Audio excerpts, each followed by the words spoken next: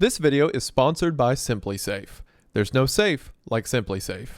I play a lot of shooters. As someone who grew up on Medal of Honor and Call of Duty, I'm always looking for the best first-person experience on the market. And as I've gotten older, I've strayed away from arcade shooters and found myself more drawn to realistic or tactical shooters. And while there's a lot of great ones out there, there aren't a ton that really stick with me. But it's hard to find a game that punches as hard in its gameplay, in its dynamics, and in its lore as Ready or Not. Ready or Not places you in the shoes of a SWAT team leader in the fictional city of Los Sueños, a counterpart to the real-world Los Angeles. Each mission is a call that your SWAT team is sent out on, and each mission forces you to tackle more difficult, upsetting, and controversial encounters. Ready or Not is one of the most intense shooters I've ever played, and that applies to every aspect of the game. Every altercation, every hallway, every doorway is a split-second decision that can mean the difference between life or death. The game's missions draw on real-world scenarios and does not hold back in its portrayal of them. Half of the missions in this game, when I read the description of them, I thought to myself, well, there's no way it'll go there, and then sure enough, it always does. When you combine these two aspects and your own adrenaline meets the devastation of the world you're playing in, the game builds a tension that is rarely performed as well, especially for the length of time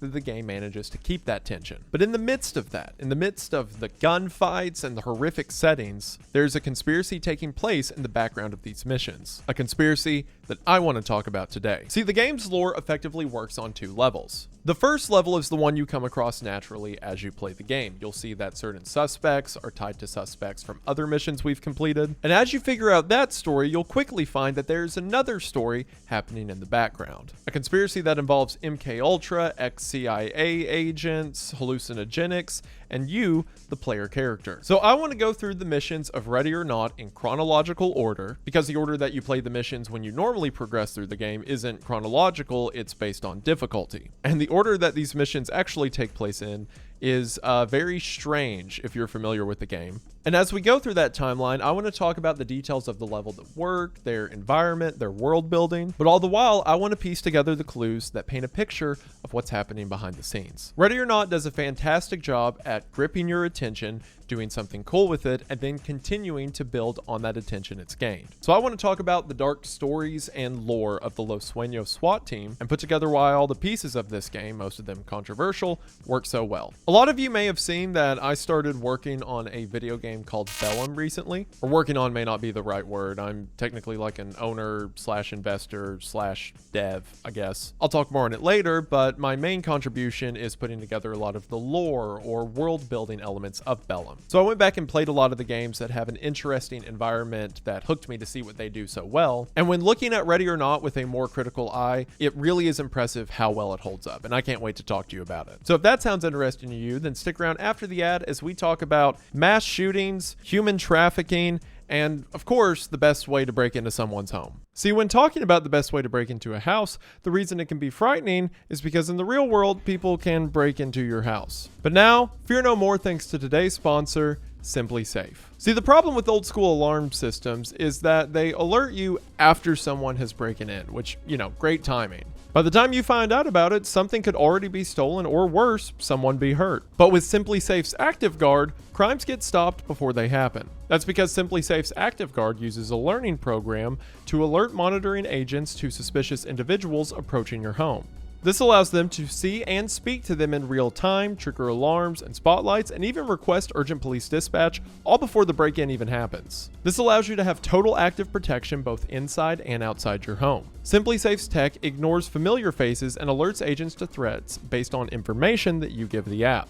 So when you use the SimpliSafe tech along with their Active Guard outdoor protection plan, it means trusted visitors or people that commonly are in the area like your family, neighbors, or the dog walker won't set off a false alarm. Plus, SimpliSafe sends you all the tech you need to get started. Everything from indoor to outdoor cameras to keypads, as well as even a little sign to put in the front yard to tell people to, buzz off. They even have protection plans besides cameras, everything from smoke detectors to glass break sensors to motion sensors. It keeps your house safe from anything that can go wrong and puts it all in one easy place. And if you're looking to keep your home safe with SimpliSafe, then there really has never been a better time to get in on this offer. That's because right now you can save 50% on your SimpliSafe security system when you sign up for a professional monitoring plan. And on top of that, you get your first month free. That is right. Just head to simplysafe.com/Wendigoon to get, once again, half off your security system and the first month of your professional monitoring plan absolutely free. Head to simplysafe.com/Wendigoon to customize yours. And remember,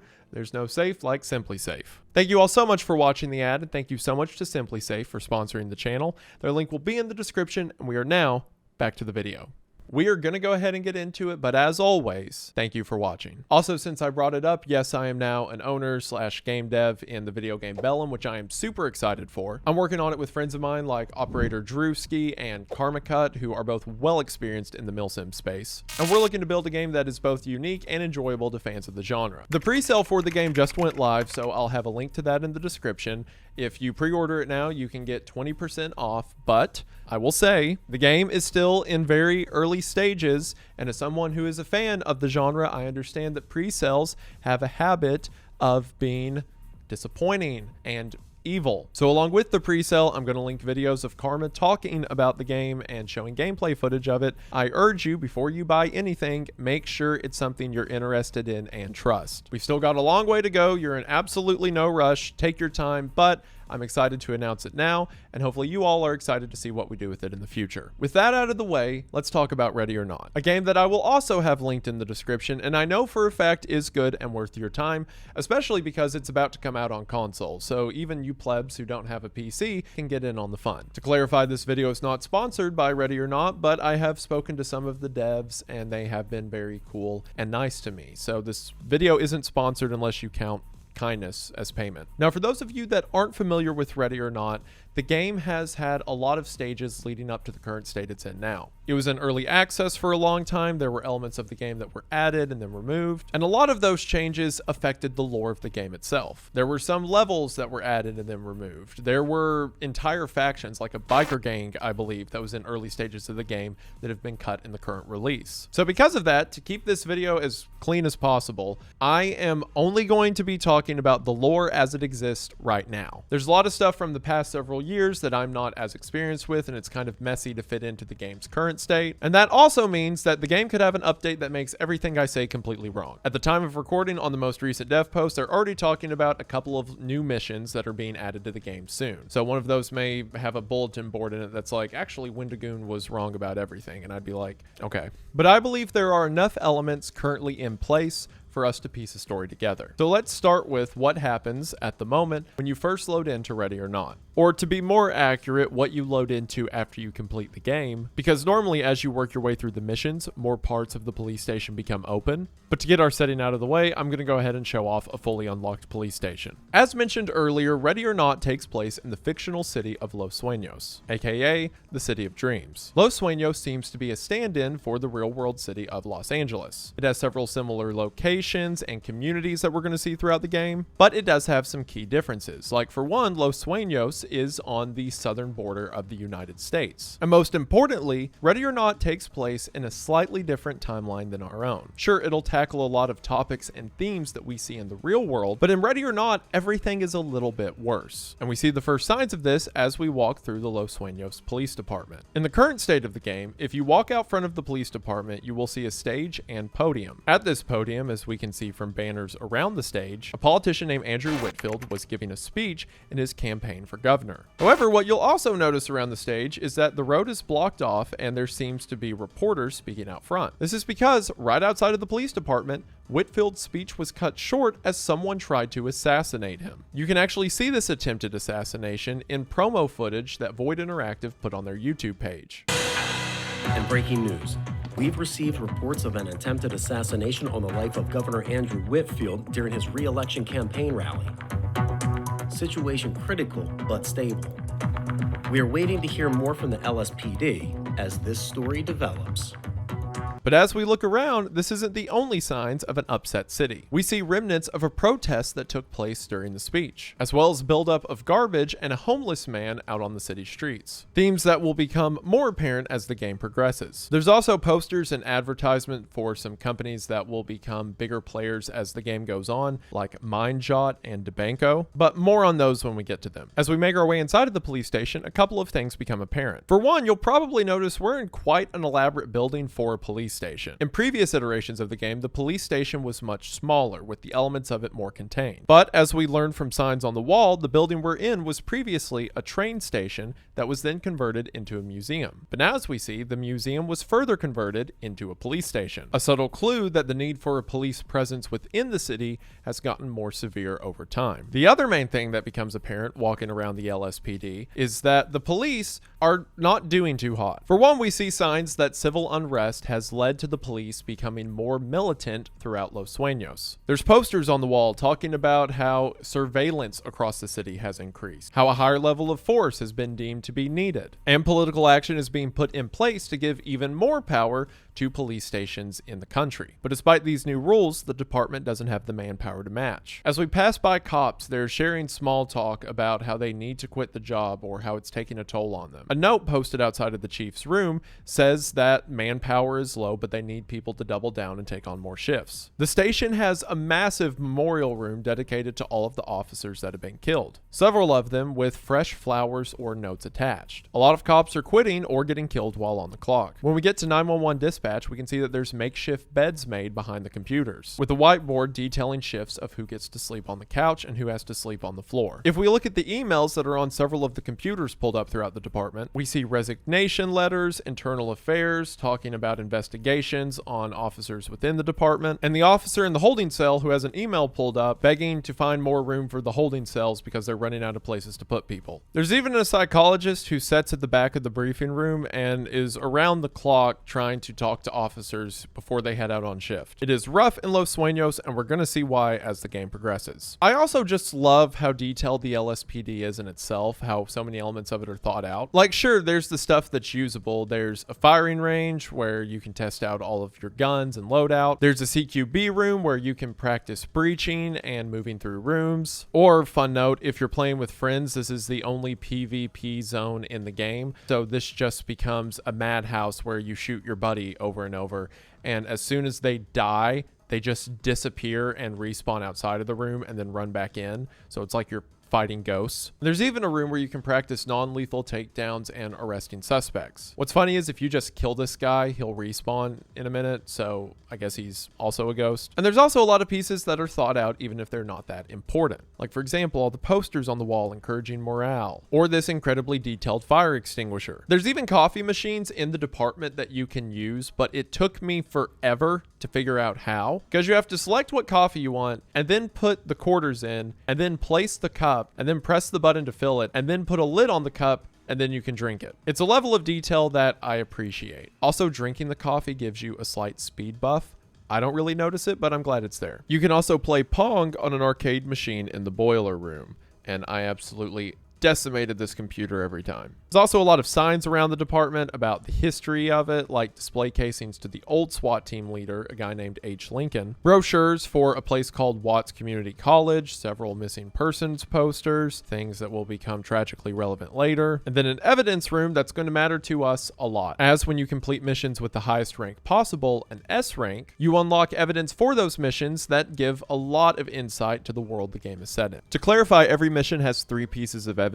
One you get for completing it with a B rank or better, one for an A rank or better, and one for an S rank. So while you unlock some evidence if you get a B or A, to unlock all 3 pieces for a mission, you have to get an S. You can go to the locker room or weapon bench to build out your character and your team's loadouts. And then from there, you can go to the briefing room to choose the mission you want, and it's from here that the game really begins. Previously, the way the game worked is as soon as you got to the briefing room, you would have every possible mission in the game ready to play whenever you want. And for each mission, you would choose the scenario. So you could pick the map you wanted to go on and decide between options like active shooter, saving civilians, bomb threats, things like that. However, in the game's current iteration, each map is tailored to a specific objective. So rather than choosing what you go in on, some missions will always be securing civilians, some will always be a shooter threat, some will always be bombs, etc. Because of that, each mission becomes much more tailored and direct. Now, when you play through the game on Commander mode, which seems to be the game's primary campaign mode, and by that I mean you play them in a certain order and unlock them as you progress, the level you unlock them is, by Void Interactive's judgment, easiest to hardest. So you start out with pretty standard missions, things like a robbery or a house with only a half dozen people in it, more basic objectives, not as well trained suspects. And as the game goes on, the settings get more elaborate and the people you go up against become more experienced. Most of the missions focusing on saving civilians and eliminating the threats. Eliminating threat by whatever means you define it. But again, I want to talk about the lore, the world building of the game, so I'm not going by that order. I want to go by chronological order, and there's only one real way to tell what date each mission takes place on. When you're playing a mission and you die and you spectate your friends through their helmet cam, you can see a date on screen that is the date this level takes place on. So by checking that for every level, we can put together a chronological order for the events of Ready or Not. So let's talk about the missions as they take place on a timeline. And also, since we're about to get into the missions, I didn't say this earlier in the video, but I want to say it now. This game deals with, as mentioned, a lot of real-world tragedies, and it does not pull its punches. There are horrifically gruesome images from things like school shootings or terrorist attacks. A lot of topics that will sadly probably hit home to a lot of the people watching. I am going to show them here to adequately talk about them, but if you are sensitive to those topics, there is no shame, viewer discretion advised. And on the flip side of that, if you want to experience these moments for yourself, because once again, I cannot think of another game that tackles these topics as head-on as Ready or Not does, the link to the game is in the description. Check it out for yourself if it sounds interesting. But as we get into the missions, thankfully, for my sake, the first mission that you normally play progressing through the game is also the first mission chronologically. And that mission is Thank You, Come Again, which takes place on February the 3rd, 2025. When any mission is selected, we have an option to view the mission briefing, along with the list of known civilians, known suspects, media taken from the case, and audio recordings, most often a 911 call. In the briefing for this mission, we hear it is at a place called the For You gas station. And the setup for this mission seems to be a classic stick-up. 3 suspects walked into the gas station as the DeBanco bank truck was making its delivery. And as they were bagging the money, the police showed up and they turned the gas station into a standoff. So now we as the SWAT team are being sent in to arrest them. Thank You, Come Again works as a really good tutorial level for several reasons. And the one you'll probably notice first is the tone. While a classic cops versus robbers scenario in a video game may sound fun, from the get-go we see that Ready or Not is taking their topic seriously. This is very apparent in the 911 call. 911, what's your emergency? Hello, my name is Charlotte Layton. I'm at a gas station and need help right now. Ma'am, are you at the For You gas station on 5th and Van Drake South Side? Yes! Please help. I got separated from my daughter, Crystal. They're shooting people. Okay, I need you to listen to me carefully, okay? Follow my instructions. You need to find a safe place anywhere you can hide, and I need you to stay on the line with me, okay? Officers are already on the way. Okay. Please don't hang up.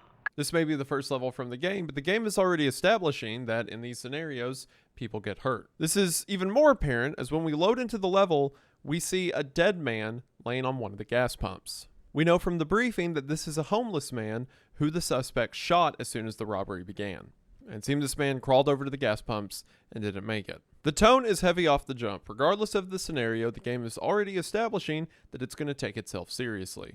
This mission also works as a great tutorial because of the structure and dynamics of the level itself. When we spawn in, we can see the front door of the gas station, but that's exactly where the suspects expect us to come in from. So you'll typically have better results if you sweep the perimeter of the building, mop up anyone on the outside, and find entryways, and then breach, beginning with smaller rooms, working your way to the larger atriums. Because of that, it creates less avenues for you to be surprised from. You'll find that the same doctrine applies to real-world room clearing. When you're playing in multiplayer or with friends, however many people you have is how many people will be on your team. But in Commander mode, it's you as the team leader controlling 4 AI squad mates. Not only can you choose their loadout and clothing, so you can be really stupid and color code them if you're like me, but in the mission, you can command how they operate. You can choose for them to file in behind you and provide support. You can set them to go to different doorways, kick the door, breach it. You can give commands on top of that of how you want them to clear the room, if you want them to stack up on either side and split, or if you want them to kick the door and throw in a flashbang or a stinger grenade. And I have to say, every time I play this game, the NPCs surprise me. Other than when I have them filing in behind me and will kind of get awkwardly stuck in a doorway, in nearly every other scenario, their actions make sense. the way they clear rooms, the way they communicate with each other, the way they attack suspects. And what's nice about their customization is you can load them out in the exact way that you want to tackle the level. For example, if you just want to get the level done and you want to load these guys up with buckshot and machine guns, you can. But if you're trying to take everyone alive, then you can just load these guys out with tasers or beanbag shotguns. And instead of going for lethal takedowns, they'll try to subdue any suspect they come across. However, the impressive work of the NPCs doesn't just apply to your own teammates, but the suspects you go up against. The way nearly every mission in this game works is there are civilians mixed in with suspect targets. So as we work our way through the level, we take down suspects either by getting them to comply and put their hands up, to which they're then arrested, or the other way you stop a suspect. At the same time, civilians are mixed in and we must also restrain them. While this choice initially may seem odd, on the one hand, we're restraining them in place to keep them safe and out of any gunfights that may occur. But also, there are several levels in this game where the civilians will turn out to be suspects in hiding. The SWAT team doesn't have time to differentiate good targets from bad targets, so everyone gets cuffed. The game will play on that dynamic in new ways as the game progresses. But civilians themselves have their own interesting AI. Sometimes they'll be really scared, and as soon as you yell for an order of compliance, they'll throw their hands up and get on the ground. Other times, they're more resistant to you. Some of them will yell things over and over like, "I'm not the shooter, I'm a good guy, don't arrest me." Which in the real world makes sense. If you were at a place where a shooting was occurring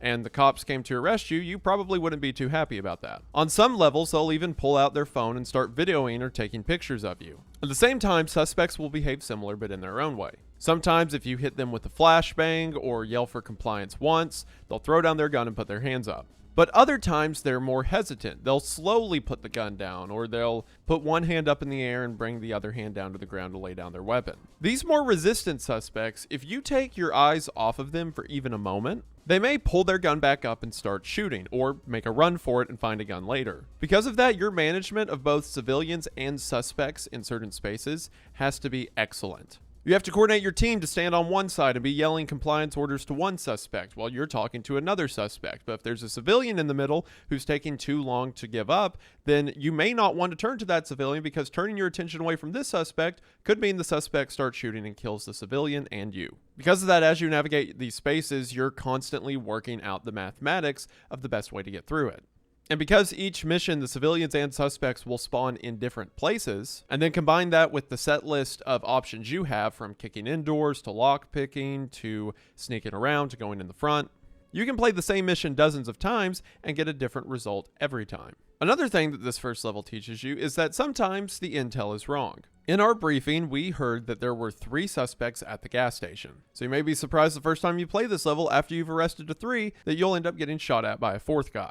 And again, sometimes the intel isn't always right. The police station is operating with the best information they have, but it's not perfect. At the end of each mission, we're given a ranking based on how we performed in that mission. Points are gained for securing suspects and civilians, completing main objectives, finding secondary objective points, and you lose points for things like an officer being killed, a civilian being killed, using unauthorized force. So in other words, if a suspect isn't directly aiming a weapon at you or threatening you before you yell for an order of compliance, or an unauthorized use of force. This can be anything from hitting a suspect after they've been arrested, or firing on a suspect before you yell for compliance or they start shooting at you. However, while you can complete the game just fine and get A or A+ rankings from shooting people or arresting them as you see fit, you are awarded more points for arresting suspects than you are killing them. If you get every possible point you can out of a level, or in other words, no one died, every suspect was arrested, every piece of evidence secured, then you go past A+ and get to the S rank.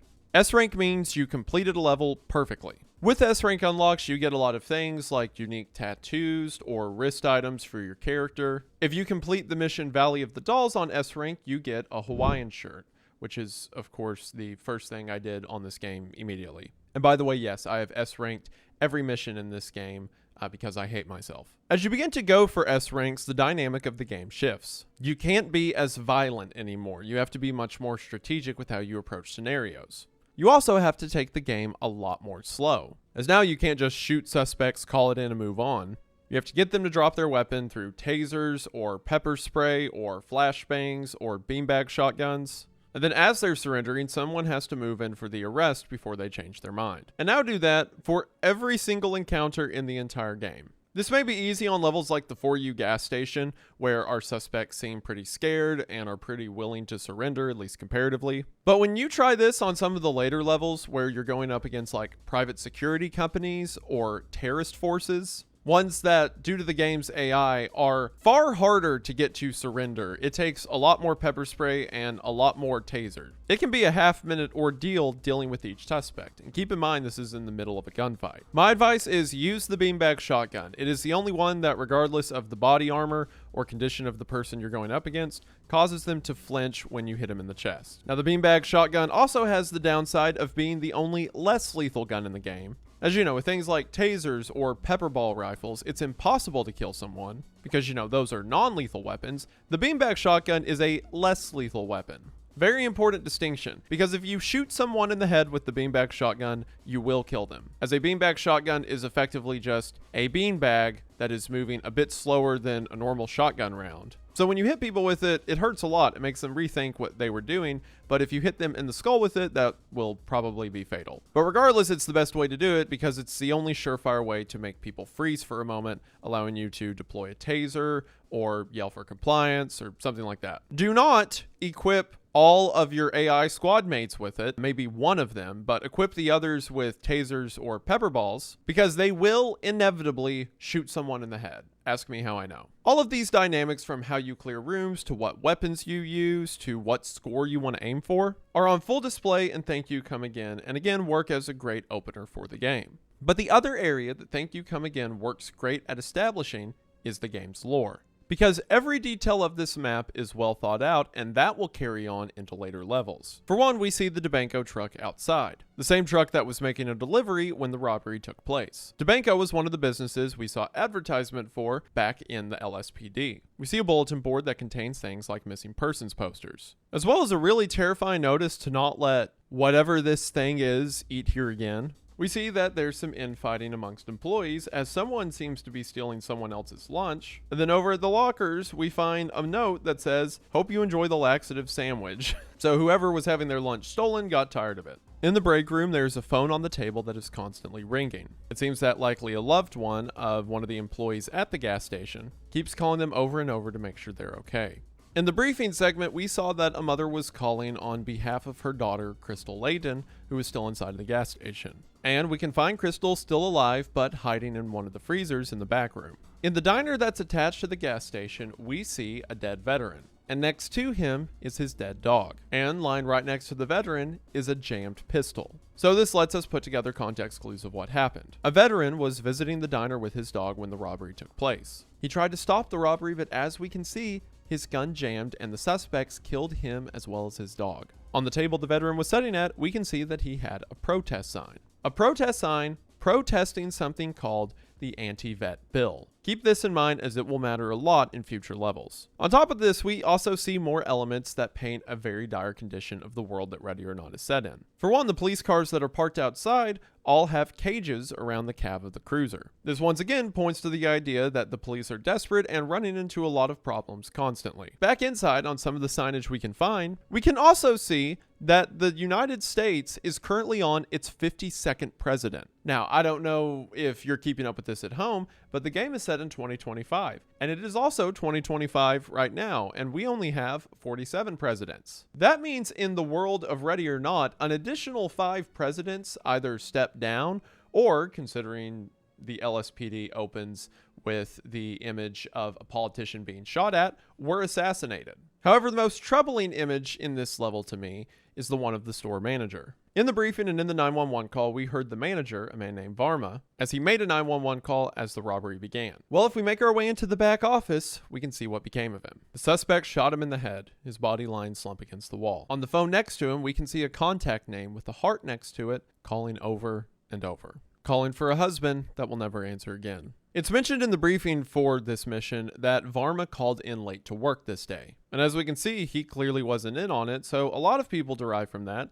maybe he was late because he was having a fight with his wife. A fight that would be the last interaction these two would ever have. In Varma's office, we not only see a bunch of the money that was being shoved into bags the suspects were taking, but on the PC we see Varma in discussions about needing to deal with an issue with one of the employees. This connects to something we came across earlier in the level. As we arrest one of the employees of the gas station, a guy that seems to be a teenager with a cast on his arm, as he's being detained, he remarks that this is all his fault. And in Varma's office, we see a whiteboard that details all of the employees who know about these DeBanco money drops. Anytime you complete a level on S rank, you unlock pieces of evidence for that level. Or in other words, after completing the level on S rank, you can go down to the evidence section of the LSPD and find extra lore and items from the level. One of these is a conversation from one of the suspects speaking to an accomplice who says that the quote kid from the gas station gave them details about when the DeBanco truck would be there. So from this, we can put together our mini narrative. As mentioned on the manager's computer, one of the employees had a spat that needs taken care of. We can see some remnants of this as the employees are doing things like leaving each other laxative sandwiches. So this kid got upset at his boss and the store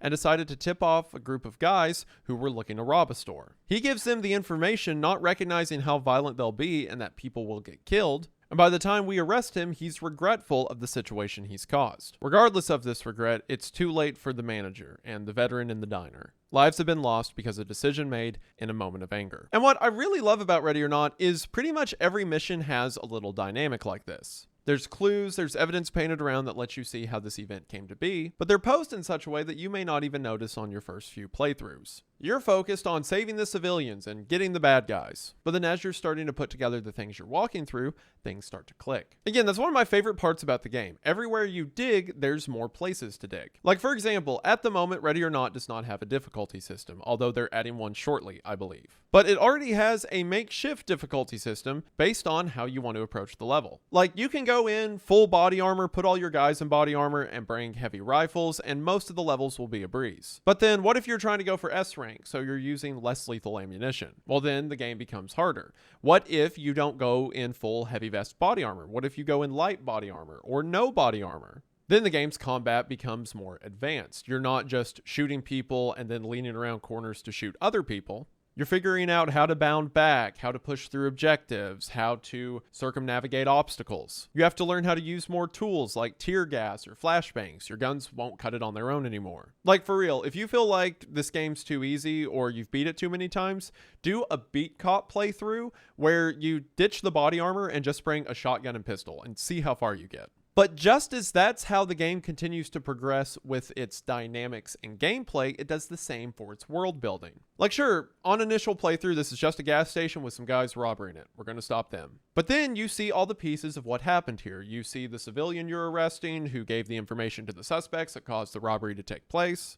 You see the more hidden details like the laxative sandwich mention or the phones that keep ringing. But as you put that together, you start to play through other levels and realize that this game was setting up a lot of foreshadowing. Things like the veteran with the anti-vet bill or the DeBanco truck, which that company will come up more and more as the game progresses. And then just greater lore setting itself. Things like the cop cars with the cages on them or the 50-second president mention. And I'm sure there's a ton of things that I missed. I'm sure as soon as this video's done, I'll replay through that level and find something else I should have mentioned. That's what I love about this game so much. As you keep looking, there's more stuff to find. From the way you tackle the level to the way it builds its lore and story, Thank You Come Again is an excellent starter to the game. And as mentioned, it is just the starter to the game, because from here things will get a lot more intense. Now remember how I said I'm going through these levels chronologically, right? Well, the next level you would normally play if you were just progressing through commander mode as normal is 23 megabytes a second, which is a funny haha level where, oh look, a Twitch streamer got swatted, but the streamer is actually a pedophile, haha, insert timely YouTube pedo joke, haha. And it's a lot of fun and a good time, and I wish that was the one we were talking about next. But on a timeline, that is not the level that occurs next. As a matter of fact, that level doesn't occur for quite some time. No, the next level that occurs on the timeline is a level I really didn't want to be the second one I talk about in this video. I triple checked this thing to make sure this was correct, and sadly it was. The next level chronologically, which occurs on April the 19th of 2025, is Neon Tomb. Yes, if you look at this game on a timeline, it goes from the gas station to the most brutal level in the entire game. In my original scripting for this, before I looked at the dates, I was planning for this to be one of the big final moments I talk about, the culmination of a lot of stuff we learned. But nope, I guess it's going second, so whatever. Now, I know I already mentioned viewer discretion and all that in this video, but Neon Tomb is the level for me. Like, whenever you're talking about this game to someone else, you can be like, oh, remember the level or that level, and each person will probably have like one of 3 or 4 different levels in mind when you say that. For me, Neon Tomb is that level. There are visuals from this that have stuck with me in both good and bad ways, and it is heavy in a lot and based off a very specific real-world occurrence that I'm sure you're familiar with. So I wanted to do this later, but once again, viewer discretion, all that, blah, blah, blah. So let's get into one of the most brutal and controversial levels in the entire game. In the briefing for Neon Tomb, we see that it takes place at a nightclub known as Neon. The nightclub has become the victim of a terrorist attack by a group known as The Hand. The Hand, led by someone known as Kodama, is a Yemeni terrorist group that are attacking the nightclub due to United States bombings of Yemen. We can actually see the lead up to this attack in some of the promo footage on Void Interactive's YouTube channel. We walk in the path, brothers. Kodama has never failed us. Remember the ones you lost in Midi. This is for them. They bring war to us. We bring war to them.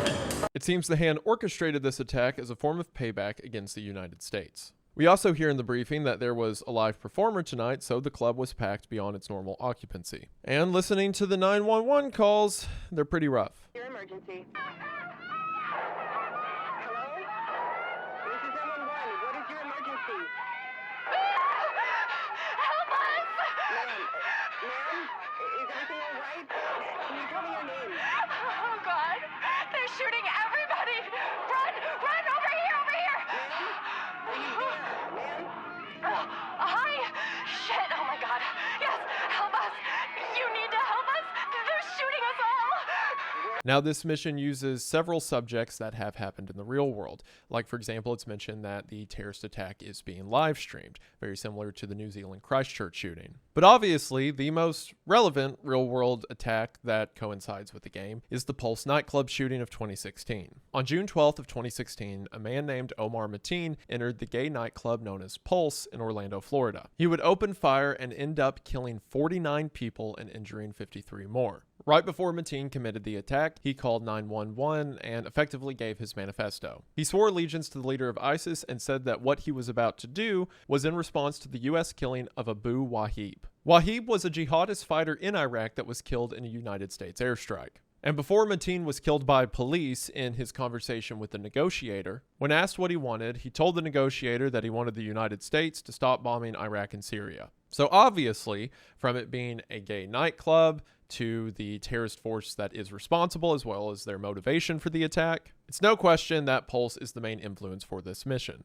And that raises a lot of questions. Most notably, is it ethical to do this? To make a mission in a video game that is so clearly staked in a real-world tragedy? In some scenarios through the game, there's a little bit of commentary given. Like, for example, with some of the later levels, there's some comments made about homelessness and how issues in local government have led to a lot of poverty, that have led to a lot of crime. But for the most part, and in Neon Tomb included, it's just kind of presented without comment. It's just saying, yes, there is a terrorist force, they are attacking this club, go in, try to stop them. Because of that, I think your determination if this is okay or not is subjective. If someone were to tell me that they think this is too far and it's disrespectful and doesn't belong in a video game, I really couldn't argue beyond opinion. And while with a lot of video games, with things like depictions of war and stuff, I would say that there is a place for it, that it certainly belongs. But with this game specifically, I see where those people are coming from. Think about it this way. The Pulse nightclub shooting was in 2016,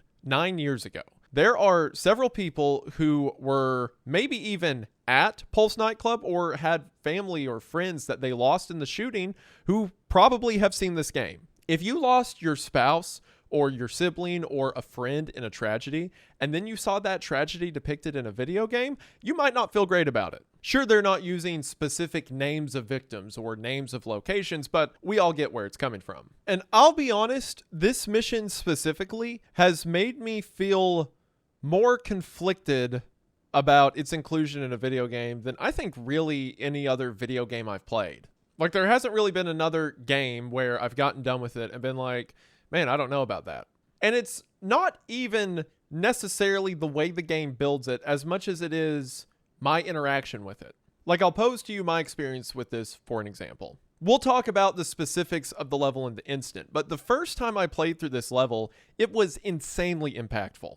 As I said earlier, this game does not pull punches when it comes to their depictions of these things. From the massive bodies we're about to see, as well as the blood and the finer details of tragedy throughout the level. The first time I played through the mission, it felt like I was walking through a memorial. Because I know this is inspired by real-world events, so I'm imagining what these people had to go through, how horrific it must have been. And after my first time, I came out of the mission in a strictly positive tone, thinking to myself, wow, that really got across the weight of tragedies that I hear about on the news. And for that regard, if you're approaching the game with a mature mindset and are engaging with it respectfully, then I think the game can have a positive impact in that sense. I mean, I don't have to tell you how often we hear about mass shootings on the news or terrorist attacks, and we'll hear casualty counts, but to most of us, it's just another number because we've heard it so many times. I, like a lot of people, never really thought about the horrors that happened that night at Pulse, but then walking through this level, they started to sink in years after the fact. And I think partly because the game doesn't really provide commentary, you're just left to sit with the remnants of what happened. And in a way, I think that's powerful. I think being able to show the weight of these real-world events and get them across so personally to the player has its place. But then, when I'm replaying the game, tried to S-rank everything, it felt a little different. Because then I would play through the mission and then I would die or a teammate or civilian would get killed and I would get frustrated and restart the level. Which, by the way, the game punishes you for just restarting levels, at least in commander mode. Because every time you leave a mission early or don't complete all the objectives that you need to, it will lower the morale of your team. And if their morale gets too low, you have to sub them out with other team members. But since a lot of these team members have special traits that are unlocked by using them, switching over to other team members means you could lose some of those traits you were relying on. Like traits that make suspects comply easier, or traits that increase your team's accuracy. So if you get frustrated with the level and try to quit early, you will suffer the consequences in your next run. That's where a lot of the game's difficulty comes from. The game itself isn't that challenging once you learn all the different tools and strategies, but it is punishing. Because one mistake means you have to be more restrained in future runs because you didn't have all of the tools that were previously at your disposal. This combination of factors led to a very strange experience. Because as I'm trying to play Neon Tomb and get the highest rank, little mistakes would mean I would have to start over, but I can't just start over. I still have to play out the mission and then I can retry. Because otherwise, everyone on the team loses their morale and I have to get a new team, which makes the whole thing more difficult. So every time I messed up, I had to keep going and then try again, which led to a lot of mixed emotions. On the downside, as I'm playing the level, what was previously a harrowing look at a real-world event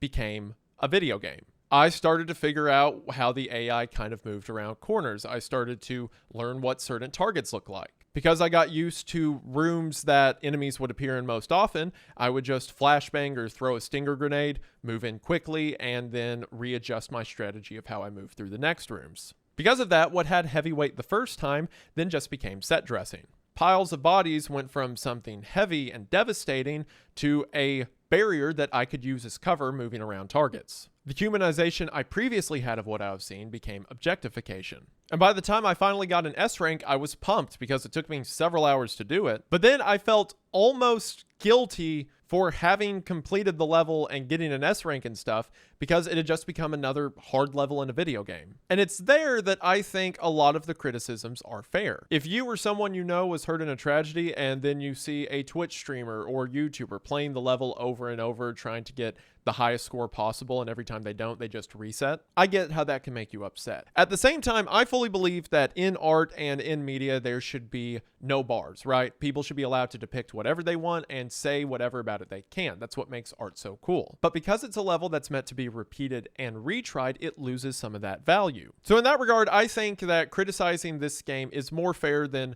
most other games that depict tragedies or war, for example. But at the same time, something else happened as I was playing through this level. Because every time I would mess up, as I mentioned earlier, I still had to finish the level. Because I didn't want to lose a bunch of team morale anytime a civilian was killed or a suspect died that I was trying to arrest, or in some cases, someone in a suicide vest blew up one of the other officers, I still had to finish the mission. Even though the job went wrong, the job wasn't over. And because of that, every engagement afterwards became more technical. It became more refined. As I mentioned, everything around me kind of lost its humanity and became an object, but I got better as it did. And that applies to every level throughout the game. As I learned more about what I was doing, I learned to shed away these feelings or these moments of pauses I would have and just push through. And then I kind of asked myself, is that what the game's doing? Like, forgive me if I'm being a bit dramatic about a video game, but you know, that's what I do here. I mean, look at what I'm wearing. But if the whole point of this game is you're playing as a cop, you're playing as a SWAT team that keep responding to these high stakes events, is the game saying something, even if incidentally, about those team members who respond to these calls? A lot of people accuse Ready or Not of being copaganda, or effectively a propaganda that is pro-police or pushing ideas of, like, you know, police being infallible, soul doers of good, whatever. And for the most part, I don't think that applies. Because nearly every scenario in the game, with a couple of exceptions we'll talk about, but nearly every scenario in the game is unanimously good. Even people who are full-on anti-police, think we should abolish the police, would probably agree that if the police were done away with, there needs to be some structure, some form of, you know, tactical response to stop things like mass shootings or terrorist attacks. And because the game mostly puts you in those scenarios, it's all events that we could get behind. If the game was about busting people for weed possessions or arresting people for not complying with eminent domain or traffic stops, I would see your point. But because the game deals with such high-stake instances, I think it's saying more about the people who respond to those instances and the instances themselves than it is the structure of the police. You could argue that by only depicting the police in this sort of positive light, that is the propaganda in itself. But I think most mature people who approach this game recognize that this is a fantasy of SWAT teams exclusively responding to these events. I mean, most SWAT members will respond to one scenario kind of like this in maybe their entire career, and this game has 24. But again, 24 of these high-stake things happen throughout the course of the game, so I think that's just more a realistic way that the world would respond to this level of tragedy. I don't think it's so much a game about the police as much as it's a game about these critical scenarios that in the real world, the police just so happen to respond to. But the closest I think this game comes to being a game about police departments and SWAT teams and things like that, other than the aesthetics and the actual mode of action, is with the detachment I began to feel as I began to cruise through these levels. I quit caring about the humanity and quit giving so much focus to what I was seeing, and as I did, I got better. And sure, as elements of the game began to gamify and I began to think of people and the targets I was facing more logistically than personally, that resulted in more suspects getting arrested alive in the S-rank case and more civilians being saved. So even if the game didn't really mean to do this, it almost gives a weird perspective of how people who are in these roles in the real world have to detach themselves in order to get the job done. And if this is a form of propaganda, then I think it's so subtle that it still works. Because the game never tells you this. There's never a tutorial that pops up and says, if you move through the levels better and quit focusing on the things around you, more people will be saved. Again, this only happens if you're like I am and you played through the game legitimately the first time, took in all the details, and then you kept replaying the game trying to get the highest score. Then you kind of accidentally work yourself into a position where you're thinking like someone who has to not think too much about what they're doing. And as mentioned, there's some levels showing up where maybe you do think about what you're doing as being the wrong thing, or at least controversial. But at that point, you've played so many levels, it's just another job you're getting done. And again, this is all presented without comments. You could take that as a good thing or a bad thing for the sake of the police department. I don't know, just the combination of game dynamics from not being able to quit missions to them having such heavy subject matter, but you need to replay them over and over again to get the highest rank. It creates this really unique combination that has sit with me in a way not a lot of other games have. There's questions to be asked, but they're only questions I asked myself. To give an idea of what I'm talking about how heavy this level was the first time I played it, let's talk about some of the details of Neon Tomb. As soon as we load into the level, the devastation is immediately on display. From the entryway, there are bodies on top of bodies piled out front. Every detail of this is brutally thought out. You can see the security guards who were wanding people with a metal detector shot out front. So we make our way through the front doorway. We see where bullets line the walls, blood trails of people who tried to crawl away then collapsed. As we get closer to the center of the club, the music becomes deafening. Aside from the sounds of gunshots and explosions, the EDM music drowns out everything. As we come across some of the civilians, several of them have been strapped with explosive vests. And sure enough, if these vests are shot or you get too close to some of the civilians before they surrender, it can cause the vest to detonate, which immediately kills you and any officer standing near it, as well as other civilians. We can make our way down the main path to the dance floor, but since this is such an open area, it's advised to go around to the left to flank. And as we do, more of the carnage becomes apparent. There's double doors wrapped with chains. It seems before the massacre started, one of the hand members chained the doors shut so that no one could get out. And we see the pile of bodies of people who were desperately pushing against the doors as they were gunned down. The name of the hand's leader, Kodama, painted across them, the last thing these people ever saw. There's this one woman who's been killed, and you can see her as you're making your way out of this hallway, who, for some reason, has stuck with me more than any other imagery across the game to me. There's something about the way she slumped against the wall, something about the blood splatter around her, that attaches a weight to it that I haven't been able to quit thinking about. I understand this is just a video game character, but in regards to this video game, this was a person who had a life, who had people who cared about her. And then her life was just ended in this back hallway of a nightclub she went to. This, of course, can be said for everyone else we see, but something about this one person being singled out has stuck with me more than any of the other people I've come across in the club, or in the game for that matter. As we make our way through the rest of the hallways of the nightclub, we come across several hand members who will fire back at us. Some of them are wearing explosive vests, and while they don't have a gun, upon seeing us, they will charge directly at us. And if they get too close, sure enough, they'll detonate the vest, taking anyone in their proximity with them. These guys become really difficult to deal with when you're doing non-lethal takedowns, because it seems they're more determined to push through things like pepper spray or tasers than your standard suspects. And when arresting them, you have to be really careful and keep weapons trained, because if you turn away for even a second, they may detonate. As we work our way through the club, you'll typically find Kodama either in the showers or in the upstairs manager's office, at least in my experience. Because Kodama shows up in a mission later, it's canonical that you arrest him instead of killing him, but you can still complete this mission regardless if you take him dead or alive. As we move room to room and we find more bodies, more people scared and cowering,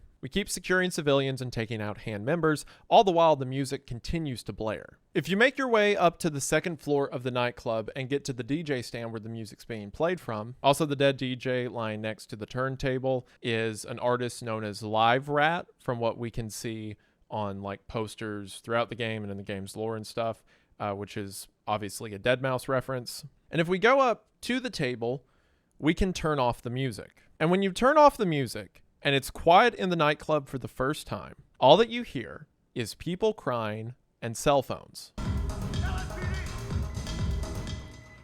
Police, hands up! Show me the palms of your hands. Hands up! Spread your fingers. Police, don't move!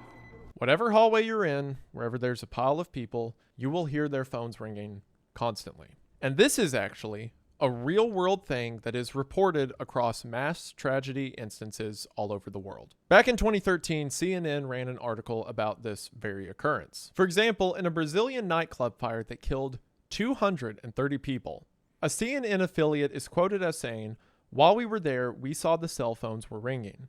It was parents, friends, trying to know about what was happening, and nobody was answering."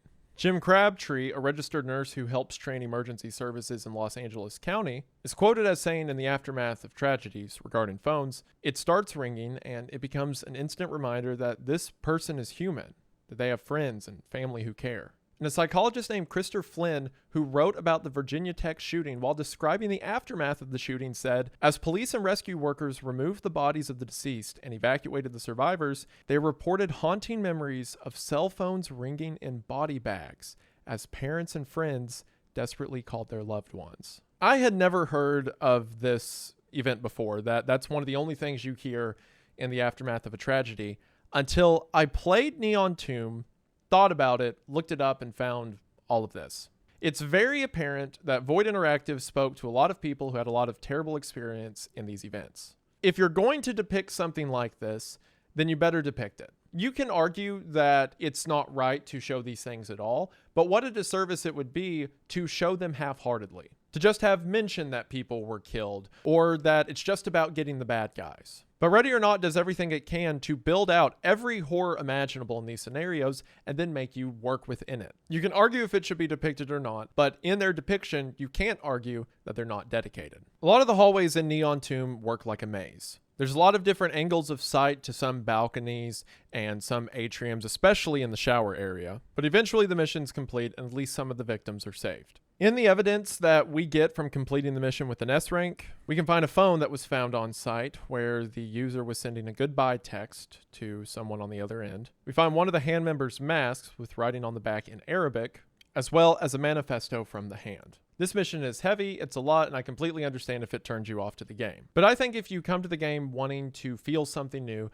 then there's certainly something there. Not only the weight of these attacks, but getting in the mindset of how desperate responders have to be in these situations when so many lives are at stake. One of the most unique and impactful experiences I've ever had in a video game, and I'm sure most people would agree for better or worse. Regardless of how you feel about it, I think we can all agree that the level gives you a lot to talk about. Well, our next mission on the timeline is an immediate response to Neon Tomb. And that mission takes place a couple weeks later on May the 8th of 2025, Relapse. We learn in the briefing for this mission that after the attack on the Neon Tomb, Kodama was injured while in custody and was transferred to a hospital. When he was transferred to the hospital, the hand launched another attack, this time seemingly to bust Kodama out and also commit another terrorist attack. This hospital is the Coastal Grove Medical Center, and the gunmen have already taken a lot of lives. We also learn in this briefing that several of the gunmen are dressed as hospital staff. So our SWAT team, which also I should have mentioned this earlier, but the SWAT team is known as D Platoon. D Platoon is sent in to stop the hand. If you load in at the parking garage, you can see some other subtle world-building elements for this game. Like, for example, the homeless problem mentioned earlier is on even more display now, as there are homeless tents and shelters built in the parking garage for the hospital. As we make our way into the hospital, similar to the Neon Tomb, the tragedy is tangible. Shell casings and bodies lie everywhere. Relapse is one of the last levels you progress through in the game, and it is certainly one of the most difficult. This constant clutter of doors and hallways has you backtracking on areas before you realize it. The structure of the level is bizarre as well. There are 2 floors in one building you have to clear, and then you have to take a sky bridge across the top to head down 3 floors of another building. And as mentioned, every time you play this mission, the suspects will spawn in different places. So even if you know what's on the other side of the door, you still have to be careful as you open it. Little world building elements are heartbreaking in this mission as well. On the first floor, we find that there was a retirement party in the office for one of the doctors. It seems that someone was cutting a slice of cake right when the shooting began. And around the table are the bodies of victims who were killed in the massacre, celebrating an office party one minute and then being slaughtered the next. True to the briefing, several suspects will appear as hospital workers. This cranks the tension up quite a bit because as we are getting civilians to comply and cuffing them and trying to arrest suspects, periodically several of the civilians will pull guns on us. Everyone has to be treated as hostile until they're cuffed. Because of this, there's a constant looming sense of paranoia. You may enter a room and see 2 people with their hands up, but you have to keep guns on them just as you would anyone with a rifle pointed at you, because any second, that person could start shooting. Other aspects about the game's world building on a technical level are on full display here. Like, for example, the sound design of Ready or Not is very well done. Few games do as good of a job at establishing what gunfire sounds like through walls or around corners. So because of that, if you hear shooting on another floor or shooting a couple doors over, you have a pretty good mindset of which doorways they're through or how far away they are. Because of that, this lets you strategize how you want to take different engagements. Also, depending on the caliber of weapon you're working with, sometimes walls are merely suggestions. So if you're getting shot at by someone and start taking fire, you can just blow a bunch of rounds through the wall and hopefully take them down. But you've got to be careful that they don't have a civilian with them. As we work our way through the hospital, it becomes a maze of bodies and bullets. Sometimes stairwells are perfectly safe, other times enemies will spawn on them. So every corner becomes something you and your team have to figure out how to manage. While I was playing this level, it reminded me of the No Mercy Hospital from Left 4 Dead.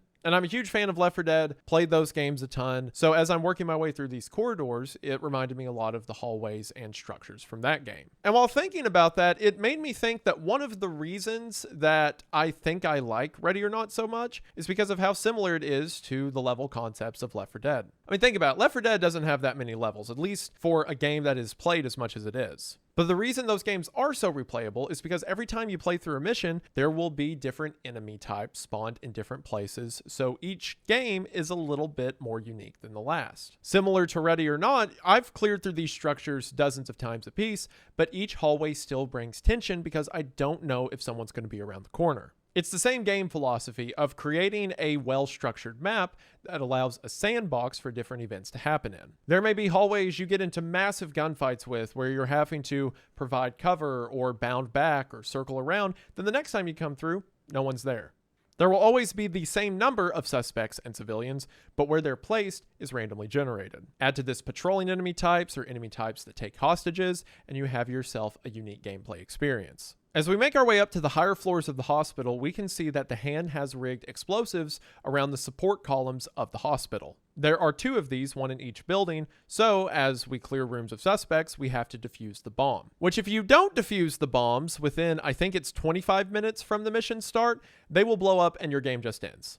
Now, every time I've played it, even going for S ranks and taking my time, I have never got close to the 25-minute mark before I defuse the bombs. Typically, if you have longer lasting games, it's because you're looking for 1 or 2 more people throughout the entire map. So as long as you know where the explosives are and can make your way to them relatively quickly, you're fine.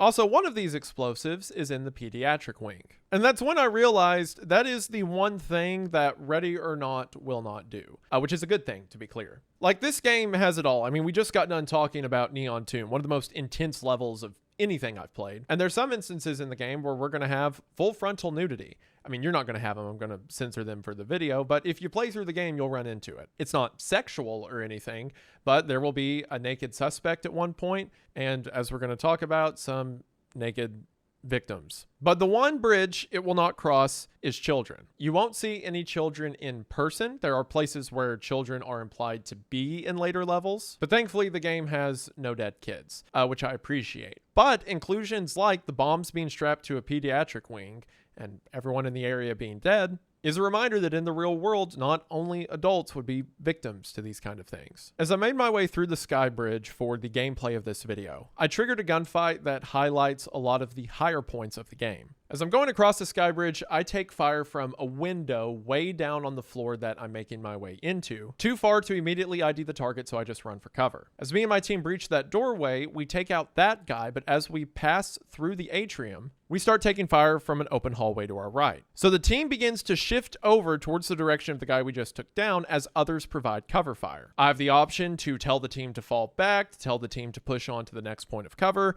to throw a flashbang or a stinger grenade. Or I can make my way out of the hallway I just entered over to the right and try to flank around the backside, which I would end up doing on another playthrough. All of these decisions are so split second and in the midst of gunfire and yelling. But when you learn the game's mechanics and get it down to a science, it becomes something satisfying. A system that makes you feel like you outthought what would otherwise be a dire scenario. Once you get over to the second building, which again could be your first building if you chose to spawn over here, but as you make your way into this building and work your way down, you start to go down to floors where the lights are off. If the tension wasn't bad enough, this cranks it up by 11. Now, flashlights become near required to try to ID people at the end of hallways if they have a weapon or not. It's normally in this dark floor that you'll run into Kodama. He's one of our main objectives to secure in this level, and it's normally around this floor he'll be running around with a handgun. I saw him, he made a run for it, and then he took a hostage. Sometimes when under duress, suspects will take a hostage and hold them at gunpoint. So then you have to take a very careful shot or do something like throw a flashbang or whatever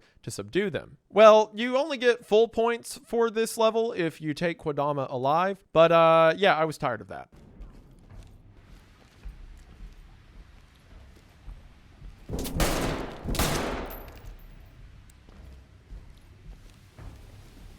Lead the talk. Also, side note, to add another layer of complication to shots like this, Shooting in Ready or Not works off of a real bullet system rather than something like a hit scan you may see in an old Call of Duty. What that means is instead of some video games where your sight is a magical portal that the bullet comes out of, in this game your sight is, like it is in the real world, slightly above the barrel. So there is a point of 0 at a certain distance that your line of sight and your line of fire intersect. It's probably 25 or 50 yards in the game for red dot or holographic sights, I'm not sure. But what that means in practice is that at close ranges, your bullet will actually land beneath where your point of aim is. So when you're doing something like a hostage save, you can't aim right at the suspect's head and fire because your bullet is actually going to be a few inches beneath your sight, meaning there's a possibility of hitting the hostage. Again, all things that you have to factor in on the fly in the middle of a gunfight. It's moments like these where all of the game's elements work. I see from Neon Tomb and this level the damage that Kodama has caused. And then here in this instance, he's taking a hostage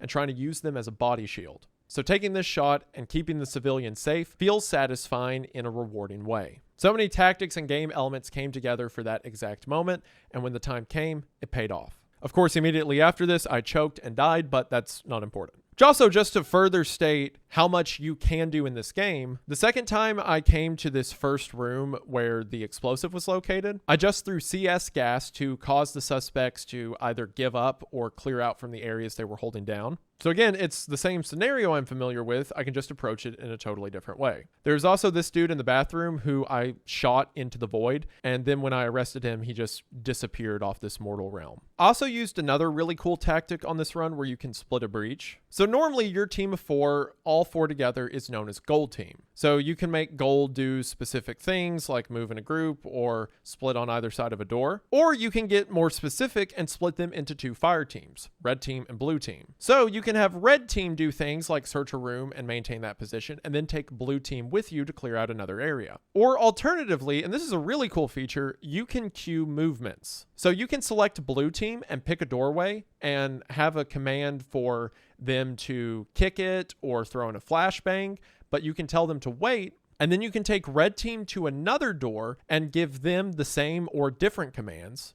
And then when you hit execute, both teams will do whatever their assigned task is. So you can get these really cool scenarios where there's a large room and you've set up men to clear it on either side of the room. So if there's any suspects prepared for you to enter through one doorway in the middle, they'll get caught in the crossfire. And this, in combination with the intelligence of your teammate AI, means they never catch each other in the crossfire, which is really helpful. I cannot say the same about doing this with friends. We have shot each other quite a bit. Little moments like this, splitting a breach, are cinematic and feel well done within the game's elements. Also, whenever you are shot or one of your officers are shot, they can get a bleed effect, where basically you get hit and then you have a limited amount of time to tourniquet off the wound. But civilians and suspects have a similar bleed out system, where they can be shot and then bleed a while, and then either the bleeding stops, or if their health was low enough, the bleed kills them. This leads to scenarios like in this run, when I shot a guy, upon shooting him, he throws down the gun and puts his hand up, but he's bleeding, so as he's surrendering, he just falls over dead.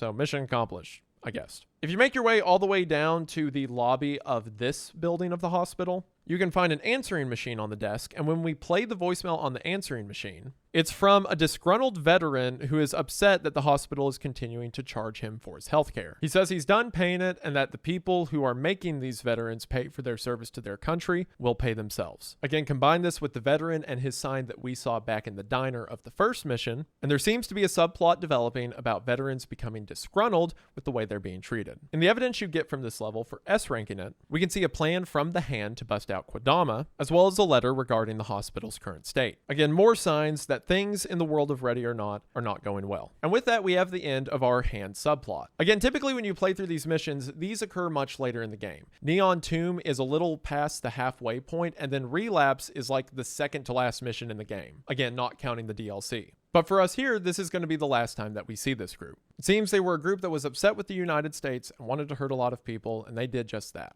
Thankfully, we took them down, and regardless of how you end this level, if he's dead or alive, Kodama is no more. And believe it or not, because this timeline does not like to be nice to me, the next level of the game is another in-game mission when looking at a timeline. And that mission takes place on June the 1st of 2025, a mission known as Carriers of the Vine. In the briefing for Carriers of the Vine, we hear that there was an altercation at a local gun store. A group of women got out of a van, attacked a guy in the parking lot, got back into a van, and drove away. A guy at the gun shop called the police, which we can hear in the 911 call, and as they were driving away, got the plate numbers off the back of the van. The plate numbers trace back to a woman named Elaine Raskin. Elaine Raskin is the owner of an organization called the Carried from Crisis LLC. On paper, this acts as a shelter for abused women, but in reality, the place this organization is located, a farm called Cherryessa Vineyards, is believed by many to be more of a cult than a shelter. When police officers arrived to question the people in the home about the assault, the police were shot at, leaving one dead and another injured. So now D Platoon is assigned to go out and eliminate the threat. Another interesting detail about Elaine Raskin is that she is a former USIA agent. There's 2 fictional organizations within the game, or 3 if you count the LSPD, since technically Los Sueños doesn't exist. The USIA and the FISA, or FISA. These are stand-ins for the real world CIA and FBI. So that means Elaine Raskin, the woman running this cult, is a former CIA agent, or at least this world's equivalent, the USIA. When scrolling over the media tab, we can see that she was involved in a lot of USIA operations, things like Operation Silent Shadow, Operation Quantum Leap, and Operation Black Falcon. We don't know what those are, but they certainly sound important. So a former CIA agent is running a cult composed of women that now has just killed a police officer and shot another. So as D Platoon, we load in to move in for the arrest. When we first get to Cherryessa Vineyards, a few things stand out. For one, we see the cruiser of the police officers that responded and were shot at, but we also see the cult's logo painted outside of the garage that the aforementioned van is inside of. The logo of the cult is a female gender symbol with 4 lines coming out of the top. We're going to see a lot of different symbols and old stories that the cult drags inspiration from, but the symbol that's most commonly used by them is Medusa. And this seems fitting. In most versions of the story, Medusa was a woman betrayed by the gods who uses her curse to prey on men that hurt women or come to hurt her. So it tracks that a cult that is composed of abused women would use Medusa as a logo. And also the logo of the female gender symbol with snakes coming out of the top of it is clever. Also, that's kind of interesting because it's like a head, one shape, with 2 shapes connected above it. Wonder if we'll see that anywhere else. As we make our way through the farmhouse, we'll start to come across suspects and civilians, both of which are members of the cult, and really the only thing that differentiates them is if they're armed and trying to shoot us, or if they just comply and get arrested. Because of this dynamic, what's unique about this level compared to every other mission in the game is all of the civilians will aid all of the suspects. Stealth becomes tricky because every time you arrest a civilian, they'll call out, "They're over here," or "I'm being arrested, get them." And it becomes very hard to differentiate who is a threat with a weapon and who isn't. As we make our way into one room in the compound, we come across a sort of conspiracy or planning board. On this board, we see a lot of names that connect to other missions throughout the game. We get named locations like Watts Community College, Caesar's Cars, tunnels throughout the city, all things that will be used in future missions. And it's mentioned on the conspiracy board that this person frequents a nightclub and abuses and assaults women while he's there. It seems that what the women are doing is tracking down men they believe to be sexual predators, as all the names and pictures in this room have details of instances these men have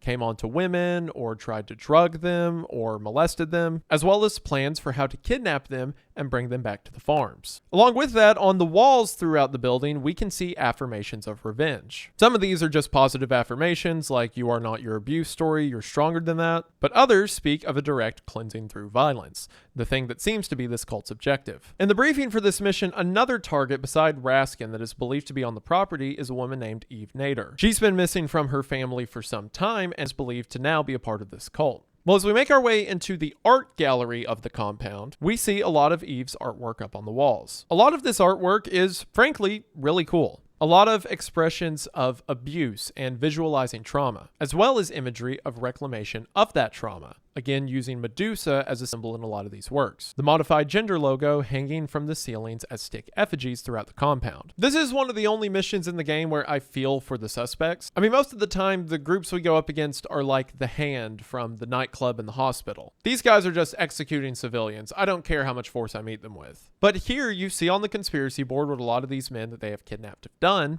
And it's hard to not feel where they're coming from or even think that maybe the men deserve it. I mean, we don't know what it is, what the women are doing to them yet, but it's not pretty. But these are suspects you can certainly sympathize with. And if you get into the game, it's weird how missions like this will change the way you interact with the game. Like, sure, I know realistically everything on screen is just computer, pixels and programs. It's not like there's actual people I'm shooting at. But when I enter a sort of roleplay mindset and I treat these scenarios as real, I find myself far more hesitant to use lethal force in this mission. Even if I don't have a less lethal weapon, like a pepperball gun, I try to use flashbangs and tasers as much as possible. I may spend a bit more time than I normally would trying to get a suspect to comply rather than just firing back. Even if I don't necessarily think the cult is completely justified or should be allowed to do what they're doing. I mean, these are people they think are committing, sex crimes. They could be wrong. They could be kidnapping guys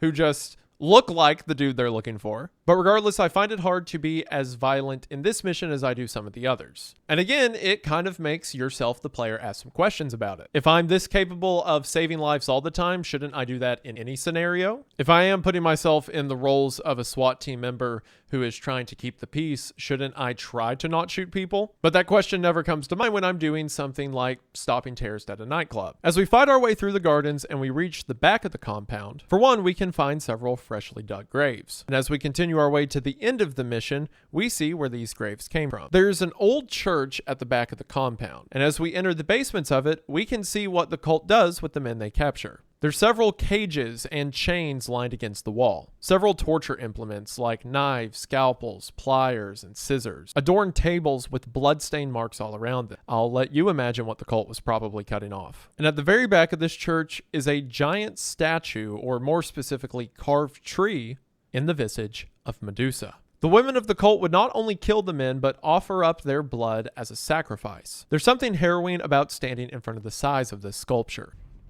Looking under the bed. Got nothing here. Don't make any movements. Good here. Keep it alive. Talk, ready. Suspect in custody. Ready for transfer. Element, there's the stock. Trailers inbound. Normally, you'll find Elaine Raskin herself either in this church or in her room back in the compound. It's in her room that we get a very interesting piece of lore for the game. We hear on a tape recording that Elaine left herself, that she believes there's an infiltrator within her group, and she believes the USIA to be partially responsible. Again, her being a former USIA agent, she expects them to come back to get her at some point. She speaks of her colleagues in the USIA who would know about this, and the only one she can think of is someone named Gerard, someone that will become more important as we get further into the game. In the evidence we unlock for this mission, we find some interesting clues. For one, there is a file about Eve Nader when she went missing. In the briefing at the beginning of the game, we hear that Eve Nader's family is worried sick about her. And here we see the initial report of when she went missing, but on the back of the file there's a picture of what seems to be Eve and her husband, with his eyes X'd out and the word perfect written above it. This tells me that while Eve's family thought she was living an idyllic life, in reality she probably had an abusive husband. Another piece of evidence we find is a box of photos that, if we peer inside of it, we can see men in their final moments of life. Undoubtedly, these pictures were taken as they were being tortured, killed, and sacrificed to Medusa. There is another third piece of evidence that is very interesting and opens up a lot of ideas about the lore of this game, but it won't make any sense to you right now, so I'm going to hang on to it for later. For now, that is Carriers of the Vine, and what would a SWAT team game be if there wasn't a cult raid at some point? It may not have ended with everyone burning alive like Waco, or someone's mother being shot like Ruby Ridge, but a cult raid nonetheless. However, that mention of Gerard that we had earlier leads us into our next mission in the game. Mission that takes place on August 20th of 2025, a Lethal Obsession. In the briefing for Lethal Obsession, we're told that we're going after Gerard Scott. If you'll remember, that is the other USIA agent that Raskin mentioned in her recording back in Carriers of the Vine. According to this briefing, Gerard Scott set up a diversion to lure out police, showed up in an RV, shot a bunch of cops, and then drove back to his house. A house that is located on a ridgeline just outside of the city. Gerard Scott is also believed to be responsible for several chemical weapon attacks throughout the city, targeted specifically at law enforcement. So D Platoon is sent to get him. Now, a bunch of people call this the Ruby Ridge level, and I get why. In real life, Ruby Ridge was a cabin up in the mountains, but other than the location, I think this case has more similarity to the Chris Dorner case. Chris Dorner was a former cop who killed a bunch of cops, and then the police chased him out of the city and killed him in a shootout. Shootout's a strong word. They saw his car and effectively turned it into Swiss cheese. But because of that, I think this mission has more similarities to that. You know, a guy that was a former CIA or USIA agent killing cops and then going back to his house. And as we get to Gerard's house, we can see the state that he's living in. He's up in the mountains, off the grid, and at first it seems the guy has lost his mind. We see the RV that was mentioned in the briefing as what Gerard drove away in after he attacked the police, and we see that Gerard has set it on fire. We also see a lot of drawings and signs all over the house. Giant pictures of what appears to be Illuminati references. Several mention of the USIA always watching. And as we make our way into the house, these signs and writings will get more prevalent. Now, on your first time playing this level, you are going to run into a fun little thing called tripwires. The first time I played through this mission, I did not know that levels could have tripwires, and it was the scariest thing that's ever happened to me. Basically, a few of the doors will be lined with a grenade pin ran to a wire, and if the door gets thrown open, the grenade goes off and anyone outside of that door instantly dies. This happened quite tragically when I told my entire team to breach a door at once. They breached it, and then I had to restart my entire run. There are two ways to deal with tripwires. One is if you peek the door instead of opening it, you can crouch down and disable the grenade before the door is opened. I didn't know you could do this for a really long time, so the way I would always deal with them is the mirror gun. The mirror gun, by the way, is like the most useful long device equipment that you can get in the whole game. So basically the way it works is every member of your team will have their primary weapon, their secondary weapon, but everyone can also get a long tactical device. Now, these include things like grenade launchers that will fire CS gas or tear gas canisters, battering rams to open locked doors, riot shields, which are self-explanatory. And while those are all good things to equip your teammates with so that you can still order them to use them on breaches, but for you, I recommend always taking the mirror gun. Because the way the mirror gun works is you can walk up to a doorway and hold the mirror gun underneath. And for one, it lets you see if there is a wire and grenade on the other side of the door for these tripwires. But you also get to see the entire layout of the room before you enter it. So you can see if the room's empty, how many suspects there are, if they're aiming at the door you're currently standing at. And it lets you better strategize how you want to attack it, if you want to go in through a different door, if you want to split a breach. It's basically like getting wall hacks for yourself. You can give a mirror gun to a teammate, and they'll call out what they see, but it's different than having the ability to just see for yourself. So in this mission, I would just use the mirror guns until I found a door that didn't have a tripwire, and then I would enter there. In the playthrough I recorded for this video, I'd made my initial breach in the basement. And sure enough, Gerard Scott was down here to greet me. As you can see, Gerard Scott is dressed as if he is absolutely insane. He is covered in full body paint with what I assume to be mud, and he's wearing this makeshift ghillie suit with like a fly mask for a face cover. And yes, he is completely naked, and if you look in the right position, everything is on full display. Now, Gerard Scott isn't the only suspect at this property, as he'll always have 3 accomplices there who it seems are helping him make his chemical weapons. But Gerard Scott is certainly the most dangerous suspect here. The other 3 will behave as normal, they'll comply as you order them to comply. They're pretty easy to get to surrender. But I got lucky here finding Gerard Scott in the basement. If you don't find him right away, he immediately becomes a problem. Because unlike the others, he will adopt an almost stalker enemy type. If you make a breach on one floor and he's in another, he will find a way to get out of the house and loop around to you and will start shooting you through the windows before he ducks down and enters through another doorway. Keep in mind, this guy also has an AK-47 and can melt you and your team pretty quick. Sure, it's easier if you're wearing heavy body armor, but try to do this mission without body armor and see how quickly you get killed. Again, assuming you don't take out Gerard right away. An interesting detail about the other 3 suspects here is that all of them are wearing gas masks. Now, normally on a mission, if a suspect is wearing a gas mask, they become immune to things like tear gas or CS gas.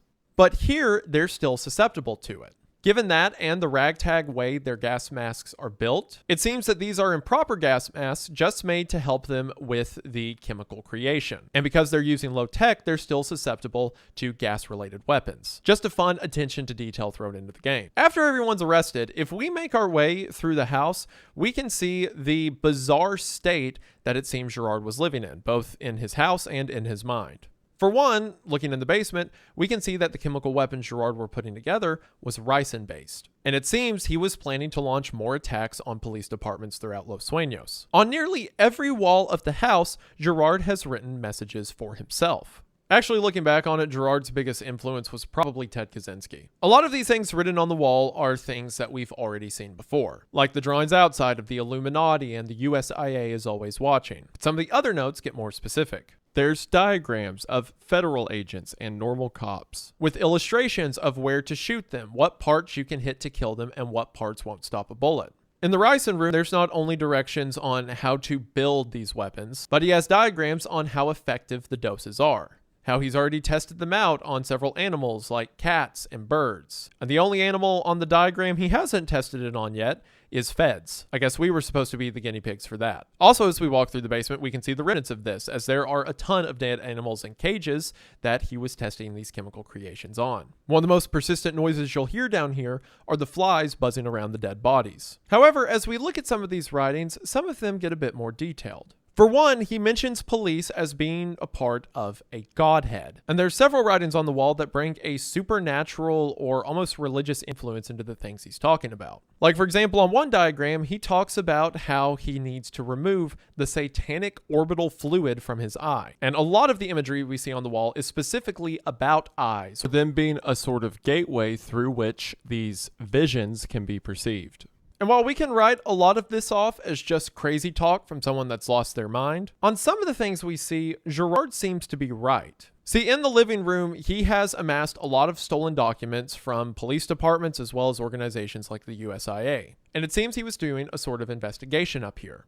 As a matter of fact, we find several boxes from a company called MindJot. MindJot was one of the brands we saw advertised outside of the LSPD at the beginning of this video, but later on we're going to see that they're a part of a big conspiracy within the city. So it seems at least to some degree that Gerard knew what he was talking about. His suspicions and investigations, at least to some degree, will turn out to be right. There's a projector in one room that continuously displays images of it's seemingly Gerard and several people he worked with X's marked over their eyes. If Gerard was right about some things, what else was he right about? Well, there's a series of tape recorders that we can find that Gerard left himself throughout the house. And some of these give interesting insight to what he was doing. Side note, in one of these recordings, we hear him reminiscing over an old lost love, and he refers to this person as his Eve. Now, my initial thought is that's got to be Eve Nader from Carriers of the Vine, right? I mean, if Raskin and Gerard were both in the USIA, then it's possible that maybe Gerard would know Eve. Some have theorized that maybe that means Gerard was Eve's old husband before she left and became a part of the Carriers cult, but I don't think so. The timelines don't exactly sync up,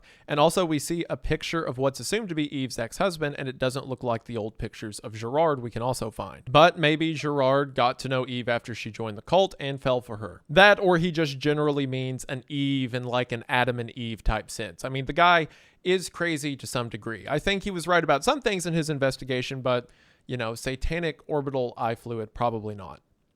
Probably. But in other audio recordings we can find in this mission, we hear him saying that this entire raid, the D platoon coming to his house and either arresting or killing him, was all part of his plan. Because specifically, he wanted him to show up, because it had to be him. Who is this him that Gerard is talking about? Well, if you go to the evidence we unlock for this mission, we find something interesting. A couple of the pieces are less interesting, like we see a Ryson device that Gerard had made, as well as his challenge coin he got for his time in the USIA. But the most interesting piece of evidence from Gerard's house is a photo of D Platoon. Specifically, a photo with everyone's faces crossed out except for ours. The face of our character, David Judge Beaumont. Now, I haven't really talked about who you are actually playing as throughout the game because up until this point, it hasn't really mattered. You play as a member of a SWAT team, you go in and get the job done, and most of the dialogue our player character has is reloading or telling people to get on the ground and, you know, basic cop stuff. But our player character does have the name David Beaumont, or call sign Judge. From what we know about Judge through most of the bios throughout the game, he was just a top of his class SWAT team member who excelled through the ranks to become the leader of D Platoon. But for some reason, Gerard had a specific interest in him, in you. So much of an interest that he went out and killed a bunch of cops just so D Platoon would get sent to his house, because for some reason he knew that D Platoon, and Judge specifically, would be sent to stop him. And it seems that Gerard didn't really care if he lived or died in this altercation. Maybe he just wanted Judge to see what he had been doing. Void Interactive released a promo video for this level onto their YouTube channel. Gerard!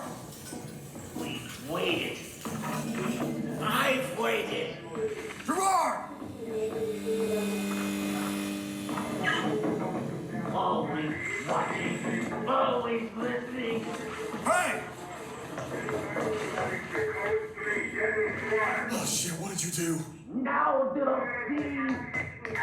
And in it, we see the inside of Gerard's house from the perspective of one of the guys that was helping him build these chemical weapons. From the dialogue we hear, it seems that this guy wasn't aware of Gerard's plan.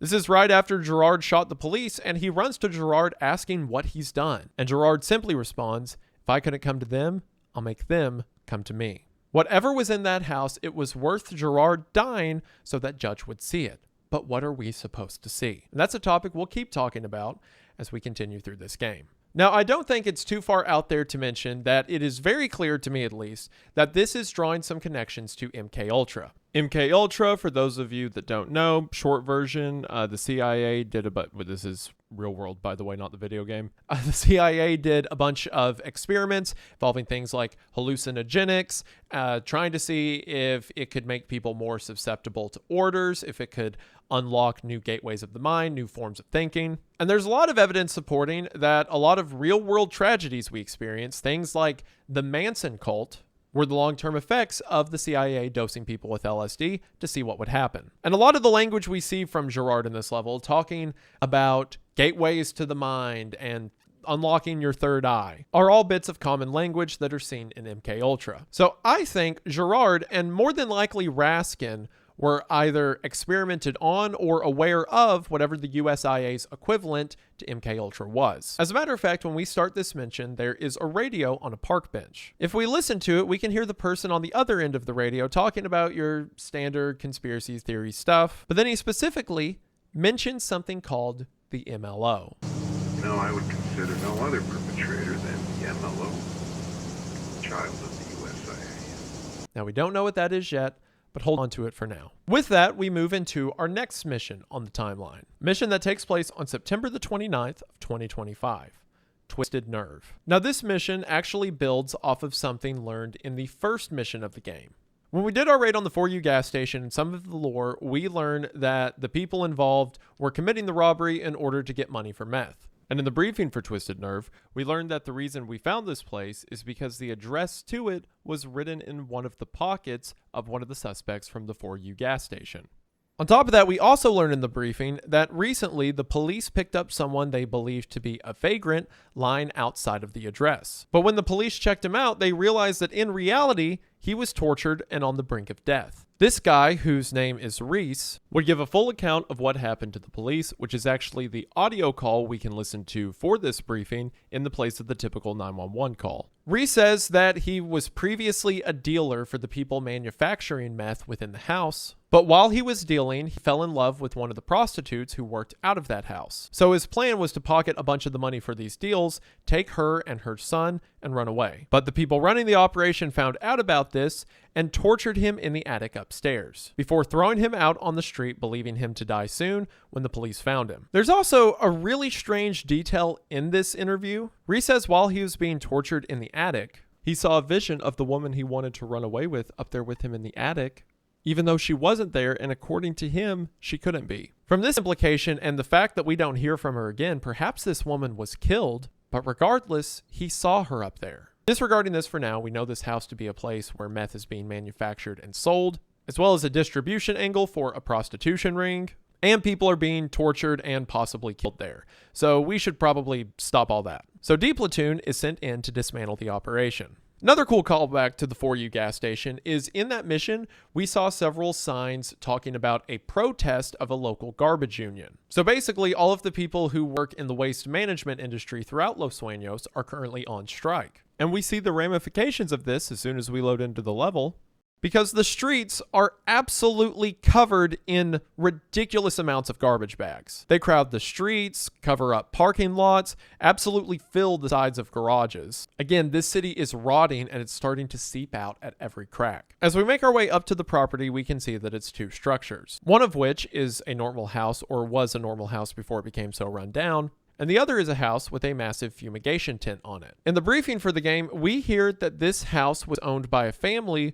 who was killed in a robbery on their way to the airport. This bit of information in itself doesn't seem to tie in anywhere else throughout the game, other than just another example of how awful the city has become. Family was just going to the airport, got robbed, and all of them were murdered. And no one claimed ownership of the house since, and the house was being fumigated while they were away, so the house was simply left in that state. So this fumigation tent makes an excellent place to produce meth. Insert Breaking Bad reference. Or I guess this already is the Breaking Bad reference. Insert itself.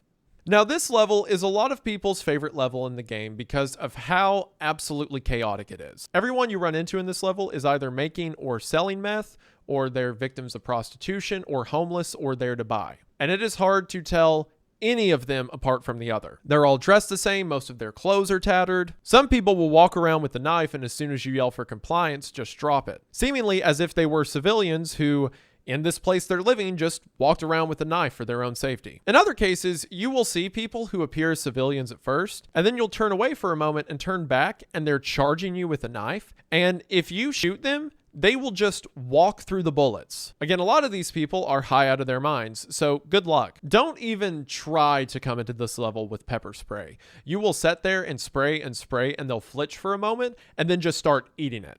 It will also lead to these terrifying moments when you're arresting or shooting at someone, and you'll see people zip around in the dark hallways like spiders. The number of times I've had a flashlight down a hallway and then turned to look at something else and turned back to see someone just standing there, absolutely terrifying. A lot of the lesser used implements of the game become useful here. Like, for example, the use of chem lights. Your AI teammates will do this a lot whenever they clear an area, but you as well have the option to drop a tiny chem light whenever you want. These are really useful for marking locations you've just been through, especially with structures like the hospital or the nightclub mentioned earlier. If you're getting confused and afraid that you're backtracking through the same spaces, you can just drop a chem light as a sort of breadcrumb to mark your way. They especially stand out here because the interior structures of this mission are so dark. I recommend on any level you always put a flashlight on your gun just because you don't know how dark of a hallway you'll walk into. But night vision also becomes really useful in this mission as well, which, once again, as always, big fan. This is one of the only missions in the game where you truly need some kind of light source. Again, if that's either night vision or a flashlight, because a couple of the spaces you'll walk into are near pitch black. And I really love this. I wish the game would do a lot more of this. Having the need for some kind of artificial light isn't only a great aesthetic, but it adds a layer of dynamics. You can't see outside of your cone of vision, or you have to wear night vision, which comes with its own downsides. That's another thing that the game does really well with its night vision that not a lot of games tackle the right way, and that is the game's use of mixed lighting. See, in a lot of video games, they'll have it one way or the other.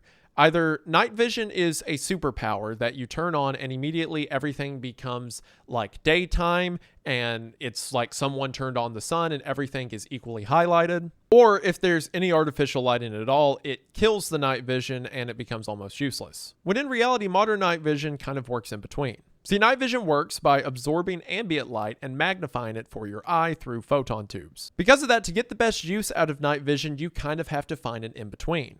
I don't know how well you're going to be able to see this, especially because the computer screens and that sign on the back are already creating a lot of light, but ideally you get a picture kind of like this, where you can still see all of the dark things even if there's some ambient light, but it's not making everything equal. You can still tell where light is being cast and what areas are dark. It certainly gives you a clearer image, but the ideal conditions for night vision are, say, a full moon. Not a lot of games do a great job at capturing the feel of night vision in dynamic conditions like where, say, a hallway light is open or there is a headlight from a car outside, but Ready or Not certainly does a great job. I really like segments in game where you have to use tech like that. I just honestly wish there was more, because Twisted Nerve is really the only level I can think of where you have to use artificial light. Actually, what would be an easy fix to me, and I don't know how difficult this would be, but what if the levels just had an option to do them at day or night? Like, could you imagine doing Carriers of the Vine, that entire cult compound, or A Lethal Obsession, the house raid in the middle of the night? Again, the game has a lot of cool tools, I just like when I get to use them. As we make our way through the house, one of the things that will become apparent immediately is several of the weird drawings that we see written on walls.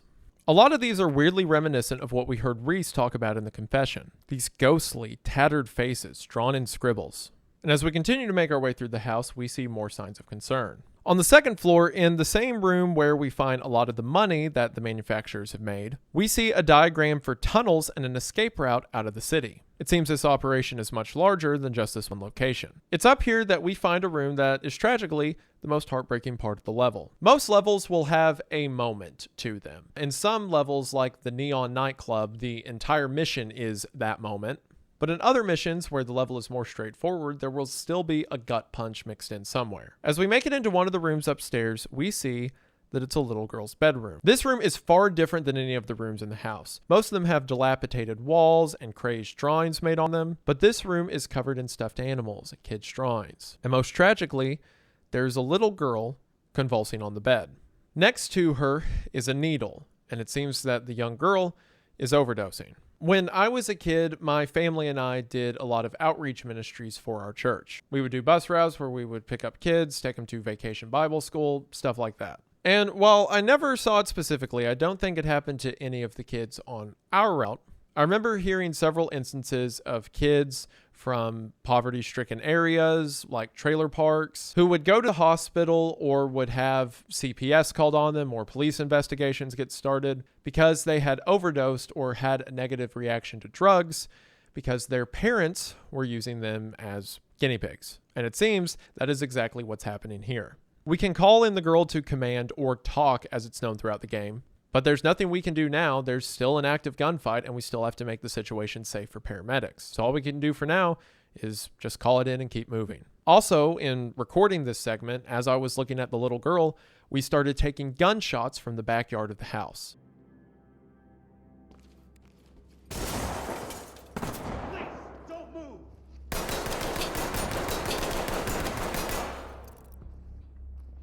So we return fire, put the suspect down, and the room goes quiet again. There was something kind of haunting about that, about being in this place where there's a little girl and the walls are so idyllic, and aside from the situation depicted in front of us, it just looks like a little girl's room.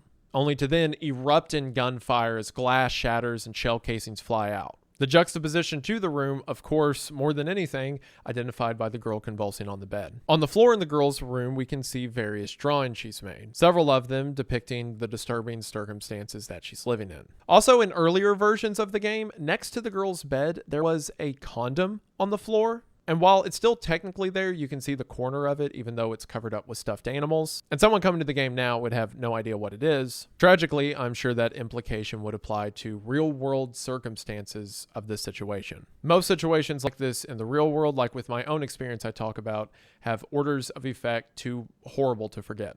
Also, I now realize I was completely wrong earlier in the video when I said that there's no kids depicted in this game. Like, sure, I was right in saying that there aren't kids mixed in with the bodies, like you never see a dead child. And there's never children, civilians that are in harm's way. Like, for example, the little girl on this bed can never be killed. In any other instance in this game, if you aim a gun at a civilian, you can aim it and pull the trigger if you want to, but you're going to lose a ton of points.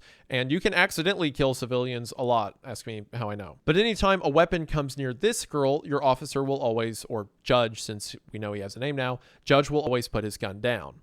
And even if there's a suspect in this room, they will never target the kid. There was actually a kid in the first mission of the game. Man, why did I say there were no kids? I was so wrong. But when we find Crystal Layden in the fridge of the 4U gas station, once again, that is a child in the game, but she's out of harm's way and there's no way for her to die. So the game does depict kids. I was wrong in that, but as mentioned earlier, the kids will never die, or you'll never be shown a dead kid. As we keep making our way through the house, we'll eventually make it across a sky bridge over to the fumigated house. We can work our way up to the attic, which is the attic that Reese mentions he was tortured inside of. And on the wall of it, we can see some very messed up drawings. Combined with the drawings we've already seen, it seems that the people within this house, at least the people that are using, are losing their minds or seeing visions of something. There's also a lot of mentions of needing to dig. There's something down in the ground that they're working their way into. There's also this one note on the wall that says "Need Christina," and I have no idea what that's talking about. Maybe someone similar to Reese is talking about needing to find a lost loved one. In Reese's initial interview, he says that they're building something in a garage out back. Well, when we make our way to that garage, we can see that the garage is just cover for a massive tunnel system that is being dug.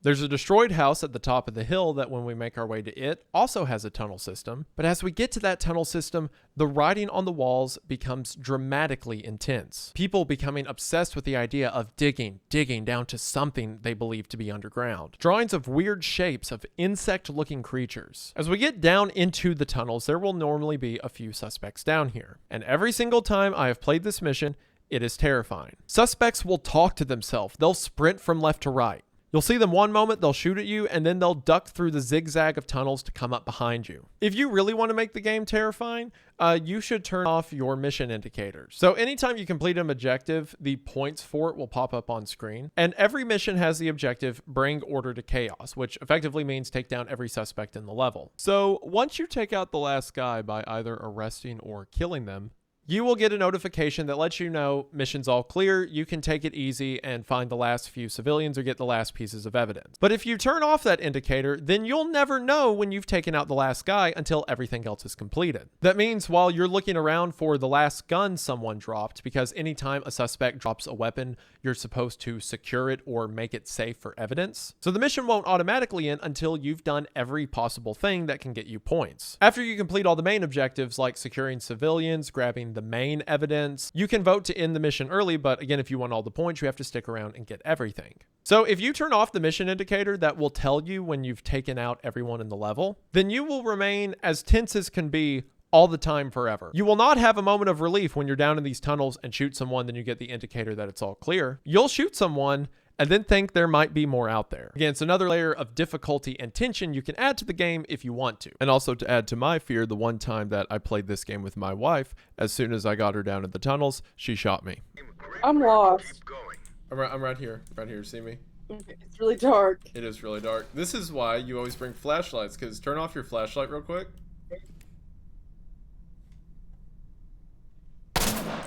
Ow, ow, ow, ow. What happened? You shot me. Sorry. You shot me right in the thigh. Now I'm limping. Sorry. Friendly fire is on. Sorry. I was saying turn off your flashlight so you can see how dark it is. Yeah. This is what it would be like with that one. And then you shot me in the hip. Down in these tunnels, we see a massive patch of dirt lit by a flare. From the maps on the wall in the main house, it seems that, again, the people here were building a path to some kind of exit. A lot of writing we find on the walls will refer to drainage. Some theorize that perhaps they were digging into the water line of the city in order to contaminate it. Or others think that perhaps the people just went crazy and, as indicated on the writing of the wall, were compelled to dig. I think it was something in the middle. I think maybe the manufacturers who were putting this together, who had diagrams on the walls trying to make an escape plan out of the city, had convinced the addicts that they needed to dig, and that got into their head, led them to keep digging and write all of the crazed writing we see on the walls about digging.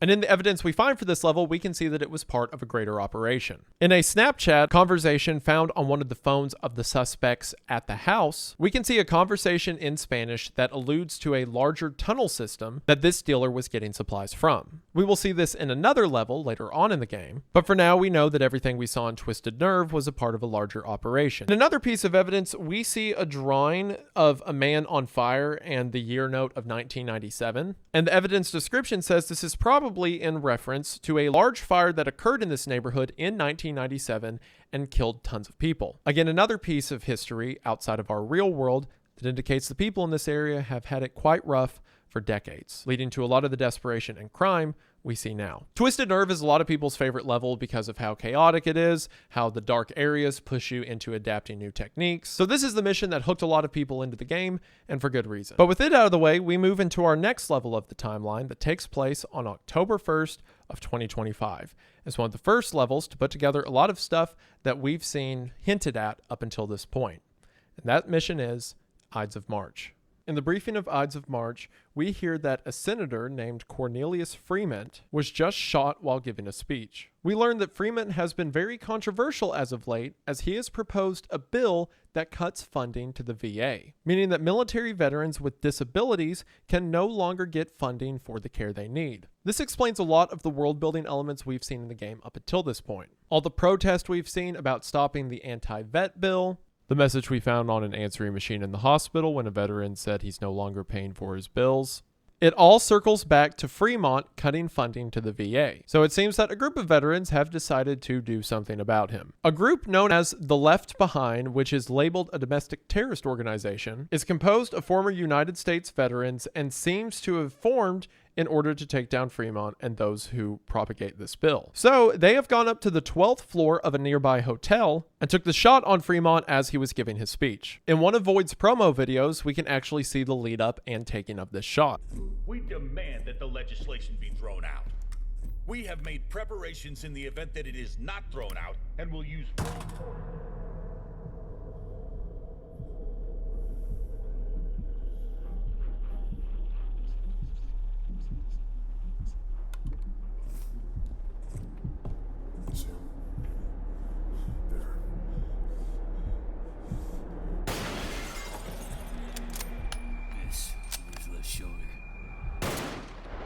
Sniper took a shot from a hotel window and then waited for the police to arrive. The local police have the first 11 floors of the hotel locked down, so it's D platoon's job to go into the 12th and take them down, as there are also 4 known civilians on that floor as well as hotel staff trapped within. The 12th floor is in an oval shape with a large common room in the middle, so we have to decide if we want to clear it out by the edges and then move into the center, or start in the center and set that up as a safe point to move through the rest of the rooms. All the while, Left Behind members patrol up and down the hallway. What's also interesting is their signs that the Left Behind have been anticipating police presence. Several of the vending machines and furniture in the hallway have been pushed in order to make barricades, all facing elevators and doorways that the Left Behind expected the police to come through. On top of this, several of the rooms within the building have been rigged with tripwires, the same explosive tripwires we saw back at Gerard's cabin. And yes, they are just as annoying as they were then, if not more so. Because in Gerard's cabin, there were only 4 guys you had to worry about, and here there's like a dozen. So you'll be quickly trying to get to cover in the midst of a gunfight down a hallway and forget to put a mirror gun under a door, and whoops, looks like you're dead. It's actually here that I have a confession to make. So if you'll notice in a lot of the gameplay you're seeing for this video,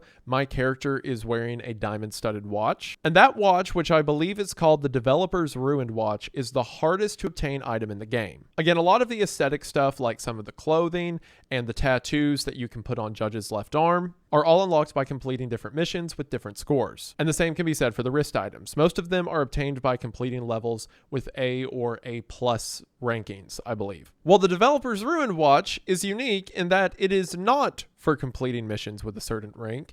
It is for completing the entire game in the most difficult way possible. So there is a mode you can do in tandem with Commander mode called Iron Man mode. And Iron Man mode is the game as it normally occurs, but if you die, you do not do what you normally do and have to go back to the precinct, and your men lose morale, so you have to trade them out and then go back in. If you die at any point in an Iron Man run, your entire save gets erased, and you have to complete all 18 levels of the base game without dying once. That makes every altercation incredibly terrifying. You can have one guy left on the map, and you know that he's out there somewhere with just a pocket knife. But the whole thing is still chest clenching, because if you turn the wrong way at the wrong moment and that guy stabs you, well, congratulations, you just lost 10 hours of progress. You don't have to complete the levels with any high ranking, you just have to complete them. So if there is even the micro chance that someone is going to kill you, just shoot that guy, because inevitably you will go in to make an arrest to get a higher score or to be nice, and they'll turn a knife on you and end your run. And any level of moral engagement that you have with the game just has to go out the window. Oh, what's that? You women are a part of a cult that tortures men? That's really cool and all, but I'm trying to get an achievement. Oh, what's that? You veterans are upset with the way a politician is treating you? Well, that's just heartbreaking, really. And even with that mindset, the game becomes a nightmare. But to get the Developer's Ruined Watch, not only do you have to complete the game on Iron Man mode, but you have to complete it without any of your squad mates dying. So you not only have to look out for yourself, but you have to look out for these 4 artificial teammates. Also, speaking of your teammates dying, every time your teammates are killed in a save, they'll be added to a book in the memorial within the LSPD. So this is how many of my guys typically die on one of my runs, to give you an idea. The reason I bring this up now is because, yes, I did complete it, but technically. When I was playing Ides of March, I got to a room I needed to breach because there were still 2 suspects inside, But both of the points of entry to the room had a tripwire on them. See, much like the suspects, the tripwires will spawn on different doors every time you play. And I didn't know at the time I was playing that you could peek the door to disarm the trap. So I just thought that the game was bugged and that effectively it had become impossible to walk inside of that room without getting myself or one of the team members killed. So I just started putting rounds through the door, and in the confusion of this, another suspect came down the hall and killed one of my guys. I was furious that this ended my run, so I cheated and Alt F4'd my way out of the game so that it didn't save my progress, and then reloaded at the beginning of that level. My thought was, if the game broke and won't let me progress, then I get to break it too. However, as mentioned, I later found out that this was not a glitch, and that can sometimes happen, and you just have to peek the door and disarm the trap, which I thought was impossible. So I technically cheated to get that Iron Man run and get the developers ruined watch. But I know that had I not done that, I could have made it through the level if I didn't try to shoot people through doors and all that stuff. And then I progressed through the rest of the game and, you know, got the achievement, woohoo, and all that. So I know I'm capable of wearing the watch, so I will wear it, but because I cheated, I will not be proud of it. But I will wear it. Anyway, the close quarter fighting of this level can make a lot of hair-raising scenarios. Like, for example, I was trying to clear this level with a shotgun. And the shotgun can be really cool because typically it puts people down in one shot, but you're very limited on your ammo capacity. So you run into moments like this one that I had, where in the midst of a gunfight, I went dry and had to go for cover and only hope that my teammates could finish the fight. Sure enough, they did, and I was able to recover, get back in, and take out the suspect. Also, once suspects and civilians are compliant, you can give them demands. So for example, in this scenario, I didn't know what was beyond that threshold and didn't want to go to them to make the arrest and needed the hallway cleared. So I ordered them to move to me, and once they got to my threshold, I made the arrest. Again, split-second decisions that can make all the difference. Now, imagine trying to do all of this if you were 8 hours into an Iron Man run and there were bullets flying everywhere. And then that suspect, if you don't arrest him, can stand back up and start shooting. But you also can't shoot suspects that are on the ground and surrendered because unauthorized use of force or something. There's certainly a learning curve in the game when you have to piece all of these things together, but once you do,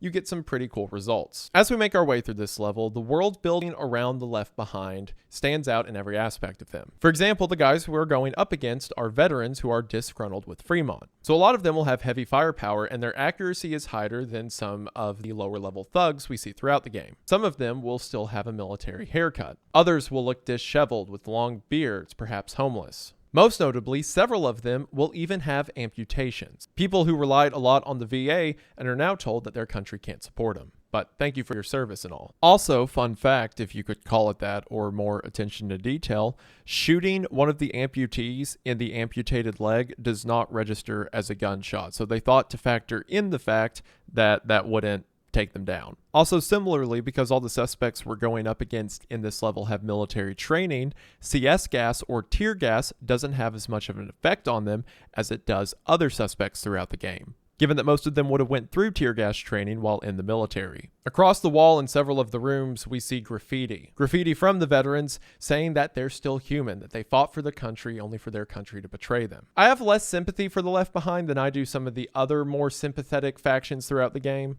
like the women of the Carriers cult, for example. Because at least there, their targets seem to be people that deserve some kind of payback. While working our way through the hotel, we can see several civilians who have been injured and perhaps killed in the Left Behind's takeover. I'm sure this was deemed as acceptable losses by the group, but because of this collateral, it's a group that undeniably needs stopped. Also, like the booby traps I mentioned earlier, randomly the bathrooms will be booby trapped, and there won't even be anyone inside of it, so it's just an empty bathroom with grenade taped to it. What is the tactical advantage of that? Along with the hotel staff, there's 4 unique civilians we have to save through this level. One is a music producer who you can find his music studio in his apartment, and I swear to you, one time the music studio with no one in it was also booby trapped. These things show up everywhere. And the other civilians are a couple that live next door to a Navy veteran. And what's cool is, in the world building, we can see a story between this couple and the veteran. In the couple's room, we can see that they're having a marital dispute. All of her things in the closet are labeled as hers with a note saying not to touch. And if we look at the bed, we can see that her pillow's still on the bed,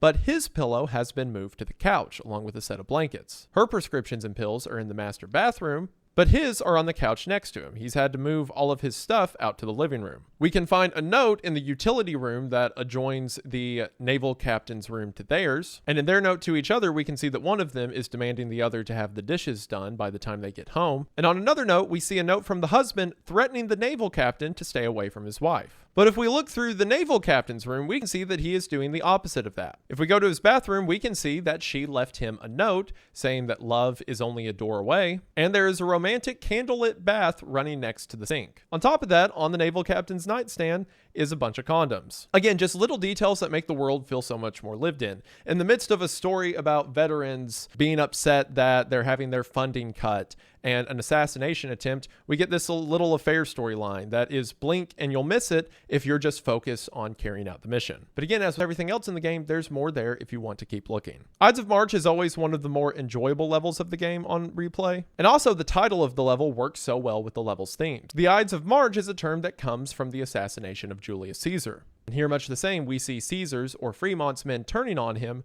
for what they believe to be his treachery towards them. And the events of Ides of March lead us into the very next level that takes place on the next day, October 2nd of 2025, Sins of the Father. In the briefing for Sins of the Father, we learn that the family of Fremont was moved to a place called the Clement Hotel and placed under protective custody. You know, their dad was just shot, so the Secret Service moved to keep the family safe. But the Left Behind got the location the family was staying in and seized that hotel to take them hostage. Assumedly, the senator is now at a hospital being treated for his injuries. So if they couldn't get to him, then they were going for his family. But how did the Left Behind know that his family was in this hotel? Well, sure enough, they had inside men working within the Secret Service. This makes a lot of sense in one regard, as several members of the Secret Service were probably also former veterans who weren't happy with this new bill. But still, these are people who were charged with protecting the family of a politician, and they gave their location up and took them hostage. And we'll later find in this mission that it seems their plan was to tie them up and record their torture and potential execution. That is a whole other level of hate. You couldn't kill the guy you wanted to, so your plan is to record you killing their family? Again, it goes to the point I made in Ides of March that the Left Behind certainly have sympathetic roots from the beginning, but have taken it to a degree where they must be eliminated. Sins of the Father is also one of the last levels you'll play through in a normal run of the game, because the mission itself is pretty difficult. You're going up against Secret Service guys who are well armed and well trained. They're excellent at flanking positions or taking cover positions to return fire. They're very accurate and will coordinate movements while under cover fire. Also, the tripwires come back because this game hates me. Only instead of being attached to frag grenades this time, they're instead attached to flashbang. So instead of opening a door like an idiot and then dying, this time you open a door like an idiot and then you can't see or hear anything for 15 seconds. You can dampen this effect by equipping Judge with anti-flash goggles. But if you do that, you have to get rid of your gas mask. And if you want to use CS gas throughout the game, you need to have a gas mask. So what this looks like for me, who has a mirror gun but never thinks to use it, is I kick open a door, become blind and deaf, and then step backwards and away from where I think the door is, and just wait there while my team covers me as I regain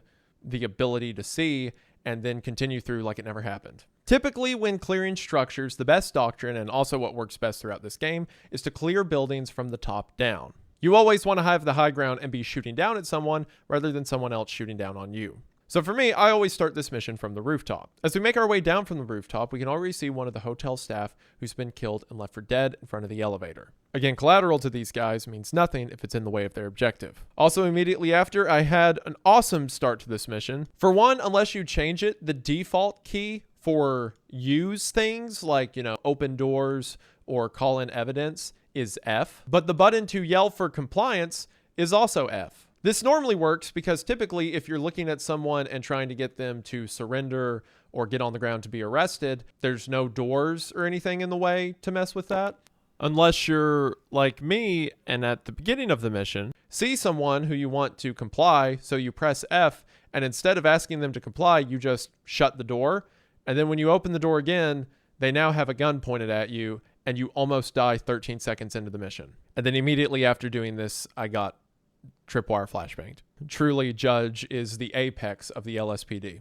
There's also some unique world building we get for Fremont's family themselves. Like in the briefing for this mission, we see that all members of the family are very politically oriented and want to make their way into politics, except for one of Fremont's sons, who just wants to play video games and doesn't really care about the family business. When we find all other members of the family, they're in regal outfits, except for this son that is wearing pajamas. We also read in the briefing that Fremont's wife is a devout Protestant, and we can see some evidence of that, like a Bible laying on her bed in her room. But we also see some frustrations, potentially over this situation or just turmoil within the household. In her closet, we see a note from what is, I believe, one of her sons, saying that he's going out for the night. This tracks because the 911 call that this mission kicked off with was from one of Fremont's sons who left the building right before this siege took place. We also see in her closet that it seems she or someone else has shattered a mirror. Perhaps her in frustration over her son walking out in these difficult times, or just frustration over her husband being shot. As we clear through rooms and eventually make our way to the downstairs atrium, we see the scene where the execution was about to take place. We see shattered glass, rope, chairs turned over, and video cameras pointed to the location where the family was tied up. And in another hotel room, we can see where someone had a massive bleed out. Perhaps even the guy we saw bleeding out in the room mentioned earlier. Fremont's bill, while terrible, didn't only result in him nearly losing his life, but in his family losing theirs as well. At the hands of people who had a right to be angry, but not a right to do what they've done. And at the current moment in the game, this is the last we see of the Left Behind. A storyline for a group that began in tragedy, but stooped its way into the despicable. And just another piece to the dreadful world that Ready or Not takes place in. From there, we move into our next mission, Rust Belt, which takes place on October the 15th, 2025. As mentioned, Los Sueños is on the southern border of the United States, the border between California and Mexico. We'll remember back how in the evidence for Twisted Nerve, there was mention of a tunnel somewhere that drugs were being moved through.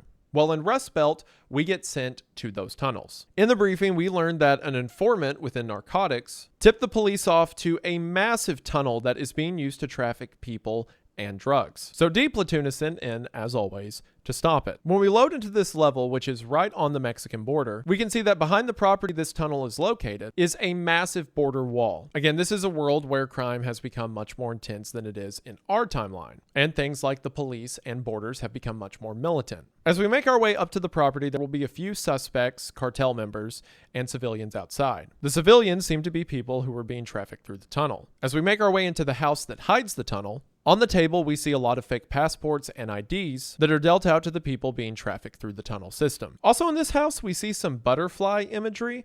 Just hold on to that for later. Also, a lot of the time when you shoot someone, they will either be incapacitated or dead.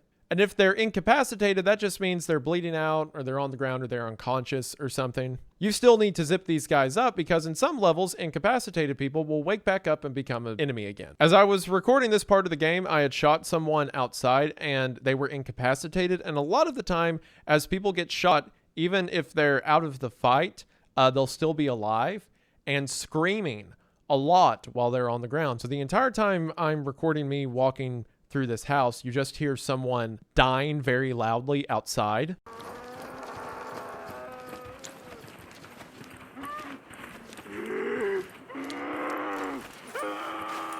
So, that's really comforting, helps set the mood.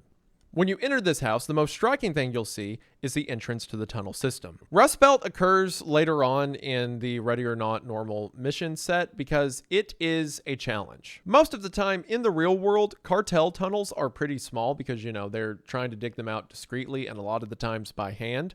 But this is less of a cartel tunnel and more of a cartel superhighway. It is a massive tunnel system that has several diversions that switch back in on itself. Half of the rooms down here look like a saw trap. There'll be these giant red hallways or doors with these fake little hallways and diversions that look like they lead off in their own direction but just curve back into the tunnel. It takes a lot of playthroughs to learn the layout of this place, and you still never feel at ease while walking through it. Especially since the cartel members you're going up against, which are referred to as the Los Locos throughout the game, the Los Locos know the tunnels well. So if you get into a gunfight with them, they have a tendency to run back into the tunnel and then take all of these side routes, just sprinting through them to flank you through a doorway you didn't know existed.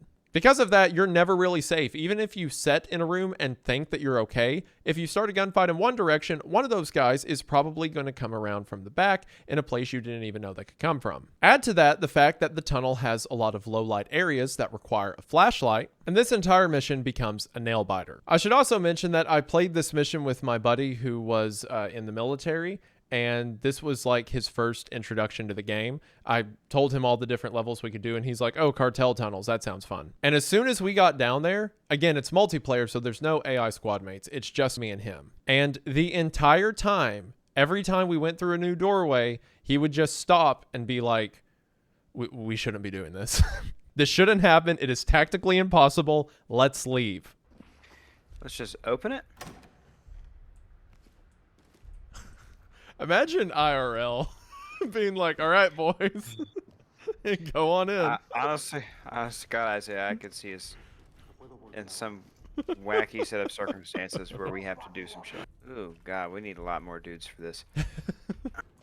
Under there and check it out. I'll keep security on the hallway. One guy with a gun aimed directly at us, but just one. Right by the door. He's about 2 feet back from it. Ready? 3, 2, 1. I think that would be him screaming in pain. Okay. Now we'll just open the door.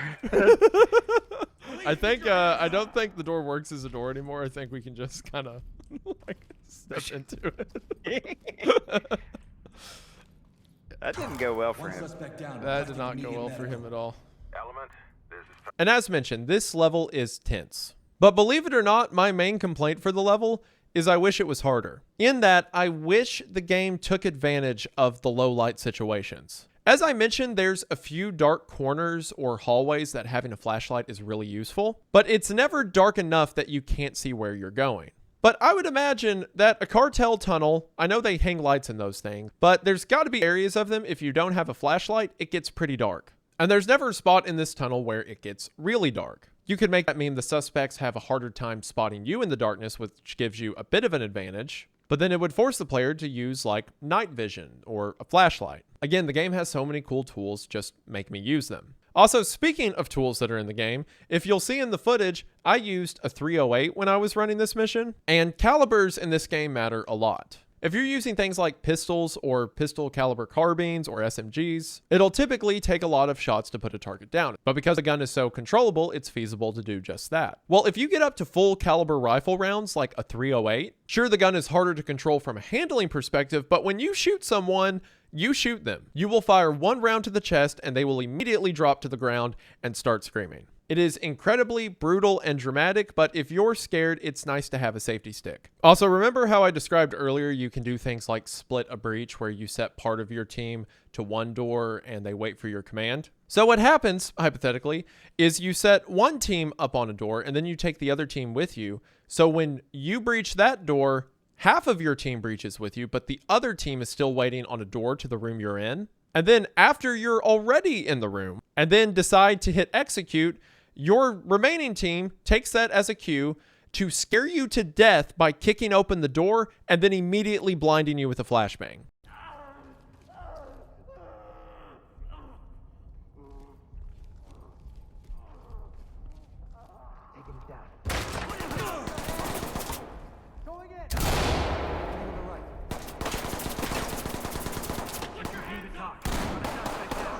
When you get to the end of this mission, you can see a massive barge that the cartel, or Los Locos, is using to traffic across an underground lake. This is a really cool detail, but it's not the only cool detail we find in this level. As we're walking through the tunnels, you'll notice that a lot of them are made out of pre-existing caves. And on those caves, we find a lot of weird artwork. Artwork from some ancient Mexican culture. Reminiscence of drawings from the Mayans or Aztecs. These drawings are everywhere, and they normally depict people among shapes like pyramids or large eyes, and it seems that it's people confronting some kind of spirit or energy. You can even find a large stone that depicts several of these drawings on a rock next to the barge. Again, the game continues to give us these hints of some hidden world, of something that exists beyond the veil. And these cave drawings imply that some of the themes this game is discussing have been around a lot longer than we have. Also, if you're standing next to the barge and look out into the water, across the water on a stalagmite, you can see these two blinking eyes staring back at you. This doesn't really connect to anything, it's just kind of cute. Furthermore, in the evidence you unlock for this mission,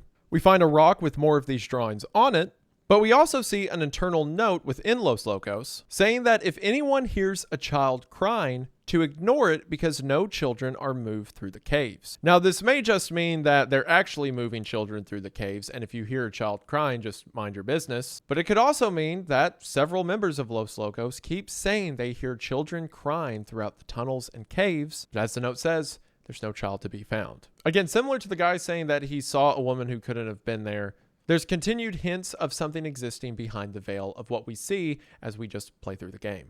Rust Belt is a very fun and intense level where my only complaints is that I wish it became more tense with things like being able to kill the lights. I do have a complaint about this level, and that's the achievement attached to it. So formerly, before the current version of the game where the level is known as Rust Belt, it was previously called Coyote. So there's still an achievement on Steam that is for completing this mission, which it calls Coyote, using only a revolver. So I did that and it didn't work. And I saw a bunch of people saying, oh, you can't arrest suspects or order your team to do stuff. You have to just walk around with a revolver. So I did that and it didn't work. And it's very clear to me, especially from the fact that the name of the level hasn't been updated in the achievement, that the achievement's just bugged. Maybe some people can get it if they're lucky and the game reads your gameplay right, but it hasn't happened for me. So I would like that to be fixed. Thank you. Speaking of things that need fixed in the game, I really love Ready or Not. I think everyone should play it if, they're willing to stomach some of the more gruesome details of the game. But one thing in the game is absolutely inexcusable to me, and that is the variable optics. The majority of the sights that are in the game are red dot or holographic sights.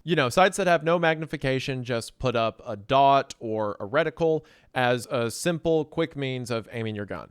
But in the game, there is a Night Force 1-12 and an LCAM 1-4. The benefit to these optics in the real world is that you can adjust the magnification on them, meaning you can go from 1 power or no magnification and then crank them up to get zoom at different levels. But both of the variable optics that are currently in the game cannot be adjusted. So when you put them on a gun, you just have a fixed single power magnification. This is incredibly annoying because sometimes I want to have a little bit more magnification for like engagements over long distance, but I also don't want to commit to putting a fixed magnified optic on my gun for the entire level because as you can see from the gameplay, most of the engagements you get in are pretty close range. So I have to just never use these unless I want to be crippled during any close encounter. Out of all of the systems Ready or Not has, adding a variable optic cannot be that hard. The game already has picture-in-picture scopes, which is great. A lot of games will cheat, and if you have a magnified optic, whenever you throw the gun up,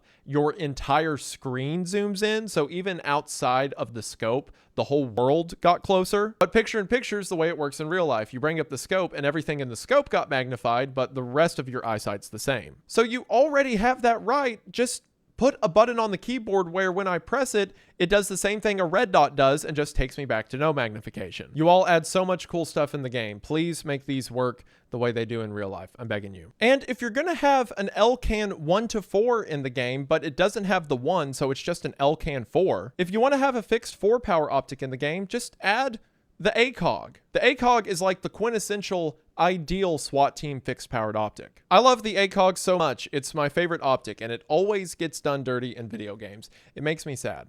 The next level on our timeline is regarded by many to be the most brutal level in the entire game. So brutal that it caused a ton of controversy on TikTok, which in happenstance led a bunch of people to checking out the game. And it is so controversial, in fact, there are rumors floating around online that it caused Void Interactive, the dev team of Ready or Not, to part ways with their distributor. And on our timeline, this mission takes place on October 17th, 2025. And that mission is known as Elephant. And the reason the level is so controversial is because it's about the one scenario that a lot of you probably thought of when you heard the words realistic and gritty SWAT team or police shooter. And that's because Elephant is about a school shooting. The briefing for Elephant describes an event I'm sure we're all too familiar with. A group of shooters went into a local community college, killed the security guards, and then just started shooting students. In the briefing, our commander is clearly pressed for time. urging us we need to get over there shortly and stop these guys. He emphasizes that lethal force is to be used and these guys have to be stopped immediately, adding that his son previously went to this very college. And I've got to say the 911 calls for this level are probably the roughest in the game. 911, this call is being recorded. What is your emergency? What is your emergency? I need help. Can you tell me what's wrong? I'm hiding. There's blood. So much blood. I don't want to. Please don't let me die. Stay calm. Remain where you are. Stay calm. Don't worry. Help is coming. Do you promise? The LSPD are en route, sir. We have paramedics coming too. Just remain calm, and if you can in any way, find some cover. I never told my mom I loved her. I always tell her before I leave the house, but today, I didn't. The game hasn't gone easy on us before, and it's certainly not going to stop now. Now, the title of this mission, Elephant, ties directly to a film by the same name. The movie Elephant is about the build-up and carrying out of a school shooting. The movie itself taking a lot of references and made in the wake of Columbine. And the level in this game takes a lot of influences from that film. For one, other than just the mission level being the title of the film itself, but even down to the name of the school. In the movie Elephant, the shooting occurred at a place called Watts High School. And in game, this college is Watt Community College, a college we've seen referenced many points in brochures and posters in the game up until this point. Taking a note straight from Columbine, in addition to the shooters that we have to find in this level, there are 2 explosives set in random places throughout the building.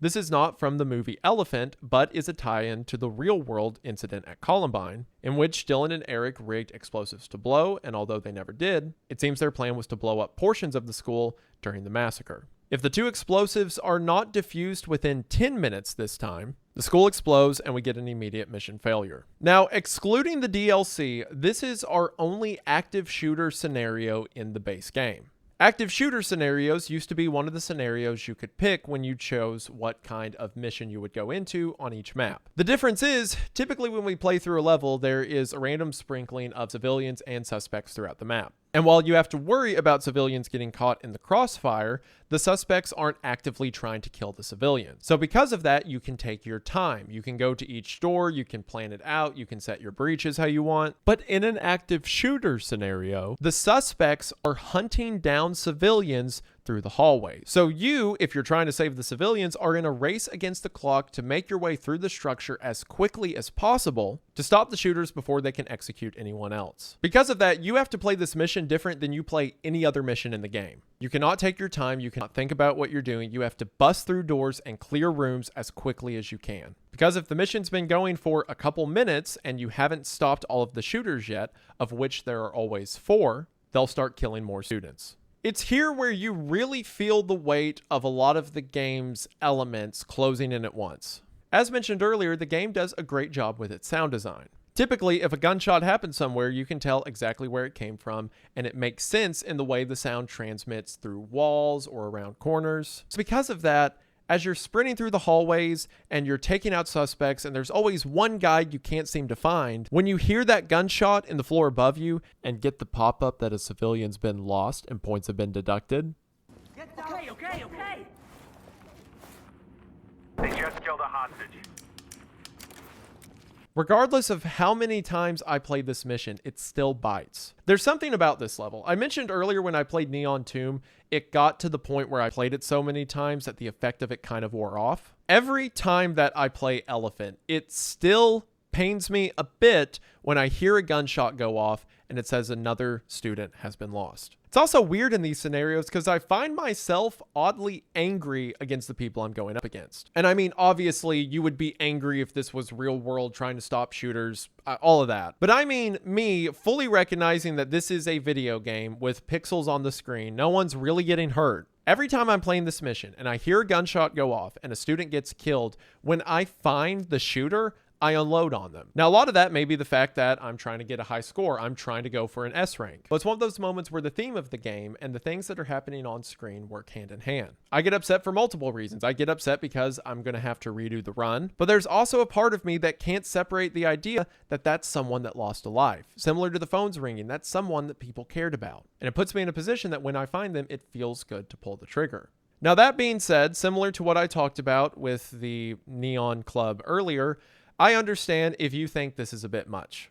Again, there are references in this level that are drawn explicitly from real-world events. Sure, when we start up the match, there are 14 or 16 civilians we can save, but there are so many bodies in the midst of them. There's one auditorium you can walk in on where there are students massacred, hanging over the desks, down the chairs, there's blood everywhere. And each one of those is a life lost, a kid that's never coming home. But again, if you choose to depict these things, if you commit to it, I don't think there's any benefit in committing half-heartedly. When you find these guys as they're about to kill a civilian, it is brutal.